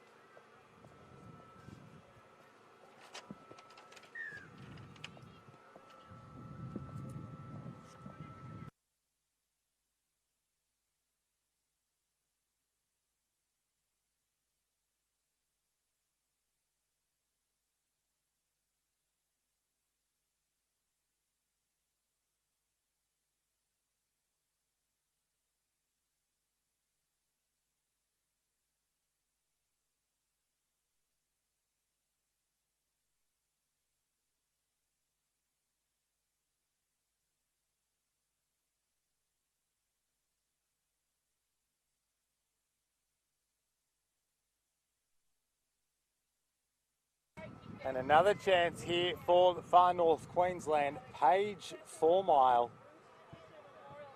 takes it down the left attacking flank and a sprint out of dummy half. Will she be able to beat the defenders, or will they push her over the touchline? And that is the end result. And we will see a change of possession, but also some concern out there for one of the women. We hope she's all right. Now, like the rest of the tournament here at the Murri Carnival, one of our Deadly Choices ambassadors joining us in the commentary box for this one, Brandon Wakeling. Thank you for making time. Oh, thanks for having me. Day 3 for me so far, so always itching to watch a bit of footy. I don't get to watch too much these days, so when I get the chance to, I'm all for it. Now, tell us about yourself. You're a weightlifter. Yep. So I compete at the elite level in the sport of Olympic weightlifting. So just come back from the Commonwealth Games over in Birmingham. Went to the Tokyo Olympics last year, but grew up playing in carnivals like this. So I've played in 3 or 4 Murri Carnivals growing up. Played rugby league for 15 years before making the late swap from league to weightlifting. So obviously my heart's in rugby league. That's what I grew up playing. But now it's all about having the bar in hand for me. What made you make the change? I was enjoying the gym, so I went to the gym a lot to try to keep up with the bigger fellas on the field. So I stand at a staggering 5'6". Ended up loving the gym more than anything. I would go straight after a game of footy to the gym because it was chest day, and then tried weightlifting just by accident to mix it up, and then ended up having a bit of a knack for it. So the Olympics was something that I wanted to do as a kid, or go to the NRL, and I was lucky enough to tick one of those boxes. Still got time left, you know. I don't have the fitness for it anymore. You don't have the fitness for it? I have no fitness. All I do is lift heavy weights and sit on my chair these days. So I was a hooker back in the day, so I could run around all game. Not anymore. Couldn't tell you the last time I ran. Here go the Far North Queensland Titters on attack through Natalie Gordon. She makes it within 10 of the stripe as they look for their 3rd try in this clash so far. And strong run forward there. Strong run. And she stretches out and plants. It does. Philomena fouled. And that was oh so easy. Well, she made it look easy, as a matter of fact, because she sold it to the defence that she was going to pass, she was going to pass until she was crashing over the line. And unfortunately for the Brisbane Titters, well, another one of their players, the worse for wear, down on her haunches, number 13 for them. Yeah, she's up now. She seems to be okay. Maybe she copped a bit of a boot or something. Rhonda Walsh, that player. Hopefully she is okay. 16 points to nil becomes 18 points to nil with the conversion after that try by the front row forward, Philomena Forward. I hope I am pronouncing that correctly. I was handed the team sheet just seconds literally before the game, and haven't had the pleasure of meeting Philomena before, but apologies if that isn't the correct pronunciation. Now, what is we sort of know what a season looks like for a rugby league player. You get to the end of the year, you go and have a few drinks, you come back to training in 8 weeks' time, you do your fitness and then your strength, and you get back into playing. What's a routine look like in a weightlifting season, if you'd even call it that? Yeah, there's no off-season in weightlifting because there's some form of conditioning your body needs to obviously be lifting weights. Obviously, it's all planned out, so I only peak to lift maximal weights, only at competition time, whether that's 2 to 3 times a year max for me. And outside that's a lot of higher repetitions, a lot of accessory work, stretching, mobility. But yeah, no off season for me. I'm always doing something with the bar, even if it is light. Similar exercises that some of these players would do in their off season. There's Marjorie Capine. I think that might be in the number 20 jersey. Wasn't expecting Straight anybody through in the the number middle. 20 jersey, but straight through the middle, steps off the right, steps off the left, doesn't fool the fullback though. Pulled down, 5 metres out. Looking for a quick play the ball as some of the Brisbane defenders still get back into the line. Doesn't get it though. Brisbane doing well here to slow things down and halt this momentum. Oh, Long good ball. pass, and again does the bounce favour them? Yes, it is. Letitia Briggs in the number 11. But we have play called back and we will have possession change hands. Letitia not crossing, or not getting on the scoreboard at least, crossing the line, but not counting for anything.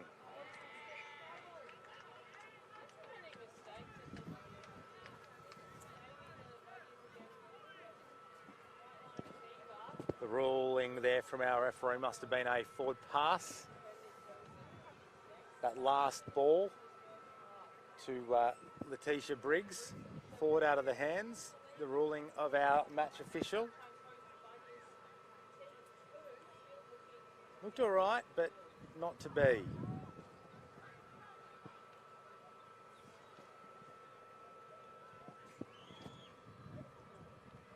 That last pass coming from the number 18. Unfortunately, don't have her name on the team sheet, so apologies to you and your mob for not being able to give you a proper shout out in this one. As the Brisbane Titters make their way upfield through the number 12 for them, who's again come off the worst for wear in this tackle. Unfortunately, we've seen far too many injuries in the competition so far. Let's hope this one isn't too serious. Yeah, they haven't had a good run so far with injuries this game. I think this is the 3rd time now that they've gone down, which is unfortunate. Hopefully nothing too serious.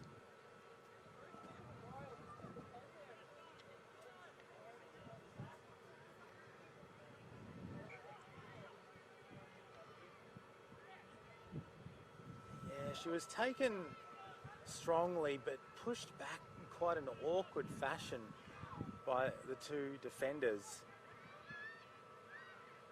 And her left leg bending, her right leg not as she went to ground. So you would have to assume it's a leg issue, potentially the right one.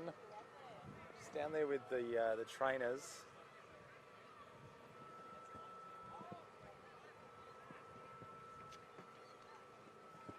Reminder that there's no time off for additional or added time or anything like that. We will have the siren sound at 25 past the hour, then again at half past to bring us back after the interval, and then again at 5 to the hour to signal all over. As this player looks to get to her feet.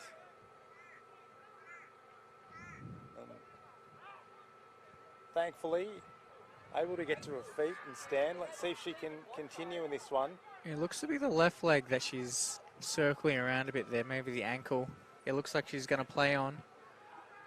It's always good to see.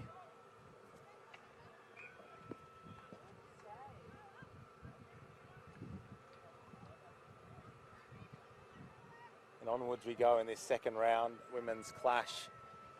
The battle of the Titters and Rachel Hill for the Brisbane Titters playing the ball as they take on the far north Queensland version. to differentiate themselves. The Brisbane Titters, well, they're a Titters with an S, and the far north Queensland variety, they're Titters with a Z. From very different parts of Queensland, but converging here in the Moreton Bay region for the Murri Carnival. Skipping out of that one is Ayarana Fisher, but play breaks down and we will have a change in possession. 39 metres out from the Titters with a Z's line. They take it up through Maggie Bowen, making 10 off that run. One off the ruck to Letitia Briggs, and Letitia Briggs busts straight through the middle of the defence, but can't get past the fullback and drag to the turf. Within 20 though, plays it back here, Ruby Nandy through Chanel Ord. Good tackle. Some solid defence, holding up the run of Tilacia Riley Georgetown. Gets out of that one, does Cooley Harbour. She looks to be through. And Harbour is over. Into the end zone she goes, and this time they get points after crossing the line. Cooley Harbour, the number 6 for Far North Queensland, breaking a small drought for them and extending the lead to 22 points to nil. It's been a one-way street so far. You can tell that this team has played together before.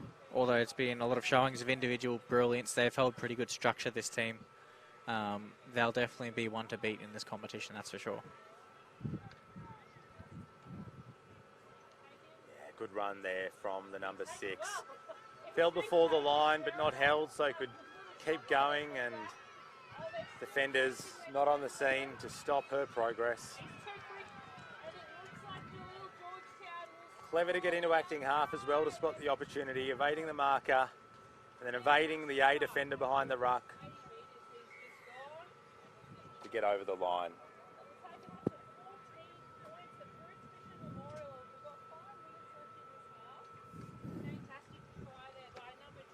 Six minutes to go until we get to half time in this one. 4 tries to the good are the Far North Queensland variety of Titters over the Brisbane version.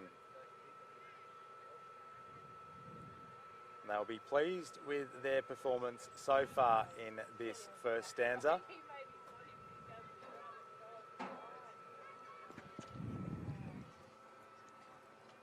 Brisbane taking their time to get back to the kick, as they've been doing a lot of defending down their end of the field, which can get exhausting.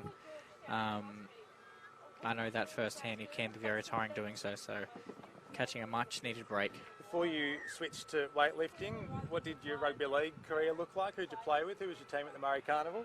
Last team I played for was a Gold Coast team, so it was the Southern Dingo's second team for the Dolphins. That was my last Murri Carnival I played 3 or 4 in my time. Played number 9, so almost had a runaway there.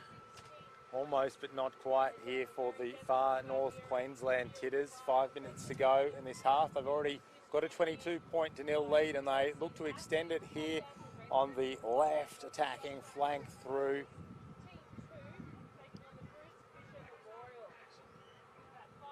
Sheridan Costello, the number 14. Apologies for the delay with that. As getting through a tackle, pushing away to the line is Natasha Thomas for the Far North Queensland Titters. And Brisbane player needed assistance. You could tell that tackle was going to slip off, but none of her teammates were able to arrive to the scene to stop that run from Natasha Thomas. The number 24 for the Far North Queensland Titters takes them 26 points to nil ahead.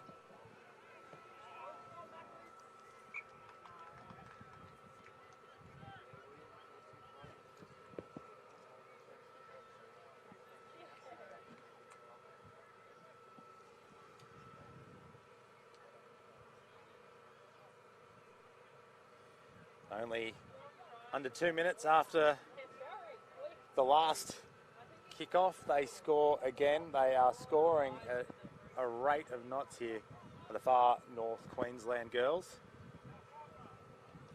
As the conversion kick looks pretty good off the boot. Doesn't have the legs though. Close. Doesn't. Hits the crossbar and falls back into the field of play. So we will stay at 26 points to nil. But a strong try there from our number 24, evading the first defender and then getting through a tackle before beating the number 16 again, the girl that she ran around in the first instance.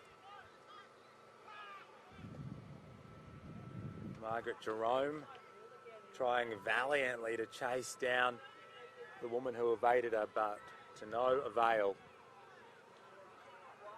And 26 points to nil is the result.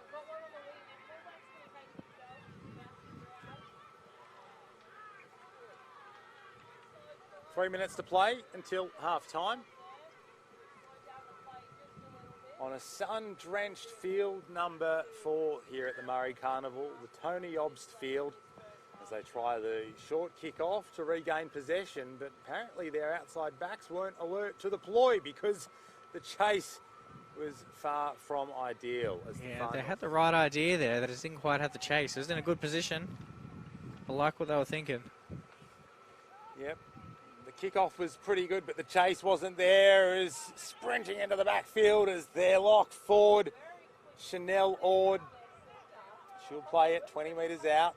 They've got numbers out here to the right as the Brisbane defenders make their way back into the line. They don't need to go right. They just go straight through the middle. Under the black dot goes Ruby Nandy. And she adds her name to the list of try scorers. Good individual effort from her. Had options, whichever way she looked, but picked option number 1 herself to score. The latest in the far north Queensland's growing set of tries here on field number 4 at the Queensland Murri Carnival.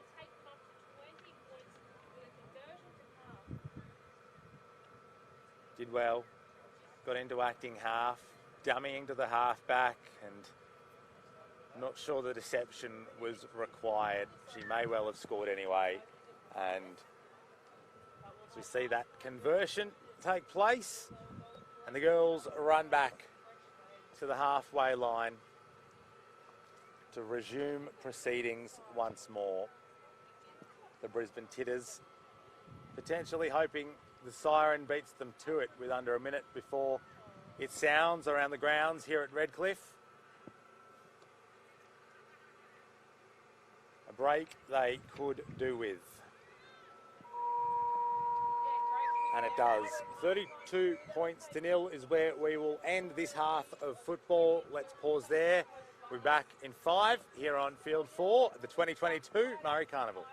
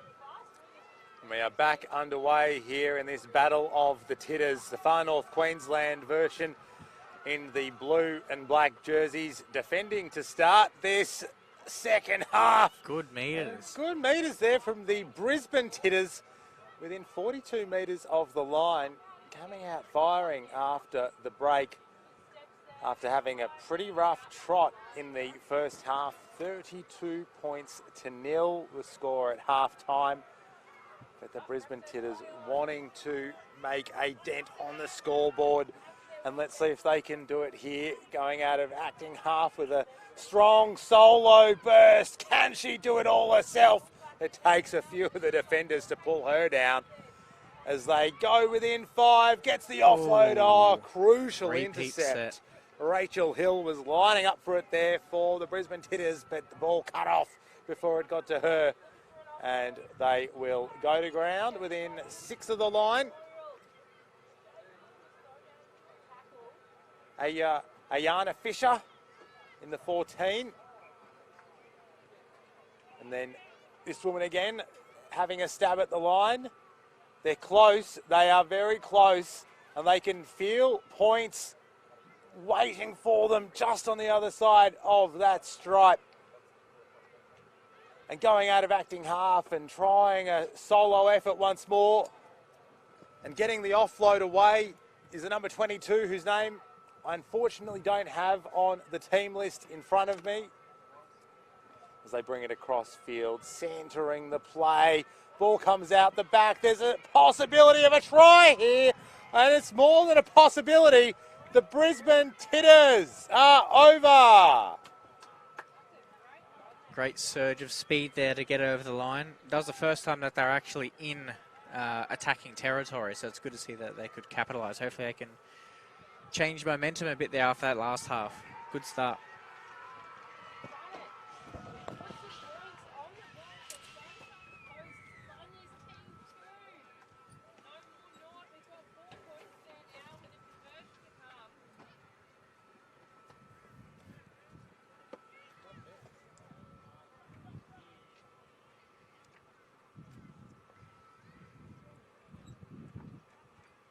Within a good distance from the goalpost here. We'll see if we can convert for the 2.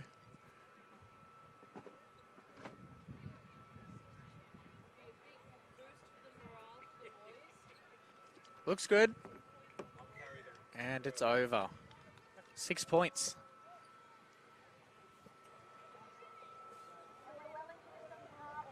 Good to see that conversion successful. Taking the score to 32 points to 6. But so far, the Brisbane Titters winning the second half, which is great to see.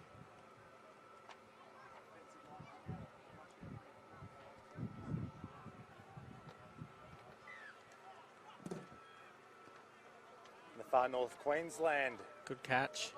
Titters kicking off, restarting after a try for the first time in this match.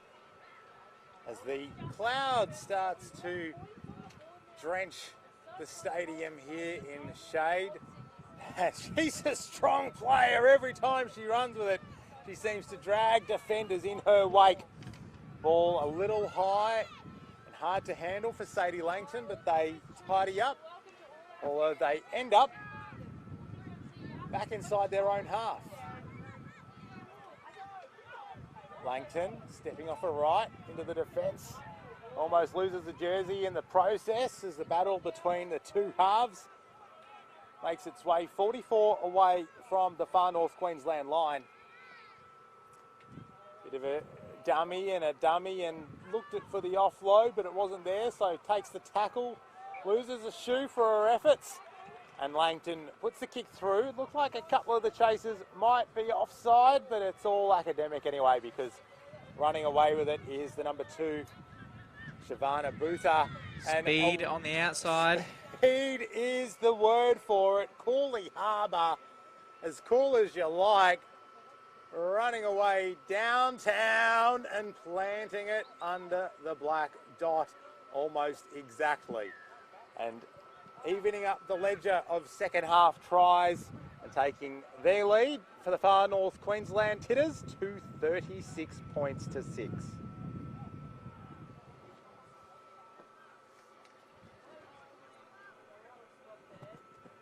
Cooley Harbour with that try. Absolutely blistering pace, proved far too fast for the entire Brisbane Titters side, getting around 2 defenders initially. That was all she needed to do before getting into the backfield. Easily outpacing them. LaShonda Roma in the 25 for the Brisbane Titters, unable to lay hands on the 5'8". Chasing valiantly was Ayana Fisher. She too not having the pace required.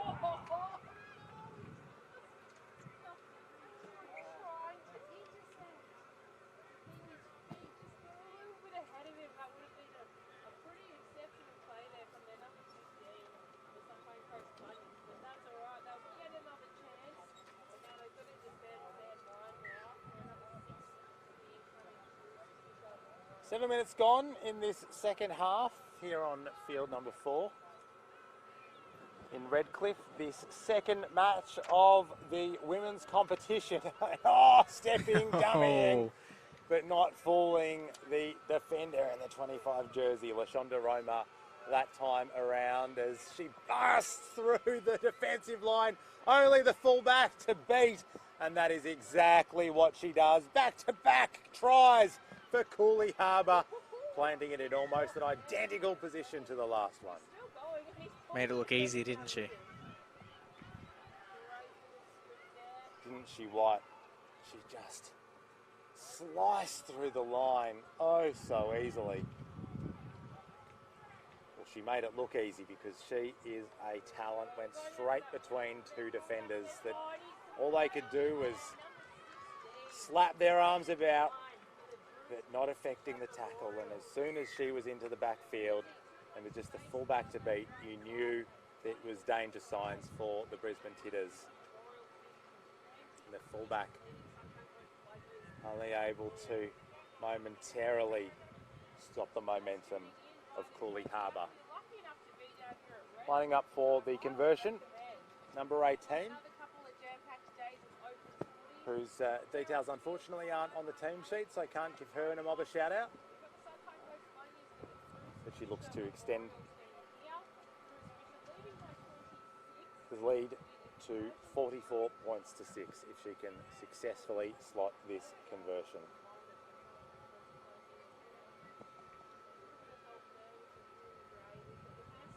And it is a Close. wobbly old one off the boot. The accuracy nor height there, and we will stay at 42 points to 6. Not bad for an afternoon's work for the Far North Queensland Titters though, with around 9 minutes played in this second round match.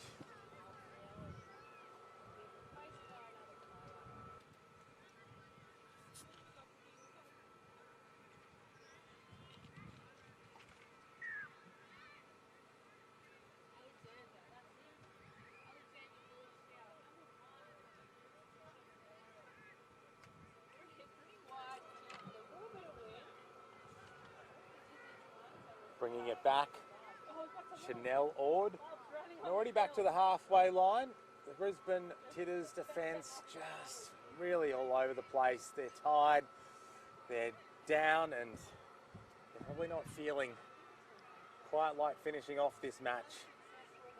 I think fatigue's just got the better of him here. Today is a lot hotter than previous days, as you were saying earlier. Certainly he is trying to do it all on her own, is Sadie Langton. Good to see some mongrel in the defence from her, and can she do it out of marker as well? Dives at the feet of Natasha Thomas, but unable to stop her. But we will have a change in possession, 25 out from the Brisbane Titters line. 11 minutes gone in the second half. And a reminder that this carnival brought to you by the Arthur Beetson Foundation, and they in turn are supported by Health and Wellbeing Queensland, initiative of the Queensland government. These two little jarjums come up and ask if we want a couple of bottles of water. No, we're all right, brothers. Thank you.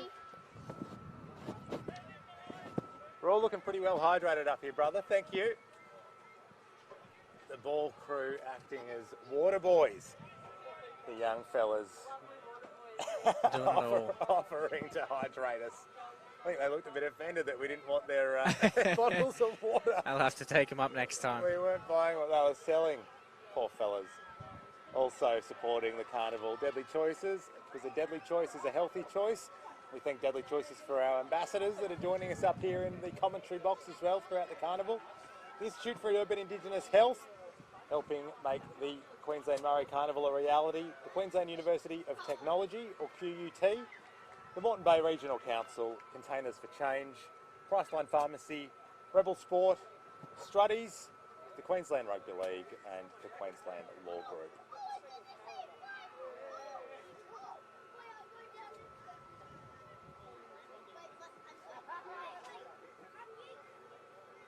Dan Conifer in commentary for the remaining 13 minutes of this clash, alongside Brandon Wakeling, Australian representative at weightlifting, recently back from the Commonwealth Games, and now with his eyes firmly set on the 2024 Paris Olympics. That's the one.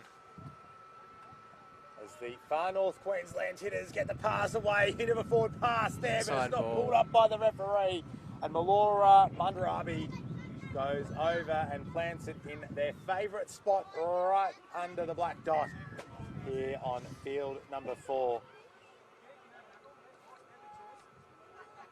Tiny hint of a forward pass in the lead-up play, but not pinged by our man in pink. Play allowed to continue. And that sees us go to 46 points to 6 with the conversion still beckoning.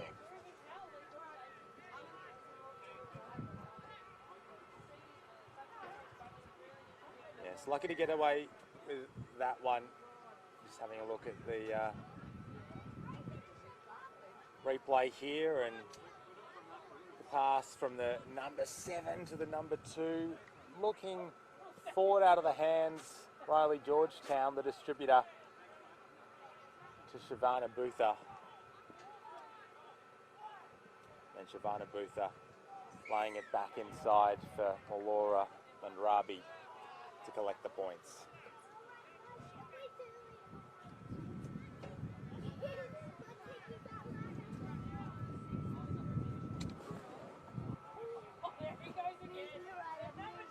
– 11 minutes to play, 48 points to 6 the scoreline.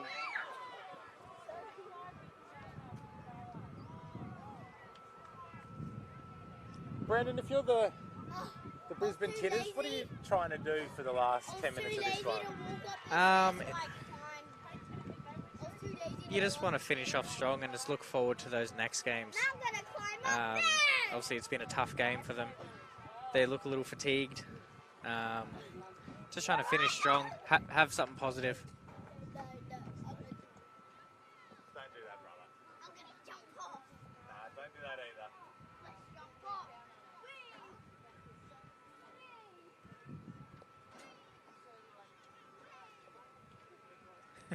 Just had another little visit from the ball crew there. The scaffolding does look a bit like a set of monkey bars, but I'm not sure the occupational health and safety overlords would be happy with the kids climbing all over the commentary and camera scaffolding here at Redcliffe. Nor their parents if anything went wrong, mind you. Yeah, we'll take a bottle of water, but not those jungle gym exploits. Thank you very much. As the far north Queensland Titters are far too good. Natalie Gordon unable to be stopped and delicately planting the ball in a spot that it's been far more than most other parts on the field in this match. And we take it out to 52 points to 6. With 9 minutes remaining in this affair.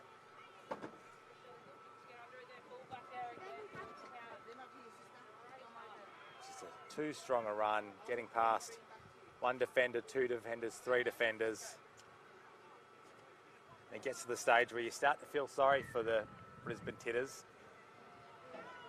I'm not sure if I was down now 54 points to 6, I'd particularly want to be out there either. Yeah, I've been there before. I think the biggest scoreline I've lost is 84-0 back in the day, one of my high school games. And that's without conversions, so you win some, you lose some. You do. My one and only Corey knockout appearance in the under-15s. We scored the first try and we thought we might be in with a shot before the next 50 went in the other direction. Yeah, that wasn't to be. Know the feeling, indeed. Yep. And there can be scores like that at these kind of carnivals.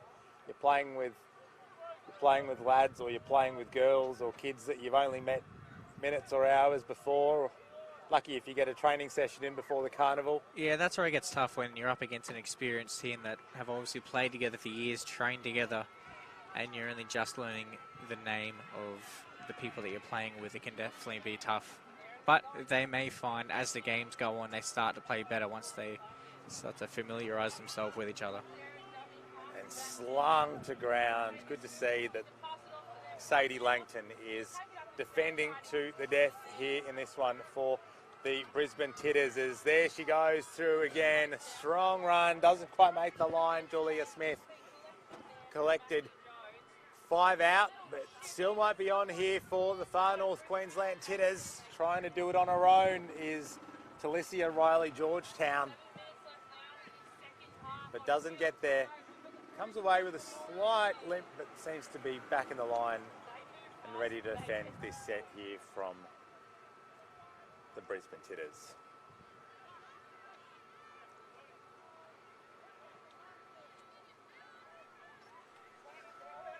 Strong run, making a good 10 or 15 metres there, the number 4. Now here we go. So tries to put a fend on and beat the fullback. Beat one. Michaela Savage, she does beat Savage. He puts a Beats step another. on. Yes, look at it go. Fantastic run there, making another 15 or 20 metres. Getting 45 metres away from her own line. Oh, Strong the dummy's doing the job. See Can what she she get can past do. the fullback? Oh, good tackle. Good tackle, Melora Mundrabi. Doesn't 20 quite metres have out, the but there's support nobody there, and dummy half, and the marker can snatch it and run downfield. All that effort wasted, and this is dangerous here. They don't quite have the... Oh, yeah, here Shavana we go. Booth are playing the football. Careful Number to on make the sure- outside here. And after a brilliant run from the Brisbane Titters, not having the backup there to get into acting half and collect it, as Shavana Butha is wondering really what's going on here, because the Brisbane Titters Good defenders tackle. didn't look particularly interested in taking it to the turf, apart from the fullback, who herself tries to get into acting half and snatch the ball, but no, the referee says, Little too no, early. you were interfering in the ruck, get away. A penalty goes the way of the Far North Queensland Titters. Yep, you can only do that if there's no acting half there, and in that case, there was. As they tap and resume play right in front of the black dot that they want to plant the ball over if they can, and doing just that for the Far North Queensland girls is Philomona Foward. And Philomona collecting more points for her side, taking them out to 58 points to 6. 5 minutes remaining here in this one. And for the Brisbane girls, that siren cannot come soon enough. Hands are on heads, hands are on hips. I'd like a hand. I'll probably need one as well with the scoreline looking just like that. They know they've been outclassed. They know they've been outplayed. They know that there's not a lot they can do to stop this Far North Queensland Titters outfit.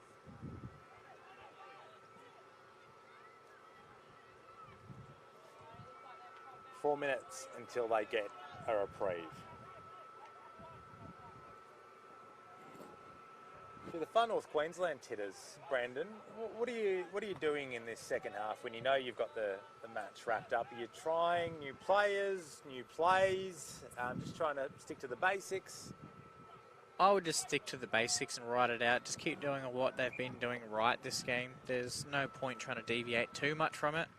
Obviously, there's not too much risk of them doing so, seeing they've got such a margin, but they want to keep them good habits leading into the next game because they're definitely going to be one of the teams to beat. Just keep that momentum going.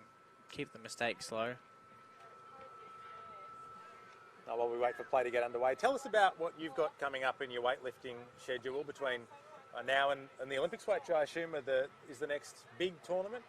Yeah, so I have to do 5 major international qualifying tournaments to qualify just to go to the Olympics. So I need to make sure I am the best in all of Oceania in my weight category after those 5 events, the same way that I qualified last time for the Olympics. So I'll be going all over the globe, trying to make sure I get that spot again to go to my second Olympics. What passport stamps will you be collecting over the next little while as we see the Far North Queensland girls almost score again? Philomona It gets play on.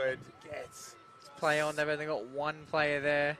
Yeah, she'll be the one that'll have to get into acting half as we play the final couple of minutes of this one. Stopping a try that looked destined to be there. Good to see Brisbane not entirely giving up on this affair. So you've got to compete in 5 tournaments. Any on home soil or all abroad? I think they may be all abroad, potentially 1 or 2, whether or not the Commonwealth Championships will be held in Australia within the next couple of years. I believe India will be the place for it next year. I know I have to go to Saudi Arabia. There was the potential of Colombia in December, but I'll sit that one out and look forward to a fresh year next year. So back to a bit of a slow lead up before I get jet setting again. Obviously, I did a fair bit of travelling last time to go to the previous Olympics. I went to 8 different countries for that one. Hopefully not 8 this time, but 5 will have to do. How early would you get to a country before you compete in an event to get rid of the jet lag, acclimatise, etc.? Yeah, so before Birmingham, we actually went to Spain for 10 days before that event. So we were there for a while to make sure that obviously the jet lag's worn off and we were used to the conditions.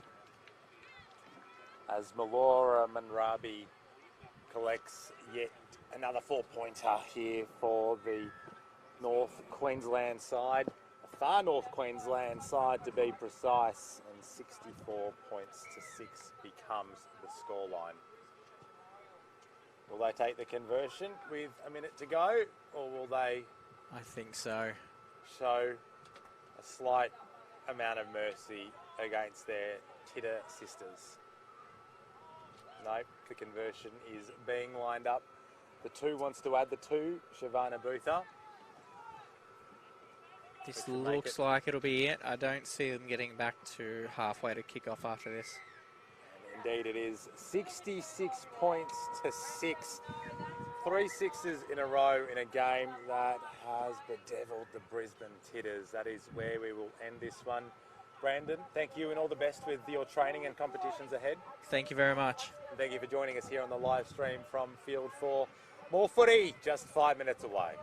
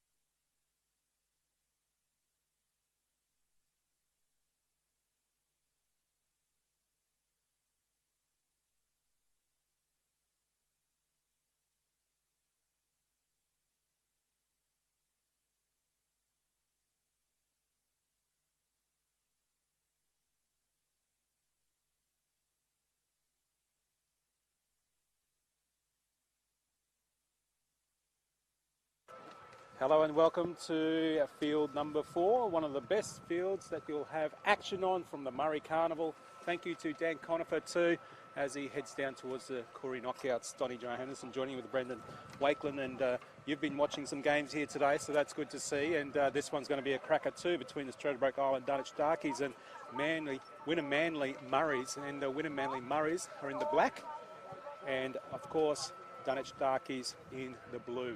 The light blue, I should say. So looking forward to this. Kieran Costello, the coach, he said the team's been out here for about 3 to 4 years, and so they love playing out here. And Wynnum Manly Murris too, they get involved. They've got a few players from Townsville this year. Herbie Chili, the coach, he said a lot of the regulars, and they're locals to this area.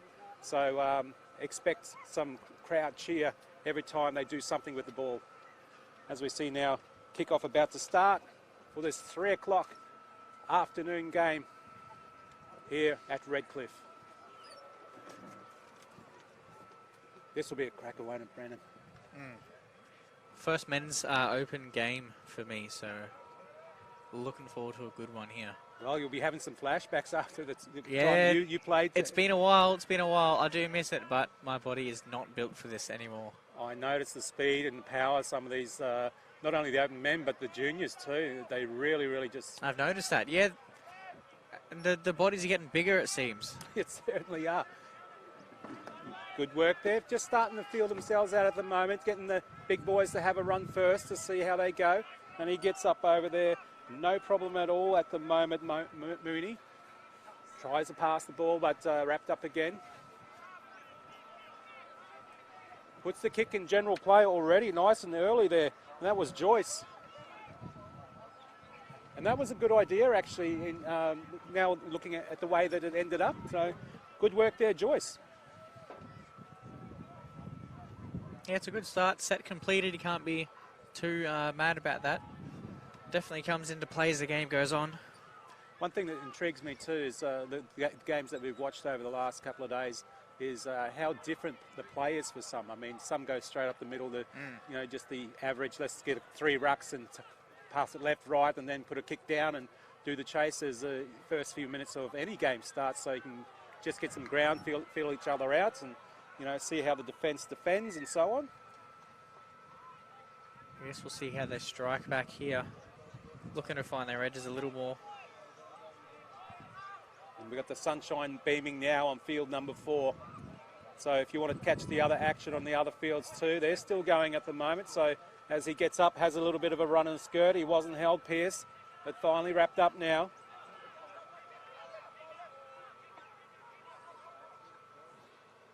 Butterworth. Oh, Butterworth got the pop away and also was driven into the ground, but no malice involved. Oh, lost ball he's there. Fumbled it. Pierce tried to be, you know, a little bit fancy and ball gone to ground. Advantage now back to Wynnum Manly.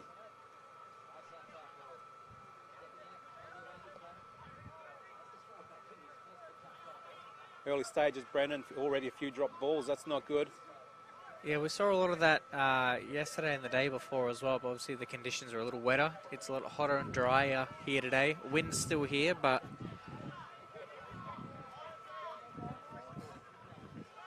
Yeah, and the action happening right in front of us. Not making much metres at the moment, the Wynnum Manly side. There's good defence there from Stradbroke Island, Dunwich Darkies. Oh, he's burst through, finally through the gap there. Mooney's going too fast, no. He falls down. Oh, Mooney, yeah. He had a bit of support on that right-hand side. He's fallen on another player as well, and ball goes to the ground there too. He just lost that, Joyce. But Mooney, yeah, he fell down and yeah, he crashed into, looks like Oates, I think it is. The big man had too much speed and had the speed wobbles and crashed to the ground. I think when he fell, he may have collided. Whether that is a knee, ankle, I'm not quite sure, but he did hit him on the way down. Oh, okay. While he was going to ground. I'm not quite sure. Hopefully nothing too serious. Yeah, Mooney did look at him straight away and said, hey, mate, you okay? So, you know, everyone knows they're in it for the win, but also they look after each other, all the brothers and the sisters playing out there over this Murri Carnival. Well, it looks like he probably, he's still going to play, yeah. He's already got that right knee strapped up, so maybe he just jarred it a little bit more. So, yeah, that was Oates, and I think he's coming off. They got plenty of subs on the bench. Look at that, Brandon. See a, Oh, yeah, they got room. see a blue over there. He does Yeah, come wow. off as well, so that's a good call. Yeah. Unfortunate to see so early in the game, but... You didn't get any injuries, no? Or just a couple of niggles when you were playing?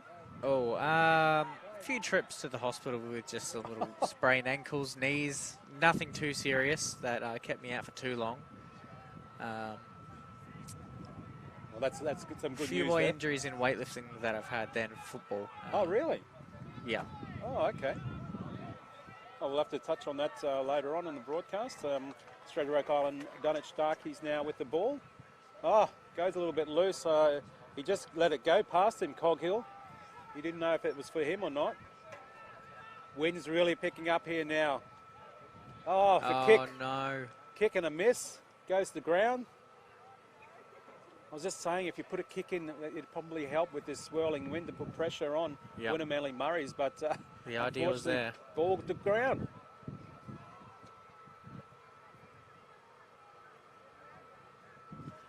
I do remember coming into my last Murri Carnival. Before switching, I just had surgery to drain a cauliflower ear. Came into the Murri Carnival all taped up with a big white strapping tape around my forehead and around my ear. And first tackle of the game, bumped it. Oh, and no.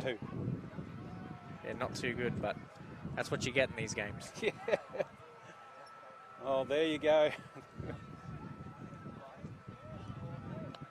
And I'm just shocked hearing that story. I'm just a bit lost there. Winner Manly Murray's. Let's get back into the game now after hearing about injuries there. Oh, he's lost the ball. It should be 6 to go. Oh. Yeah. Knock on, yep. Yeah, no advantage. So let's come back here. They're coming up quick, the Dunwich Darkies defence, so hence why they're putting them under pressure. Winner Manly. And what was packed for a scrum? What was one of the injuries you had there for weightlifting? I've had a few. Something, I guess, a bit different than usual is I squashed my middle finger under a weight Oh, about 3 months before the Olympic Games. So the Oh. tip of my finger, I needed plastic surgery to make it look normal again. oh no. So there's one that I I guess you can wouldn't just get. picture that, yeah. Yeah.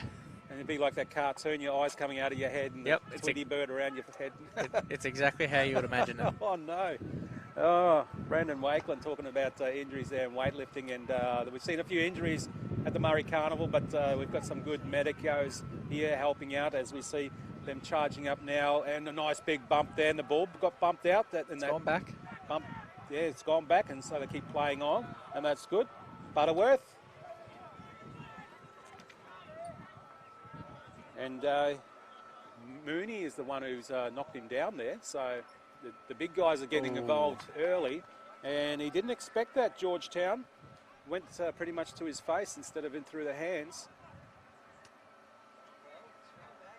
Oh, good defence, Dunwich Darkies. Holden, Wynn and Manly down their end. There he is again, big hit. Oh, is he okay? Yep, he's okay. He's getting up now, Williams. The big men are running hard. Joyce going at that right-hand side, put the early kick in, goes well. Smith was the one who put that through. Touch again.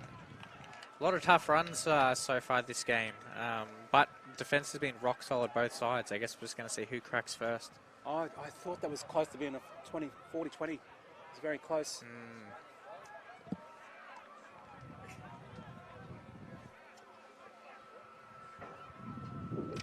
That was a great kick. Look where the field position they got now, and advantage winner Manly Murray's.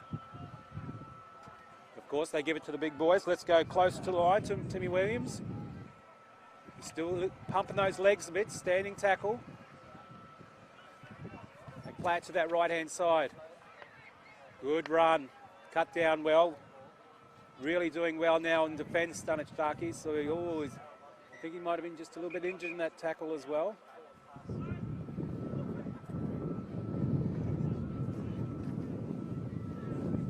It's 0-0 is the scoreline at the moment, so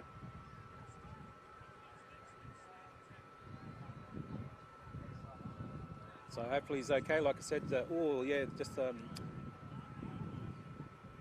just looked like he ran. It wasn't a shoulder that he hit his shoulder, but yeah, he ran so hard that he just collided, and hopefully he's okay.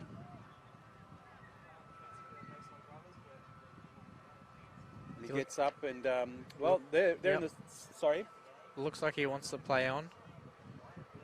Well, I was going to say they're in the same position. They've got practically a full bench if they want to use it. So it looks like it's Sailor. And they're coming up to this left side now, using it through their hands. Good work there too. I like Price. Price there. A little dummy, skirts back over this left-hand side and goes straight into the defensive wall there. Crawford was the man wrapped up. A little knock on. And you don't need those mistakes that close to the line, Brand. No, they came close. So many teams just, I don't know, white line fever, or they get a little bit mixed up with the passage of play. But as we see again now, advantage going back to Wynnum Manly Murris.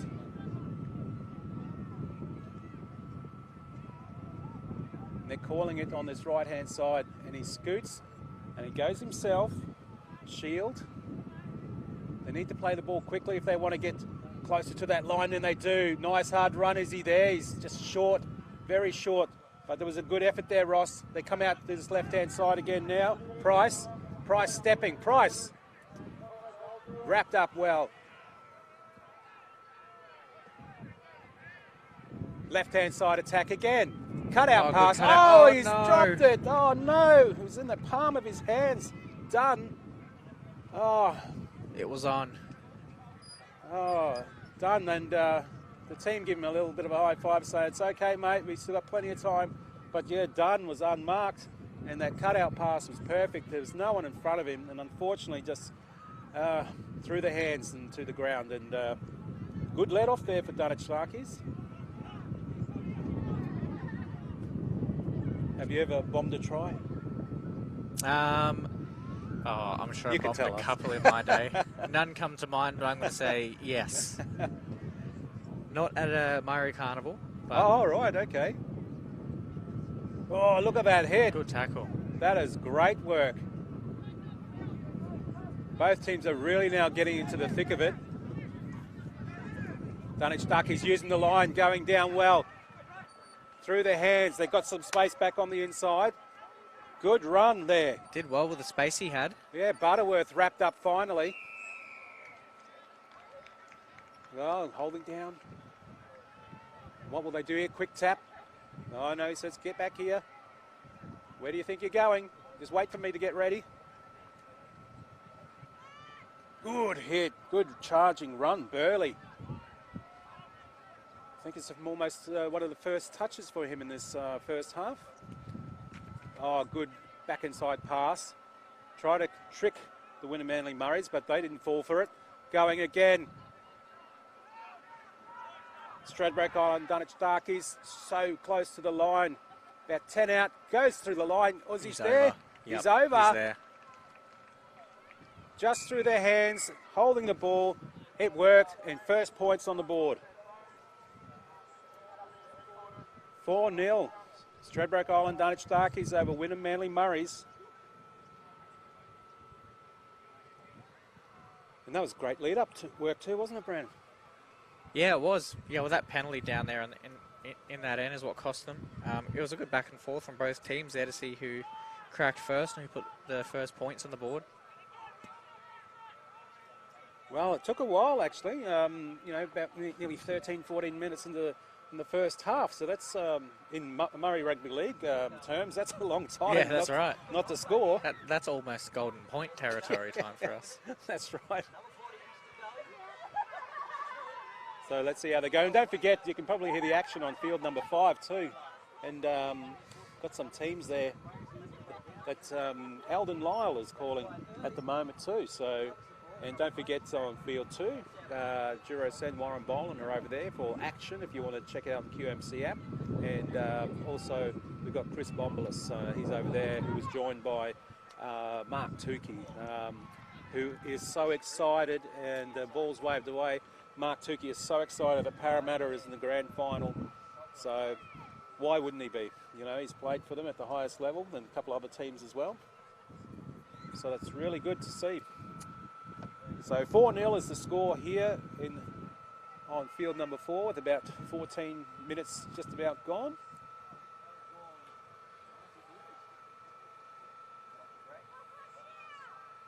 And just controlling the ball in this first half is pretty important now for Winner Manly Murris as they do the kickoff. And let's restart this game again.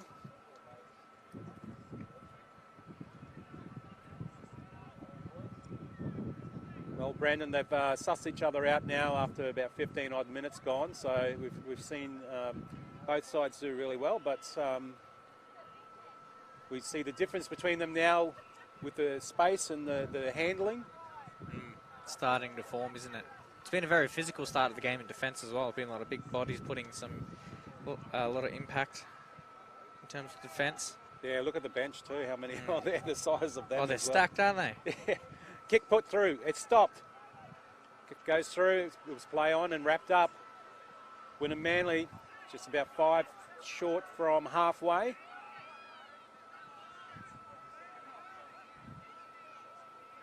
Now closer to halfway. So Winner Manly Murris, if you just joined us, are in the black, and Stradbroke Island Dunwich Starkies in the light blue.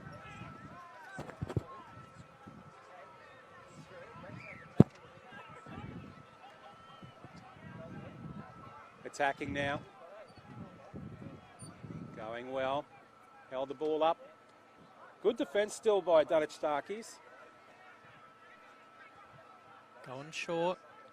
Oh. It's gone straight up, but that's about it. Smith put it up, and wasn't much of a challenge from the Winner Manly side, but they wanted it more, Dunwich Starkies, and they've got it. Oh, loose ball. They just lost all that good ground that they just made. Good defence there, Winner Manly. Good fence yet again. Few numbers on this right attacking side, and even a little bit of an overlap, and they've used that before and they were successful. Ball was loose, but play on, says the referee, and that is referee Peter Eversham. So then he's now blowing his whistle again, referee Eversham. It amazes me sometimes too, Brandon, some of the calls for play on and going, well, you know what? Yeah, no, I'm the same way. Well, there's sometimes you can see too many scrums being called and the game just gets slowed down a lot in these games, especially when we don't have time off. Yes, maybe just a quick turnover. Yeah. The new rule but it is a sanctioned event, so that's the other thing as well. So we've got to make sure we stick by the rules by the QRL and all the other affiliated bodies. So Winner Manly Murray's now on the attack. I thought he was going for an intercept, but it didn't come to. They need to be up this end of the field, this pointy end. Going hard, having a good run there, done.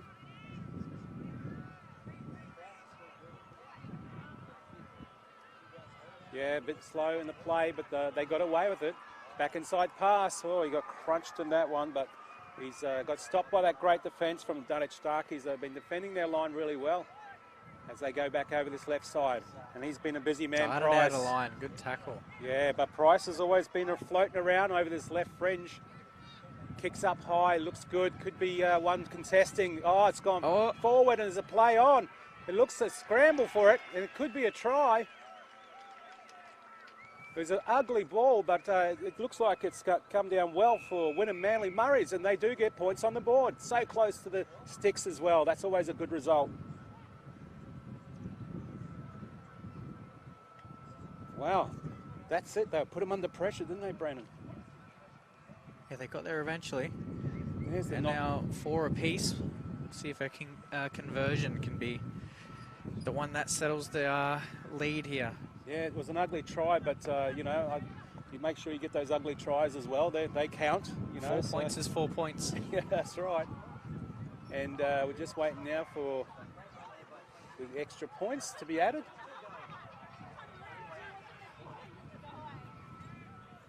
And while we're waiting, just a reminder about the QMC app. And tomorrow too, you can watch all the games that are going to be happening.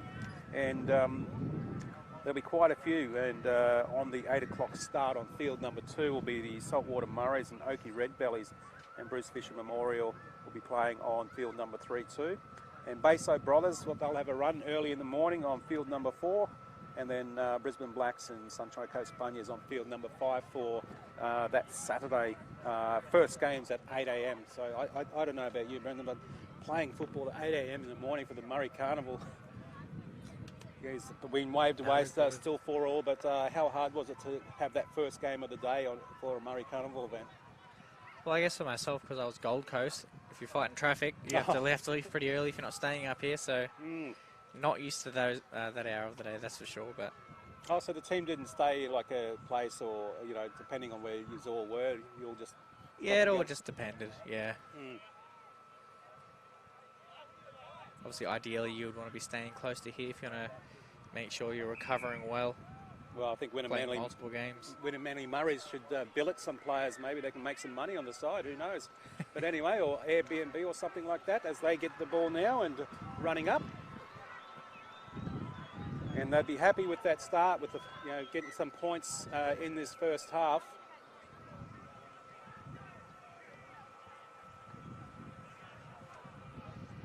Dunwich Darkies now defending. They were defending that 4-point lead, but now it's 4-4. Maybe it's time, Brandon, to start bringing those subs on, or the big blue bench that we can see over there. Yeah, we can see that they're itching for it, aren't they? Yeah, I'll knock on, and couldn't get that cleanly, come off his chest, and advantage back down to Dunwich Darkies. I think a bit of a commentator's curse there, just praising the team. Now, again, good pushback, well done. The Murrays want them to stay. The Darkies back on this own 50. Oh, nice pop pass. Still going down this right attack. Dummy. He's put the ball out there, and he's very close to knocking it on, and he does. Fumble. Oh, that's unfortunate. Georgetown thought Parkin was a bit closer and tried to get the ball to him, but no luck there. But it was a good effort. Maybe just pumping the pass a little earlier would have helped. But now we see advantage back to Wynnum Manly Murrays. That's the side they're using too, isn't it, Brendan? They like going down this right-hand attacking side, the Dunwich Darkies. Yeah, well, they seem to do well when they go down this way. Well, they got the speed down there here, definitely. Yeah, that's right. Okay, let's see how Wynnum Manly Murrays get out of this one. And a nice big run there by Budgeon. He got some good meters, a little bit sideways, but still went forward in the end. Running up. That's what they need, a few more meters. That seemed like a slow play, but wasn't called. Oh, nice little pop pass to keep it alive. He did his work there, Shield. He popped it away and made sure his teammate got some more meters. Oh, big dummy. Yeah, there he is again, Williams.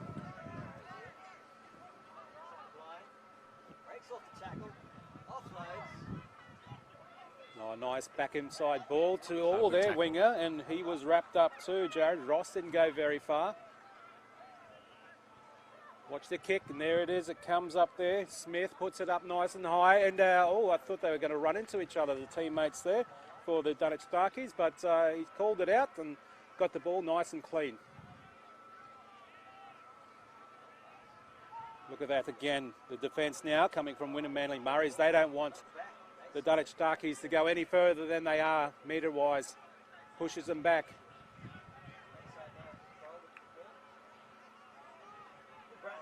There they go again on this right side. A few more metres. They're not giving them many though. They're getting up in their face. Yeah, that's a good point actually. Oh, big hit. Yeah, shoulder, was it? No, come around. Nice tap, quick. He goes quick, and the team are still trying to walk back on side. Didn't even see him tap it, Gaydon. Gaydon plays it quickly. Still on the roll. Oh, he nearly dropped it, but good hands. He did well to keep that Graham. On the right-hand side again, but he tricks him and goes back onto this inside. Oh, he pulls on the jersey, and I thought he was going to be away. Another quick one coming outside to this right-hand side. They've been successful out here. Yeah, they were looking for it again. He pops the pass away, gets it to Graham. Graham, oh, thought he was going to pop it too there. Out here, going again. Close to the line, held up. He tries to turn over. No, unlucky there. That was Nicolaides. Yep, held up. But that just goes to show they know that they want to score tries and they can score tries, and they have just recently with the 4-all try score line, I should say. They go back on this side again. Puts a little grubber kick through. Does it work for him? Well, I think he's might be claiming it. Yes, he's claimed it, and he points to the spot and put that down to Justin Parkin, the number 2. He just followed the ball, the little grubber kick put through, and how good did that work for him? They were persistent down that right side. I thought they may have had the numbers there to cover it, but that kick just seemed to be what it was that opened them up. There you go, you can see right in that back corner. He had to jump over the corner post because it's leaning, and then they fixed it up too, so he had a bit of a gallop as well. But good effort.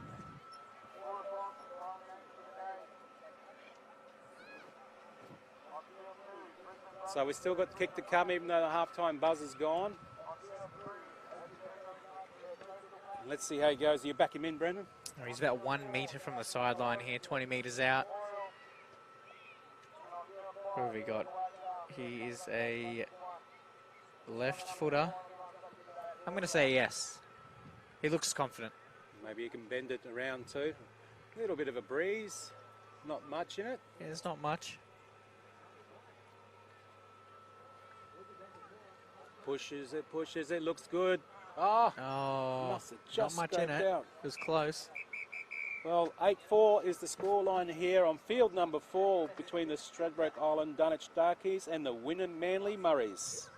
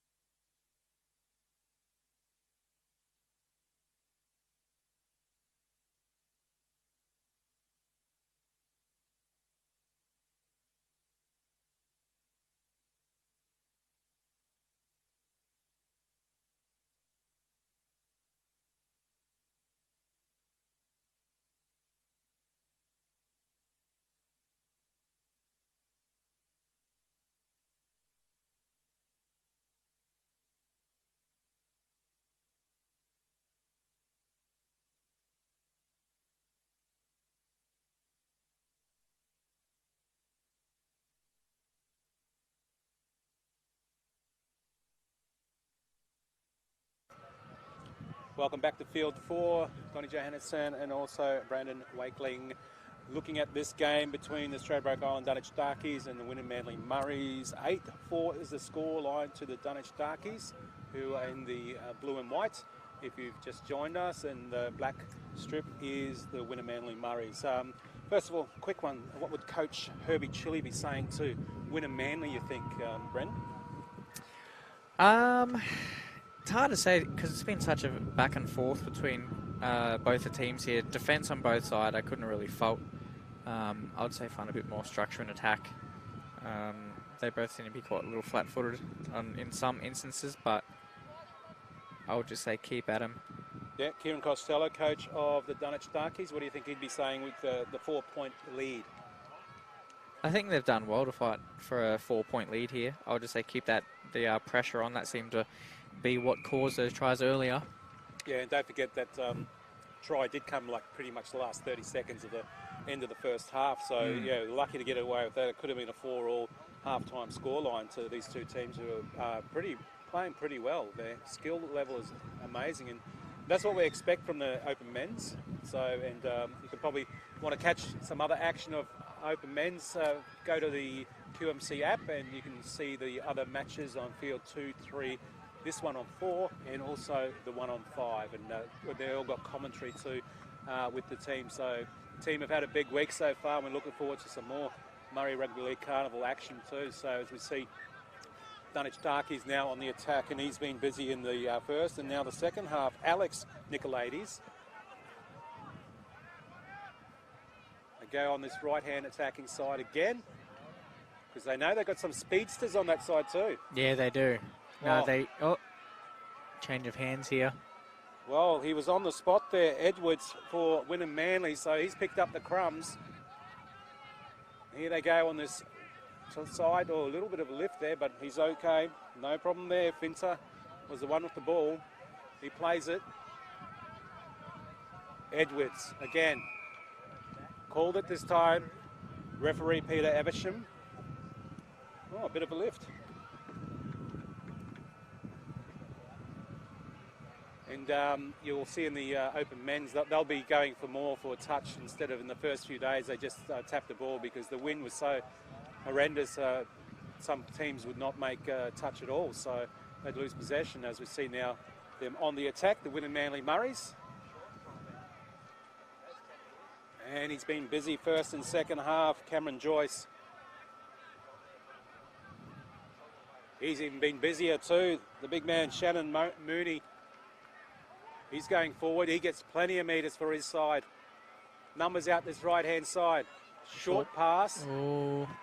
Was that the option, you think? It could have went either way. He scrambles from dummy half, and he's going to be held up, I think. I think he's been held up by the post. Yep, held up.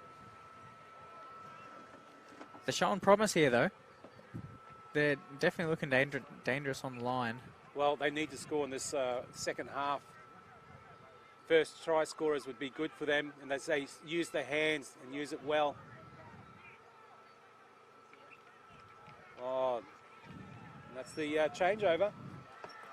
Well, they were going through their hands, but he got wrapped up pretty quickly there, Jesse Dunn. Oh, no. He's fumbled it from half. Oh. They're going to get another crack at it. Oh. Well, the luck's turned now back to Wynnum Manly Murris, especially about nearly 10 metres short of the try line. Yeah, it's the worst spot to do it. It happens. Yeah. Just that playing the ball sometimes, you might take your eyes off it to see who you're going to throw it to, who's going to do the big run. But yeah, and they're set well too with their back line, the Wynnum Manly Murris, and they start to use it too.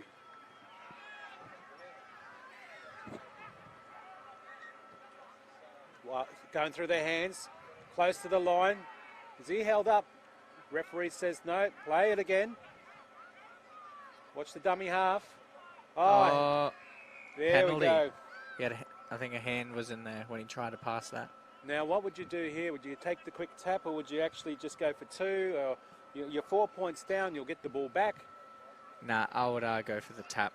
Go for the tap. You're Yep. this close to the line. Let's put some more on there and get the big guys involved, like this guy, Adrian Ross. Ross is about 5 metres out. They're calling it out this side to the right. They go left. Through their hands. Oh, did he almost drop it? He goes close to the line. Is he there? No. They play it again. They're calling it out again to this right-hand side. The defence comes up quickly. Is he there? He's just short too. I think it was Edwards that was the man. Here they go, through their hands. 1, Good 2, ball. and that man there too, Price. Price was busy in the first half. Let's see how he goes. Plays it quickly. Oh, the short pass goes to ground. Oh, no, what a mistake that was. Oh, I think he was expecting the runner to run in and the other runner to run through. And Yeah, a little bit of a miscommunication, it seemed there. yeah, that's unfortunate. Good news, though, for the Dunwich Darkies. They were in all sorts of trouble there. We've got someone down from that last play there. Wow, the sun's coming through now, isn't it? It's really testing not only the players, but the commentators too. Yeah.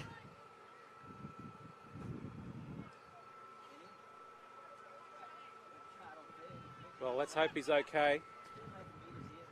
We do know that there is some great, and we've said it before, some great medical staff to look after these players, all age groups. Yep, I think he's heading off. Yeah, why not? Go have a break. Bring on some fresh legs. That's what we want to see. Everyone get a run. Yeah, that's right. So they're going to get another set here on the line. There's only so much defending you can do back to back Yeah, good on point. your own line before it just becomes too much. I guess we'll see if they can hold out again. They've done well so far in defence. Yeah, that's a good point, that one. How much can you defend till you get tired and so on? Okay, the winner Manly Murray's now. He's got good steps. Price.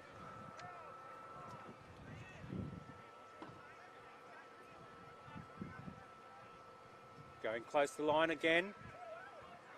They look a bit more structured this time round too. And Herbert Chili is calling it out to where he wants to go, and he flicks it to the right-hand side. Oh, they're through their hands again, unfortunately. No good. He couldn't hold it, Sam Mayer. Oh, if he kept that, that would have been a really good, position for them for their next effort. But again, let off the hook, Dunwich Darkies. And the other thing too, Brandon, as we're talking about the sun going down, maybe those long passes, because these wingers on this right-hand side, maybe they can't see because it's such a big glare at the It could be the case. Yeah, well, it happened to both sides, even before half time going down this way, so must be something at play. Yeah, nice little chip put through, and he chases it, and does he regather? No, it's play on, and there's that man again on the spot, Price. Oh, scrambled, and he got a few more metres. Oh, push back there, Herbert Chili. Oh, was that a strip? Oh, he's calling it a play on. 1-on-1. Yep, 1-on-1. Well, they're all arguing the case, but Yeah, they're not happy about it. yeah, they just need to settle down again and start defending.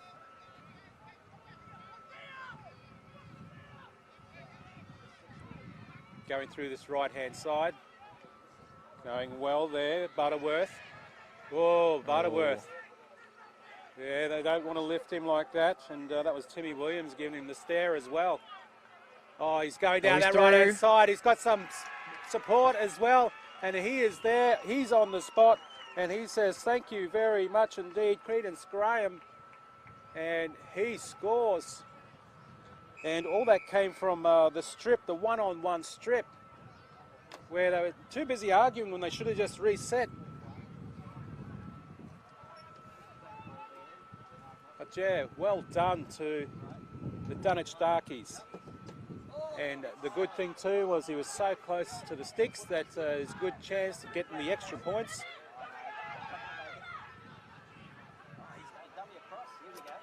12 points there to 4.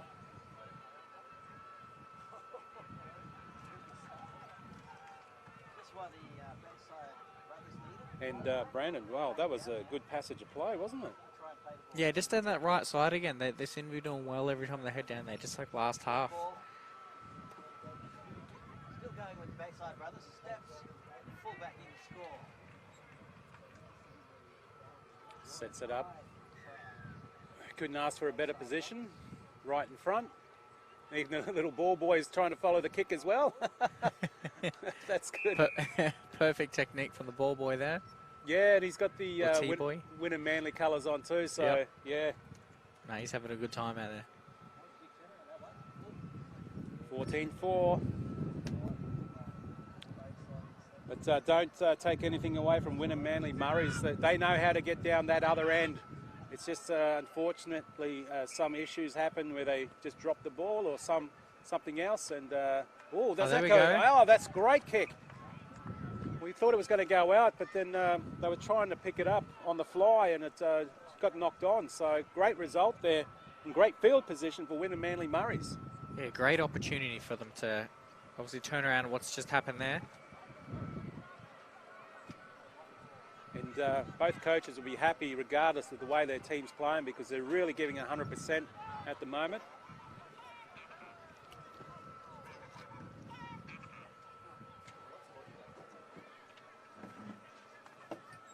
Going well, hitting hard. Gets the offload. Good field position yet again from Win and Manly Murray's. Through the hands, getting the runners now. Oh, shut him down, but he's okay. Shakes him off. Shaking off, and he's still running there, Jai Smith. Goes out He's the over corner. here. Are Yep. they in? Well, they're disputing it, Looks good from here. Yep. and he points to the spot. Well, I have to look at that one again, because the way that they were playing, they really pushed it. They really pushed it on that side, didn't they? Here we go, and there it is, passing it out, that pop pass, and then just going low, hard, and that's what he did. He made sure that he was going to get there, and he gives it to another mate, and switching it over. And that was a good result to them, you know, because they were starting to use hands too. They finally decided this is the way we're going to go, and just low and go. I think it was, yeah, their number 15, I believe it was. I think he's put his hand up all over. So that's what you need to do. And he never gave up, and the team never gave up. And they got the try. Now let's see if they can get the extras too, because they're still in this game. Good turnaround, wasn't it, Brad? Yeah, it's going to be interesting if he gets this over.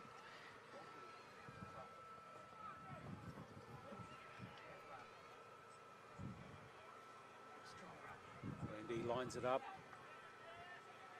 Look. Oh, that's Very unfortunate. He missed that, still 14-8, so just a try in it. A try in a bit. Bit to go, and like I said before, both coaches would be happy with the performance. This is the second game for the Murrays, Win and Manly Murrays, and I believe similar for the Dunwich Darkies too. And they've been in the competition for about 3 to 4 years, Dunwich Darkies. Nice high kick, good chase too. Oh, a bit of a fumble, but he gets the ball. Oh. It was ugly, yes, it does say it was a knock-on, so a good result. The bounce of the ball is so important, isn't it? Absolutely. Yeah, I thought he would have had that one on the full there.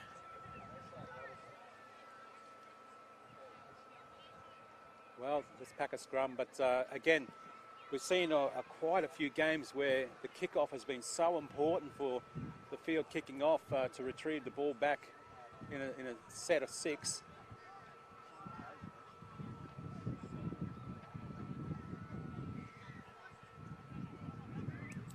From the scrum, they're using it. Oh, they'll just barge into each other. Oh, get out of my way, mate. I'm trying to score. hits his own teammate. I think he's a bit injured there. Oh, yeah, he's got a bit of a limp, but he's okay. He gets back on side. It was Jesse Dunn, actually. He was just the one bumped, and as we see the other Dunn, Maxwell Dunn, play the ball. Oh, over the top. Really shut him down. I mean, Georgetown apologies there as we go back now. Little grubber. Grubber The works. chase is there. Oh, is he there? Oh, he might have copped the knee too. He's got a try in there He's as injured well. himself in the process there.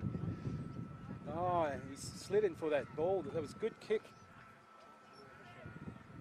He's shaking it off a bit, so I think he's be okay. Strong run, breakthrough. Good work there. That came from nothing. And he's happy about that one. He's shook up a bit, but it was a good effort.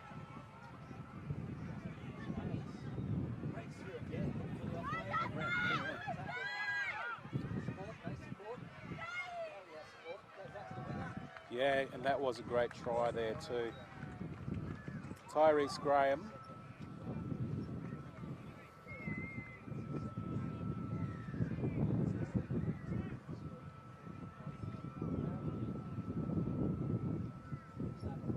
I noticed the ball boy's not doing the same kicking. Oh, he is doing the same approach. Yeah. I thought he was only going to do it for He's getting some practice in. the Winner Manly Murris, and kick unsuccessful, 18-8.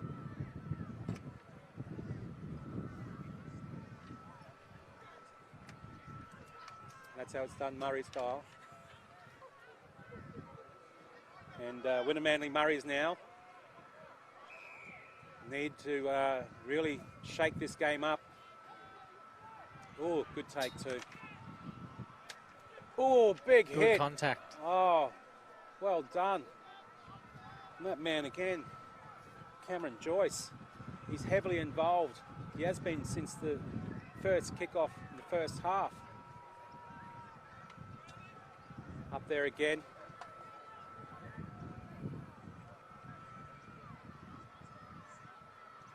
Going at the side now. Malone. Nice meters through the middle. Oh, Strip. well, they're on the spot. Peter Eversham, the referee for today on here, field 4. So he's been pretty consistent.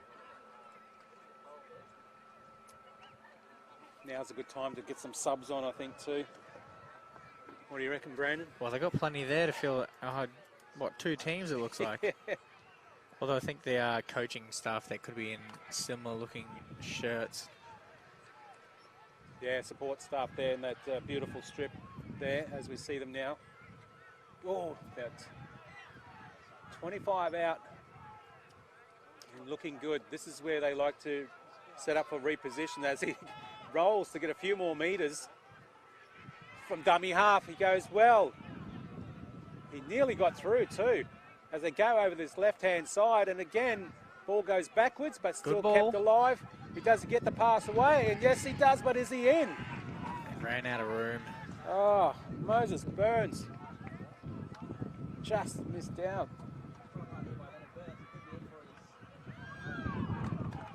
It was a good idea though. No, it was potentially there. Well, he got some really good support there by Armstrong, so he saw that there was open, but yeah, maybe just coming back inside would have made a difference, but you know, let off the hook there, Winner Manly Murris. Oh, and their number 12, he's limping, Ashley Saylor. He's really done something there. Yeah, he's coming right off. Looks to be a knee or potentially ankle. Let's hope he's all right as we see play continue with the Winner Manly Murris. Oh, he's been playing hard and working hard, Timmy Williams. I don't think he's had a rest yet.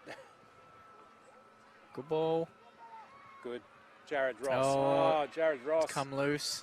Yep, that's play on. Oh, really wrapped up there by Sam Marr. He's calling on that left-hand side. He was. Oh, He's fumbled it. the number 7 was screaming out, Pierce, pop it to the left on the blind side. because I'm coming through, but they went back to the right and dropped the ball. They're going to play the double knock-on here from the knock-on previous to that. Well, I envy his job. He's got a difficult job, Peter Evesham, the referee, so especially in the senior games.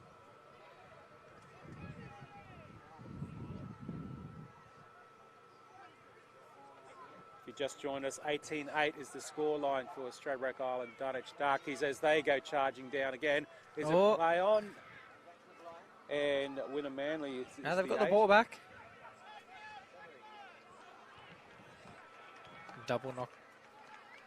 Is he signalling a triple knock-on? He's just doing a dance. Peter Evesham doing a dance, a new dance. Yeah, well, they've got the ball back.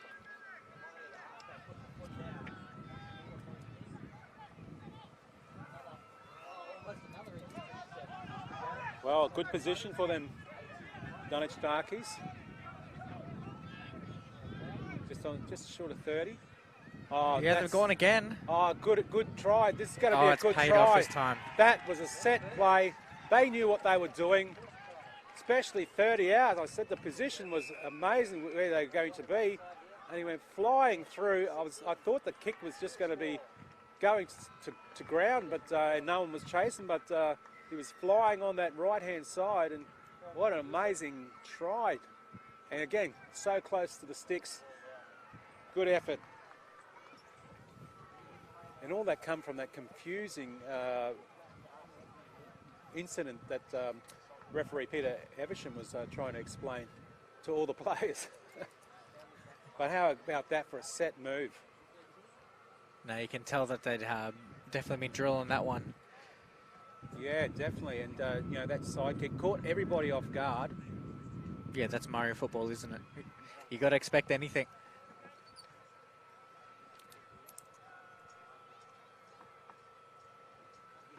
Wow, 22 points, and they're going to possibly add the extras, and they do.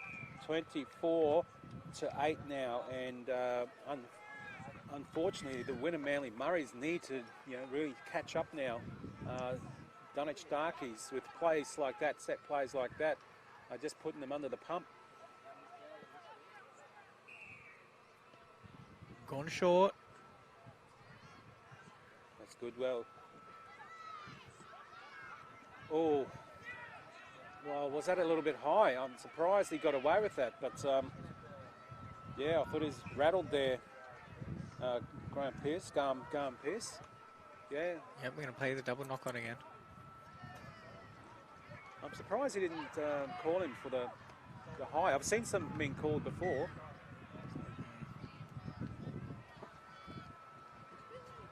As they feed the ball now. Oh, he takes a knee.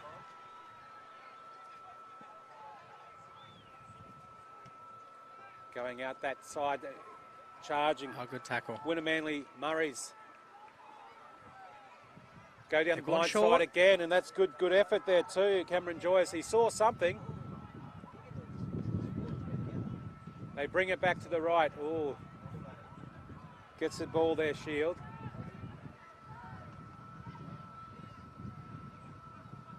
Flicking out to this right side again.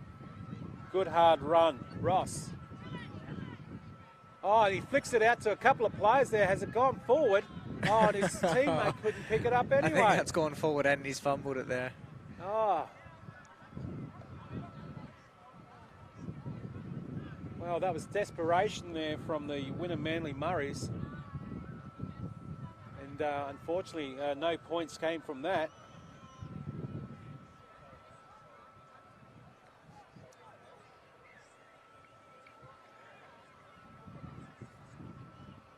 As they pack the scrum now.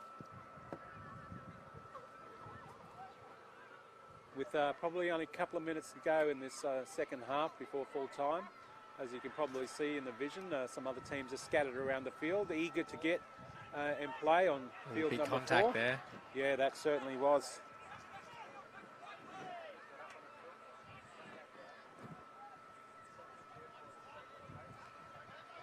Good run there. And some other good games happening too on another field fumble. 4 after this one. So the last games for the day on field number 2, Brisbane Brothers up against Brisbane Blacks, and that's for the men's division, and all men's divisions for these last games today.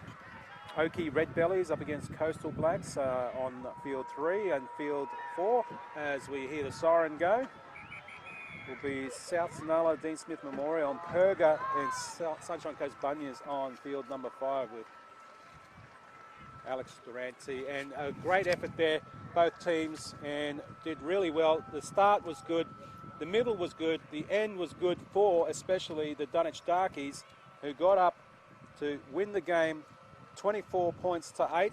And just a final word from Brandon Wakeling. What do you think of that particular game? I don't think the scoreboard does it too much justice. I feel like it was closer than what the scoreboard seems.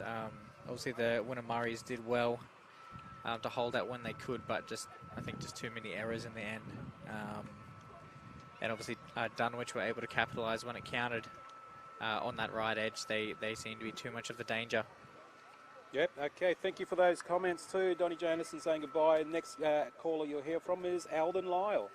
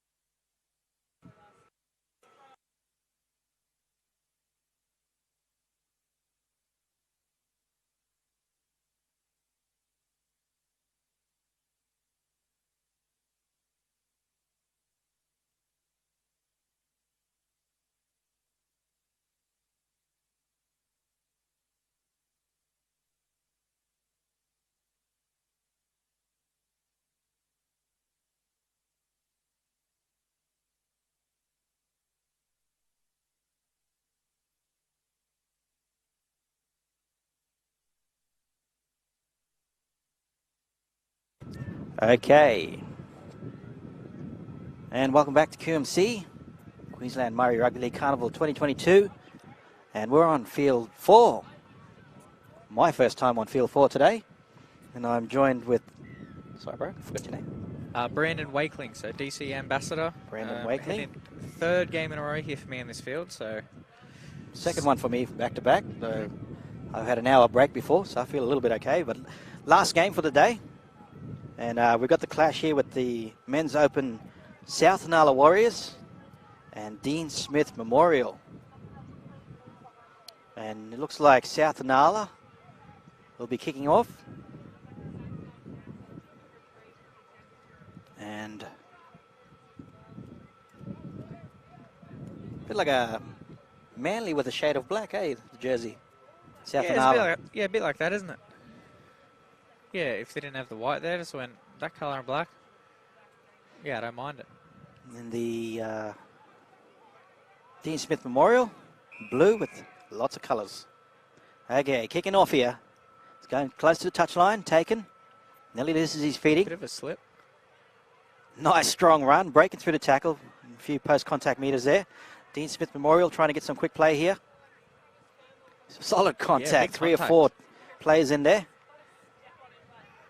And Dean Smith Memorial trying to work out, but just cautious up the middle, because South Nala are solid up the middle so far.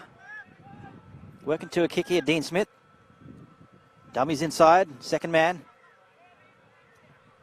We'll play the ball there.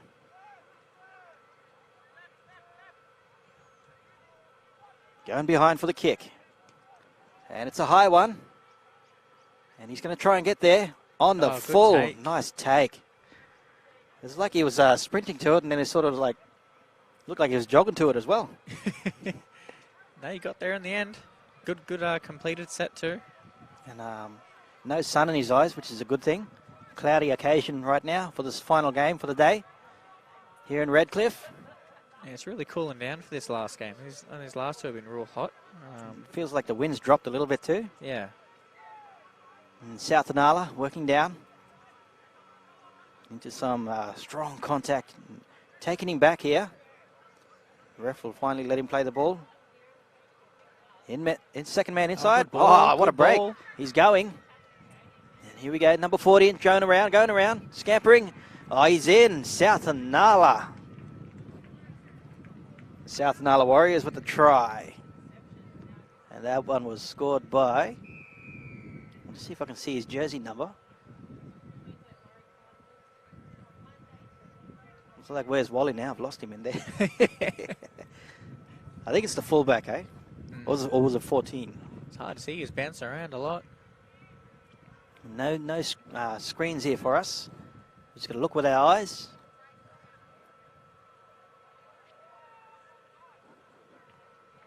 Great try by South Nala Warriors. Takes their score to 4 here in the first half. And conversion yet to come from the South Nala Warriors. This must be a second South Nala team, because I'm pretty sure I called a South Nala game just before. Yeah, I think you might be right. Oh no, there's a familiar player here. You've got Buddy there in the number 6. So just a few different players playing this time. Number 7 converts for the South Nala Warriors. And we'll take the score to 6-0 in favour of the Warriors. And South Nala, local boys, I suppose you can say. We're just a bit north of Brizzy here, up in Redcliffe. Dean Smith Memorial to get us back underway. Low driving kick. Picked up here by the halfback. Inside ball. Into contact, bounces off. He's hard to stop. They eventually bring him down. And short ball out. No thought of an offload there. Holds it. Takes a tackle. And he's lost it. And they'll call a knock on. It looked pretty clean to the ref. No interference. Tried to rush it and lost it. So Dean Smith Memorial get some possession here. And the hooker is just saying, let's just calm down. And they want to get the ball down in the danger end of South Nala. DS, Dean Smith, to feed the scrum.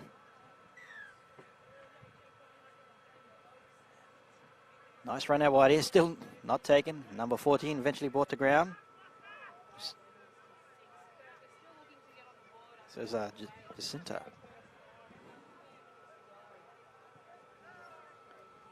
Must be a mistake on the team sheet here because it says men's open and we've got some girls' names on the team sheet. And that's definitely wrong. Right. So apologies here. We're going to have to call the game as is, as by positions. It doesn't look like the right names to us. It's got some girl names there in that team sheet. Yeah, that whole team is the wrong team, I can see. So apologies if we can't call the names. Dean Smith Memorial working across here. Oh, windy over here in the commentary box. And kick chips through. Chance here. South Nala will cover the ball. I'll take it.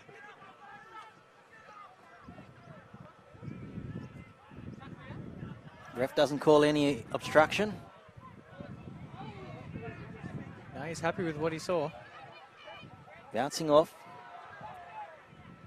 Desperately trying to get out of their end here. Yeah, it's going to be a tough attacking set for him.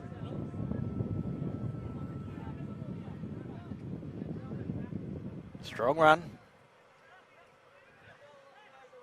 I think South Nala will just like to tuck this ball in, work it to the 5th and just get downtown. Going behind. Chance out wide here. Going wide. Gone to the edge.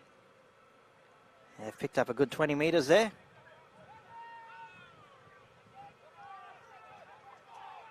And here we go. Chip and chase. Regather. Oh, he's regathered. Looking He's gonna for go support. Probably kicked the wrong way. I reckon he should have just chanced their arm and worked to something safe for the 5th and last, but it will be a goal line dropout. Yeah, I'm surprised he didn't just collect that one. Good pressure. Got a good crowd over here on field 4. As you can see behind, a lot of players, a lot of the supporters walking out. But still plenty here for South Nala and Dean Smith Memorial. Short dropout. Doesn't make much meters. Buddy putting that on the inside for the number 25 for South Nala.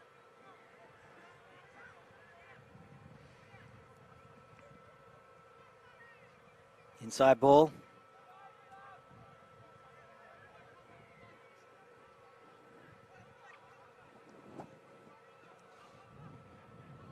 Steps. Taking the ground. Wrapped around the legs. Solid tackle. South Nala going wide. Dummies. Chance here for a try. He's going to try and put it down. Close. And he's Oh, he reached looks like out he and lost the ball, but it's gone back. And he's going to try and reach out. The ref's going to say, okay, he's going to confirm with the touch judge. And touchy says knock on. So it will be a knock on.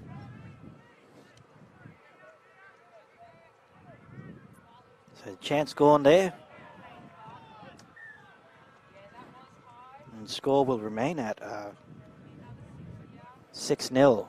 Still in favour of South Nala.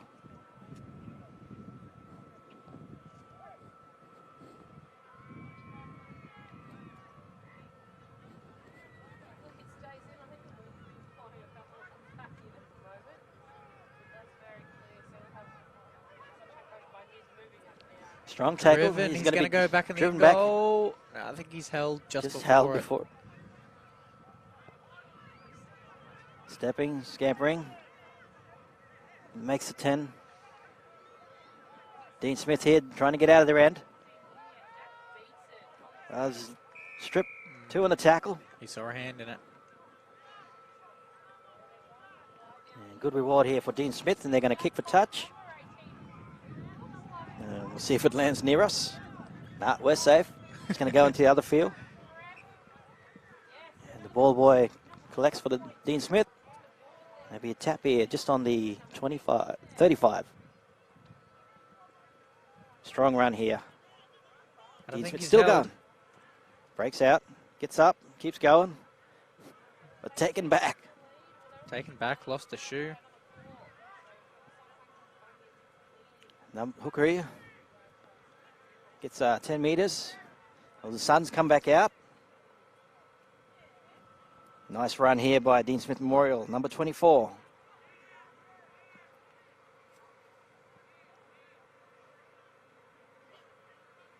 Dummies. A chance here for Dean Smith Memorial to get on the board. Let's see what they come up with in this set.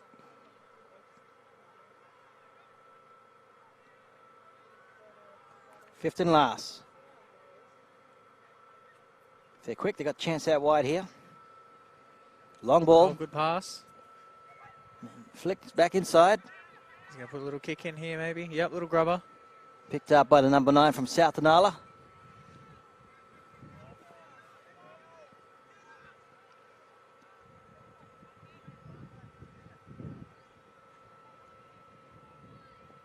Nice run by the fullback there, bumping off one defender. Eventually made to play the ball. Good run here. South Inala here, getting some good meters up the middle. Yeah, the backs are on well to help the forwards out here. Off the back of that, number 22. Strong run, 3 runs. Fifth and last here for South Inala. Careful, close to a penalty here. Holding on too long. Out to the winger. And he'll be caught there. Offloaded. Still going back. Going out wide. Number 14 in the through. clear. And he's gonna score. Nice try there.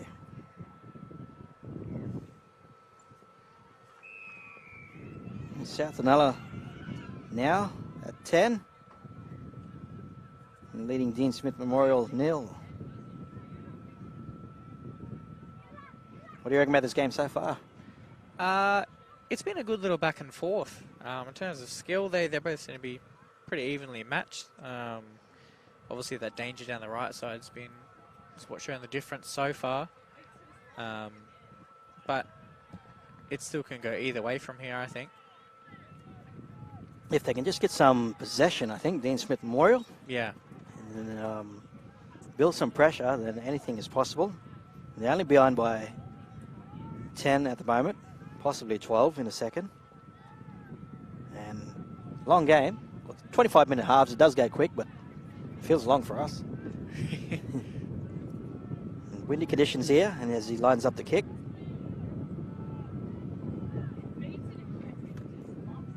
The conversion is successful. That's good. And we'll take it to 12.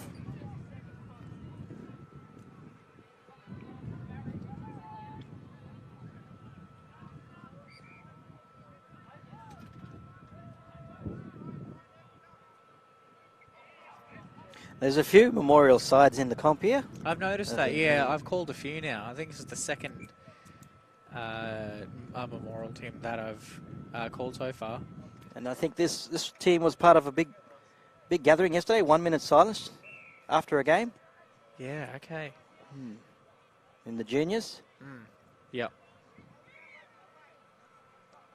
And some of our co-commentators got to see that.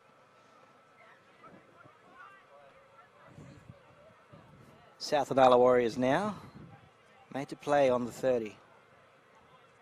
Strong contact there by the number 10 there from Dean Smith Memorial. And eventually play the ball. Going out, one in. Strong contact again.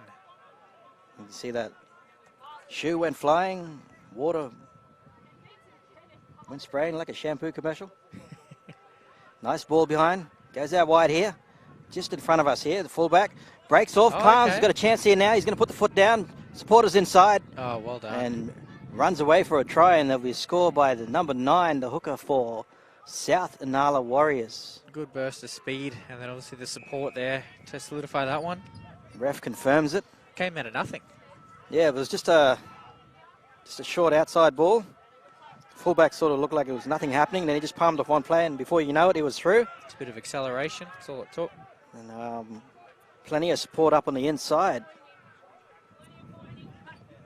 And the halfback for South Inala waiting for the kicking tee to convert. And that should take the score to 16.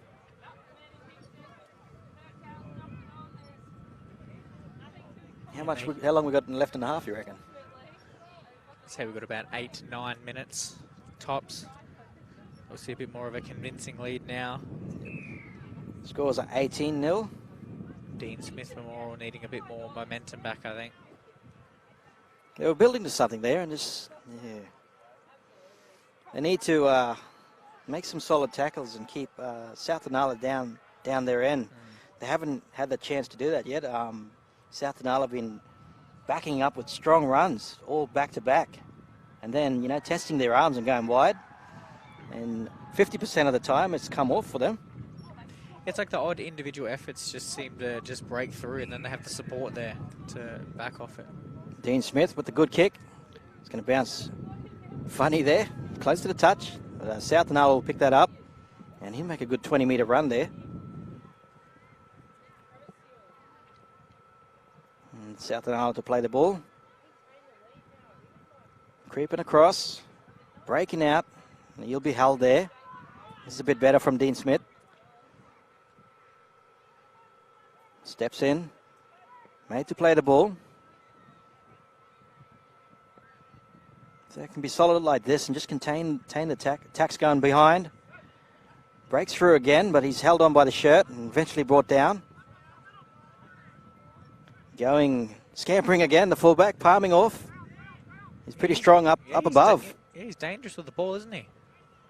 He's got a strong palm on him.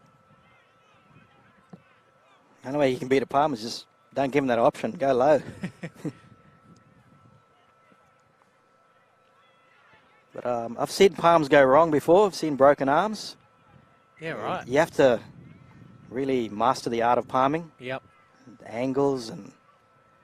Who did I see? Corabetti, who played for Tigers, tried to palm off a player and broke his arm. Yeah, wow. So if you do it wrong, you do it on the wrong person, can end up bad for you. That's why Greg Inglis was a master at it. Yeah, I was going to say, everyone's just been watching them GI had the angles, yeah. But it is an art. Once you get used to it, you get the players off balance and you can palm them off. Something I always wish I had, but don't have the reach. Yeah, that's the thing too. Long reach. I don't think I've seen a short player with a palm. We can try. Usually the short players are ones like hookers, you know, the inside game. High kick here. He's put it up. And bounces, but he gets a favourable bounce. And the hooker, he could be the fullback actually. He's just got the number 9 on. South Inala now. Quick play. Strong contact there. Yep. And he's come out of that pretty concussed. And both the players are sort of down, but he's getting up now. The trainer's going to come out and check. And yeah, we've got a head clash there, don't we? Head clash, high shot. And they're both down. Probably just best to lay down for a bit, mate. And both trainers are coming on. We've got the medics. And he seems okay. He's drinking water. We're going to do a concussion check. I think they're both okay now. They're both getting up. I think they both want to play on. They both want to play on. They don't want to go off. As you know, like all Murrays want to keep going. Yeah, that's it. Hard head, but you know. Yeah, no, look at him. No. Love of the game. Want to keep playing. That's right. Don't want to let their brothers down. And, you know, they're all feeling proud too. They're here to represent their families, their communities, their supporters. And South Inala here with a strong run.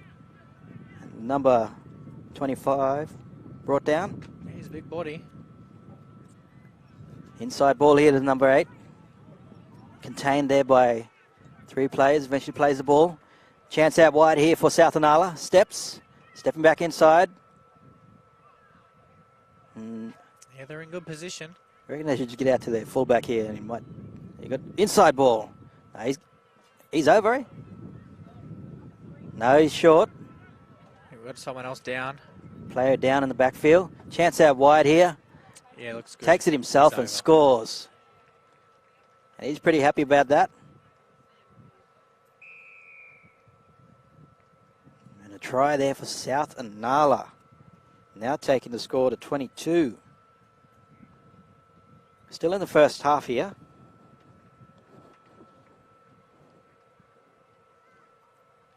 And we've still got the player down in the backfield for Dean Smith Memorial. And we've got the medics and trainers there going in to have a look. Very physical game, this one.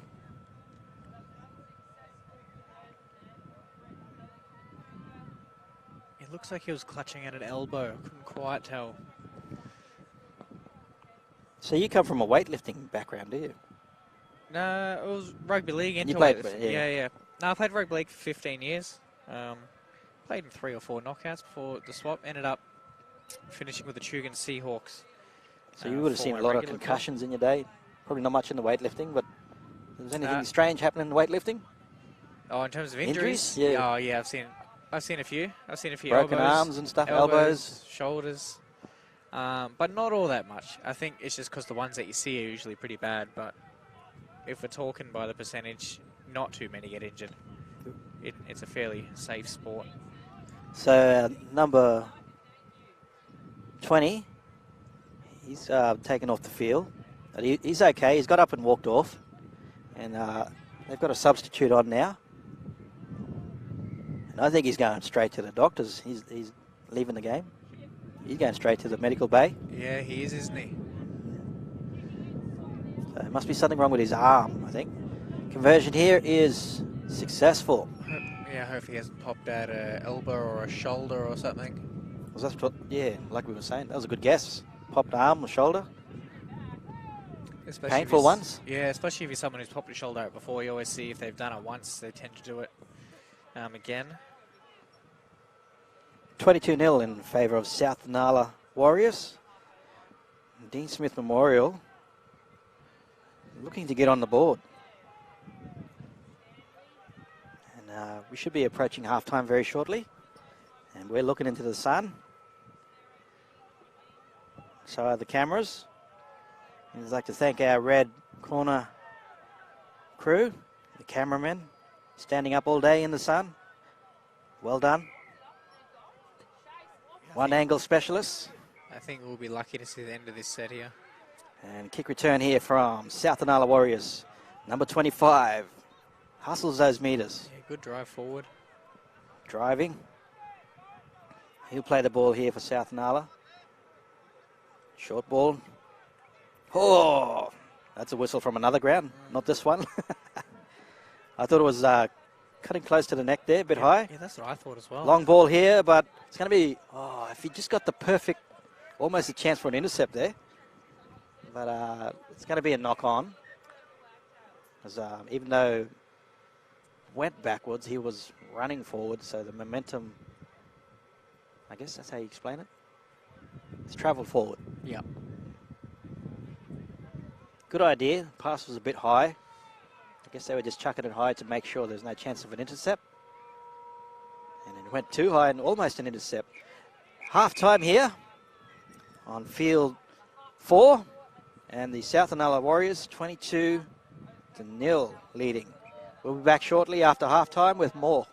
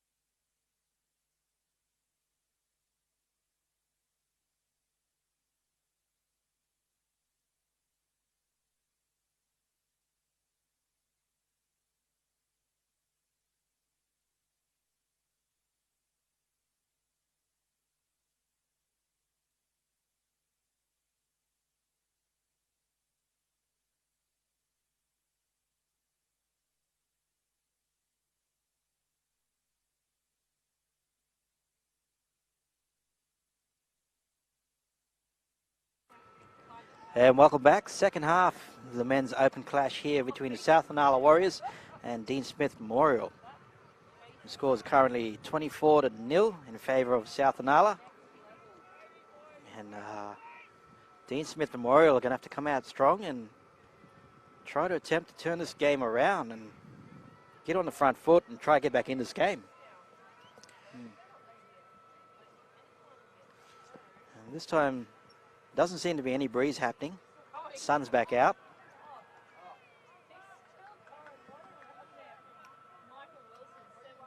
And, but it should be good for Dean Smith because like they're going to be kicking south, and South Inala going to be looking into the sun. So there might be opportunities here to put some high kicks up, put some pressure on, chase, and score off some possible opportunities here. Yeah, they showed promise at the start of the last half, and then it just seemed to get away from them by that last.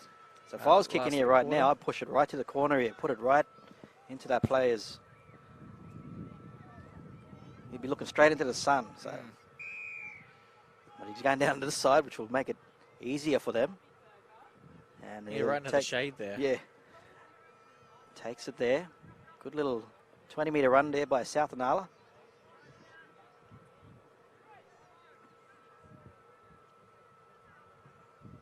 Number 25, been strong today for South Inala.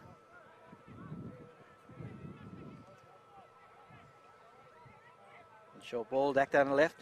And we've got a forward pass. Just pushed it a bit forward there off the hooker. Well, here's an opportunity for him.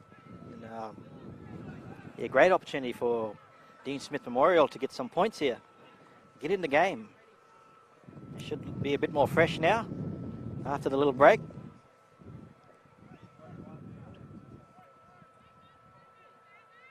They've got a possible chance out wide here. Good run. I don't think he was held. No, no. Going short. Strong run forward. And just short of the line. He was looking nowhere but straight then. A few metres out of the try line. Lobbing pass goes over the player. They're going to have to backtrack. Pass out from behind, off the spin. Bumps off. Oh, he's still going. Strong run He's by still going. number 23. That's Ethan Jones. Going wide here, Dean Smith Memorial. Passes behind though. Short ball. Had the chance out wide there. Couldn't get the pass through quick. Looks like And he's it's lost going to be it. a knock on. But this play on here. Chance here for the halfback. He just takes the advantage and gets 10 metres.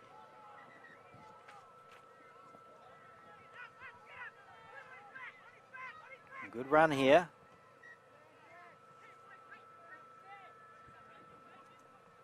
A bit slow here, South Inala. Good strong run here by the number 22. Great run. And he'll play the ball just past the 50-metre mark. Good field position here by South Inala. They're going to get to a kick here.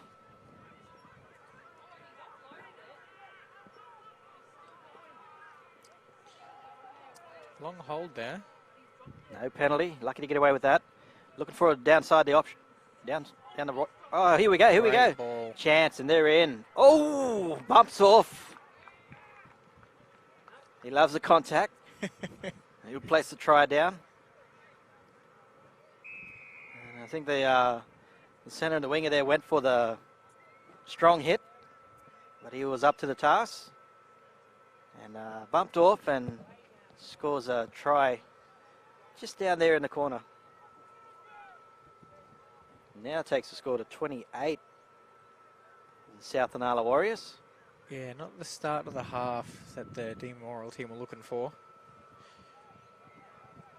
I watched these guys a bit earlier. Totally different side to what I watched a few hours ago. South Inala. And conversion here is successful, which gets them to 30. Looking comfortable now, South Inala. Dean Smith here looking for a chance to Get on the board.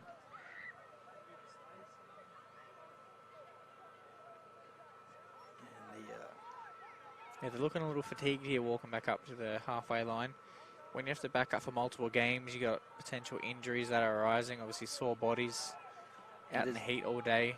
there's a few TBAs on the team list for Dean Smith. So, yeah, possible injuries. Players not available. Falls off the tee.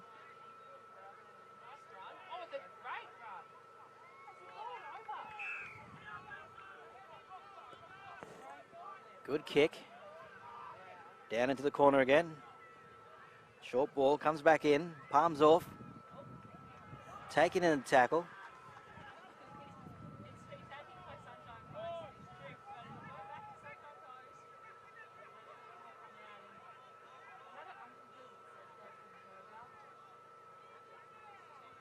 He'll play the ball there. South Anala looking strong, but tiny bit tired, but a couple of their players are still going and picking up the slack. Nice run here by the number 6, and I think he lost the ball there.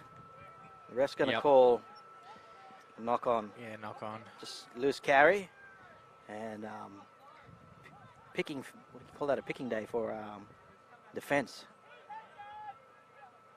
Can't challenge for a strip, it's a knock on.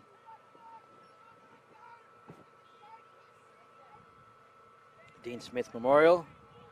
South Anala to pack the scrum. And Dean Smith to feed. Swipe there from the foot. South Anala. One out. Second ball out. Tries the palm.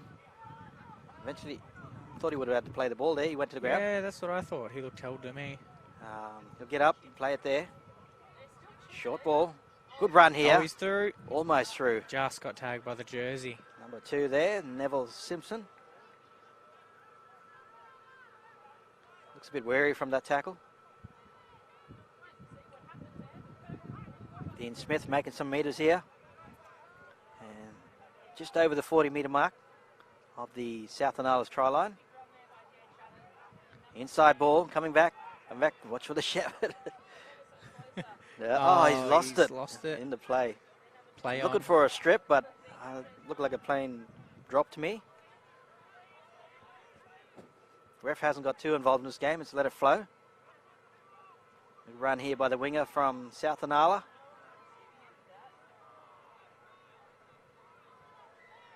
Dummies puts the ball out wide. Eventually taken to ground. He did not want to go down willingly. Chip over here from the centre. A strong chase. And number 14 is trailing him. Yep. And, Repeat set. It'll be a goal line dropout from Dean Smith Memorial.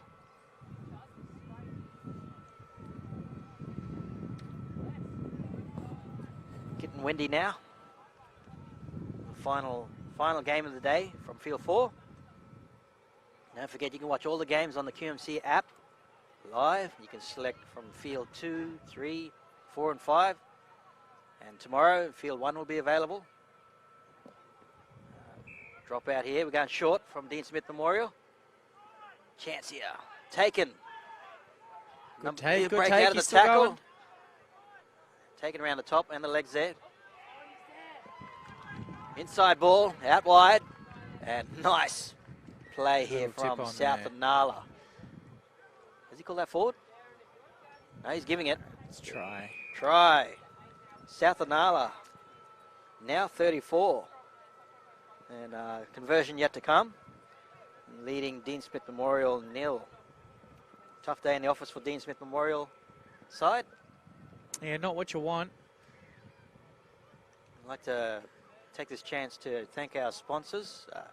QUT, Rebel, Strutties, Queensland Rugby League, Priceline Pharmacy. What was the one for change? Containers for Change. I think there's a few more. But yeah, Deadly Choices, how you've been going? Getting out and mixed into the community? No, it's been good. Obviously, it's good to get out there at these events. Obviously, spread the good word about obviously healthy choices in your life. It's good to see that people here are all getting their health checks to play some footy. Obviously, this event is a no sugar, no alcohol, no smoking event. Conversion's unsuccessful and goes across the face of the H pole there. The scores will remain at 34-0. Yeah, and carrying on. So plenty of the real Deadly Choice superstars, but also like yourself, there's a mixture of Deadly Choice ambassadors in different sports.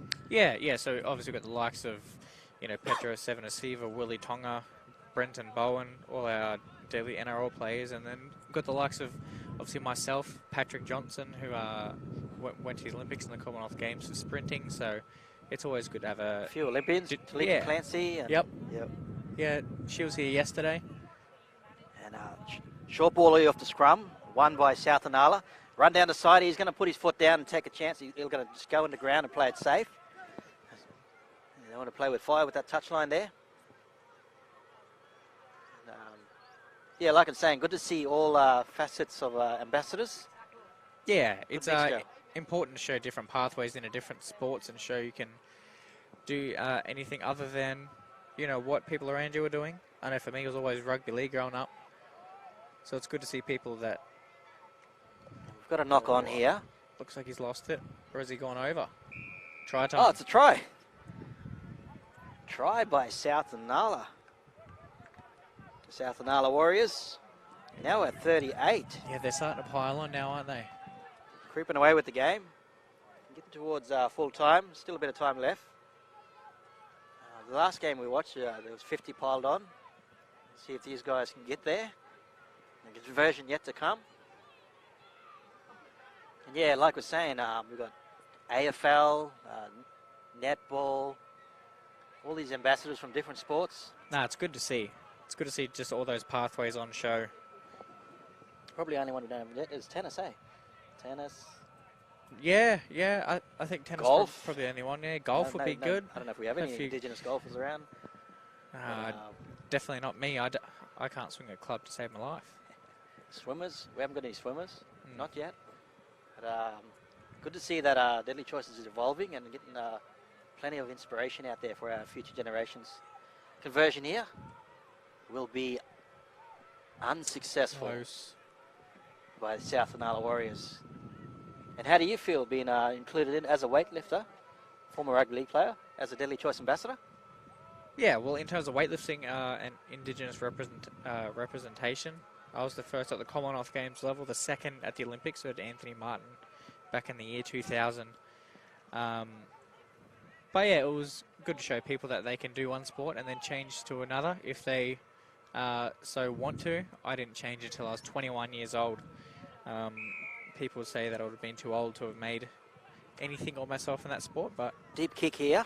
Oh, it's going to go into touch, and a bit of reward here for Dean Smith Memorial. Yeah, dual athletes can work. Choc Mundine, famous one for it. Yeah, that's right. And yourself, rugby league and weightlifting. Nova Paris, Kneebone, hockey, athletics, yeah.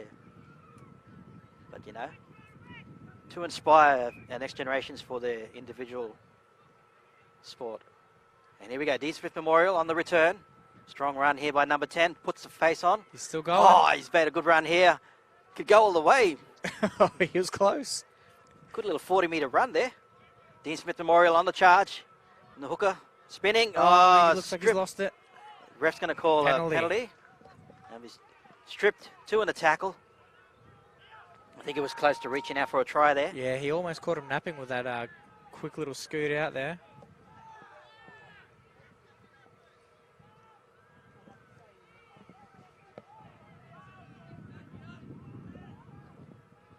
Nice run here by the number 24.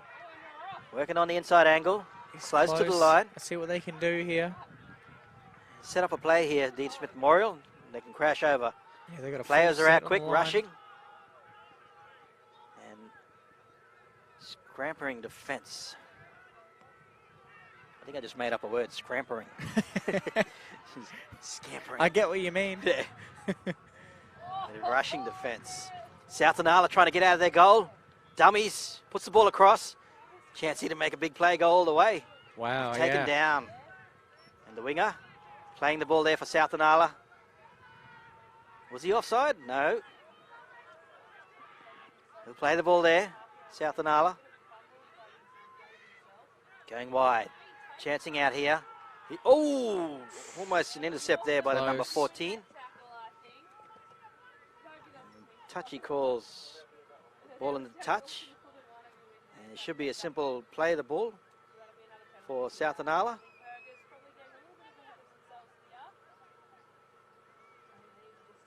A bit of banter there, slowing the play down.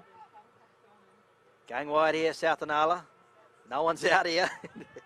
They're all on one side. They're looking for a runner. Let's see if they still stick to the blind here. No, goes back inside. They're going to call play on here. I thought it was 2 on the tackle, but we called a loose carry. Play on. Number 23 here for Dean Smith Memorial.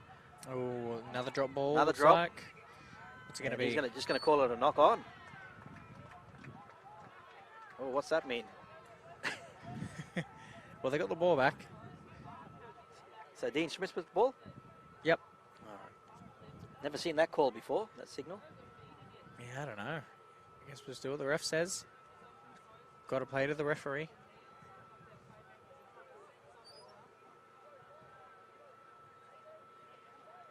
No monitor here today. Apologies for the names. Hopefully all the IT issues are sorted by tomorrow and we can call the game with all the names. Dean Smith Memorial working it out here. Chance out wide here. Got Here we go. space. Oh, He had- if the winger could get around there just a bit quicker, Yeah. would have been a chance for a perfect pass and run to the try line. Dean Smith Memorial working about. Oh, we got another strip attempt. Ref says, yeah. Penalty. I thought the ref was going to let it go for a second, but Yeah. he's called 2 on the tackle. And a good string of possession here for Dean Smith Memorial. Number 24 with the ruck. Bounces off. Oh, No, he's definitely Game- lost that one. It's he's gone getting back. a bit loose now. Yeah, it's gone back. Dean Smith Memorial. Dummies. I reckon they're going to get over here, Dean Smith Memorial. Oh, we've got a strip. What have we got here? Got a knock Yeah, they on got the by ball back, South Inala. While going for the strip. There's only so much defending you can do in your line before you eventually get broken. They've obviously done well to defend so far. You can see that some of the South Inala players are looking a bit tired because they've had to defend now for the last, Yeah, probably, I reckon, good 7 to 10 minutes, I reckon. it definitely seems that way. We'll see what they got planned here. Even though the scoreboard doesn't show it, 38-0. Had a chance here to recover. Dummies, palms through. Could be through here. I think he's going to score. And Yeah, there South we go. Dean Smith Memorial will finally score. And they're on the board. The ref confirms it. And good to see them get on the board. Yeah, no, it's always good. You don't want to see someone in the game, 0 points. Finally rewarded after all that hard work. Yep. Eventually getting a consolation try. Could be more yet. There's still a bit of time left. And the 5-8 for Dean Smith Memorial. Cody Hazard will attempt to convert. How are we doing on the clock? Reckon we're getting close to the about 12 minutes? No, about 7 minutes. 7, yeah? 6 minutes. All right. Oh, it's a 25-minute half. Yep. Hey, that's right. Yeah, yeah. Coming close to the end of the day. We hope you've enjoyed all the action from QMC 2022. Today here in Redcliffe, from field 2, 3, 4, and 5, with all our commentators and Deadly Choice ambassadors. And conversion will be unsuccessful. Unlucky. Leaves the score at 38-4.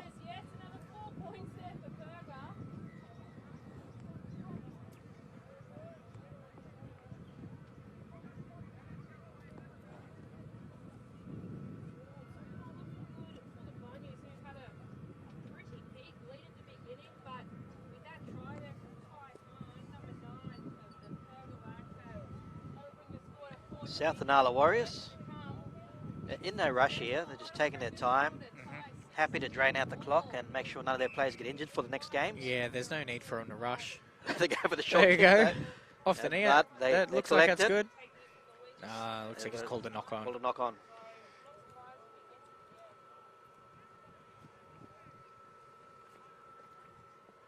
Dean Smith Memorial now. Get to, I think we're going to pack a scrum here.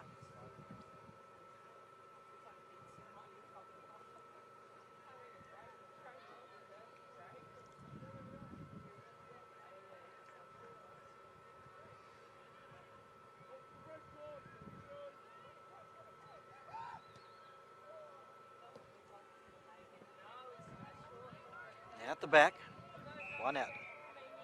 Refs call Penalty. all offside. Inside the 10. They'll kick downtown here.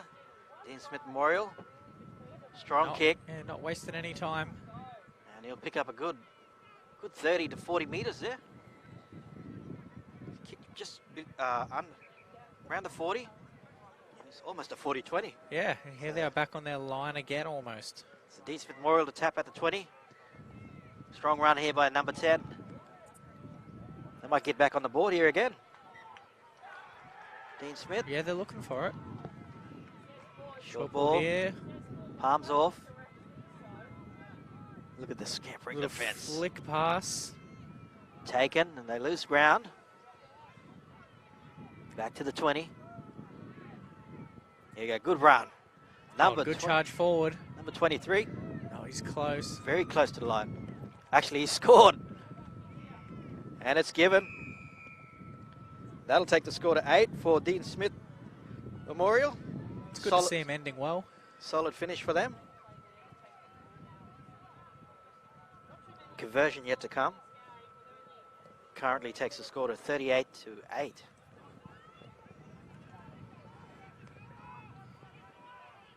Looking into the sun here in Redcliffe. Light windy conditions.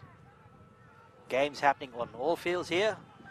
On field 2, 3, 4 and 5.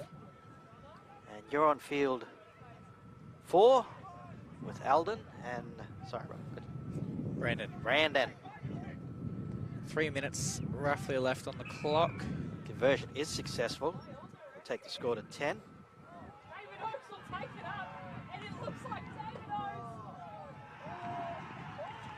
Bit of excitement happening in the next ground behind us while we're waiting for the South Inala Warriors to return and kick off. See if they go deep or short again. Yeah, obviously taking their time because there's no real need for them to be rushing to do anything.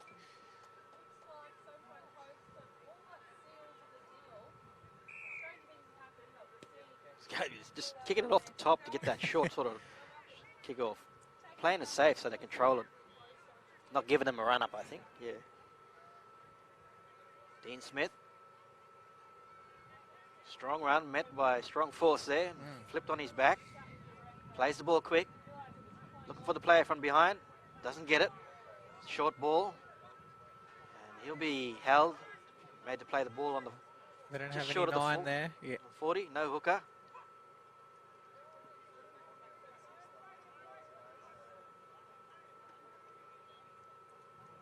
Because what's the old rule? If no hooker, you just tap it like a tap and run. Chip and chase here. And dived on by the number 19 from South Inala.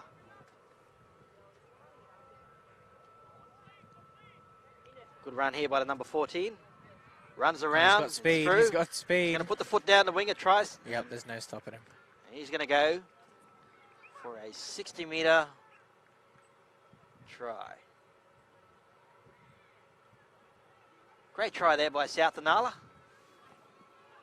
Now pushing their score to 42.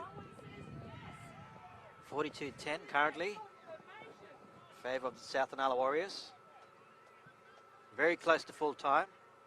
Got a few tired players. We've got to play it down in the backfield. Could be cramps. Stretching the leg there for one of the Dean Smith Memorial players. Tended to by the trainer. And a conversion yet to come. Full time is sounded in the back. And referee can't call this game till the conversion is completed. But you can see that the South Inala Warriors are all shaking hands and Yep. congratulating each other. They're very happy with the performance. The conversion is unsuccessful, and which will finish the final game for the day from Field 4, 42-10. South Inala Warriors have defeated Dean Smith Memorial. You can join us tomorrow for more games on the QMC app or Facebook. I'm Alden Lyle, and Brandon with me here. Yep. We'll be back tomorrow for more games. Thank you. See you tomorrow.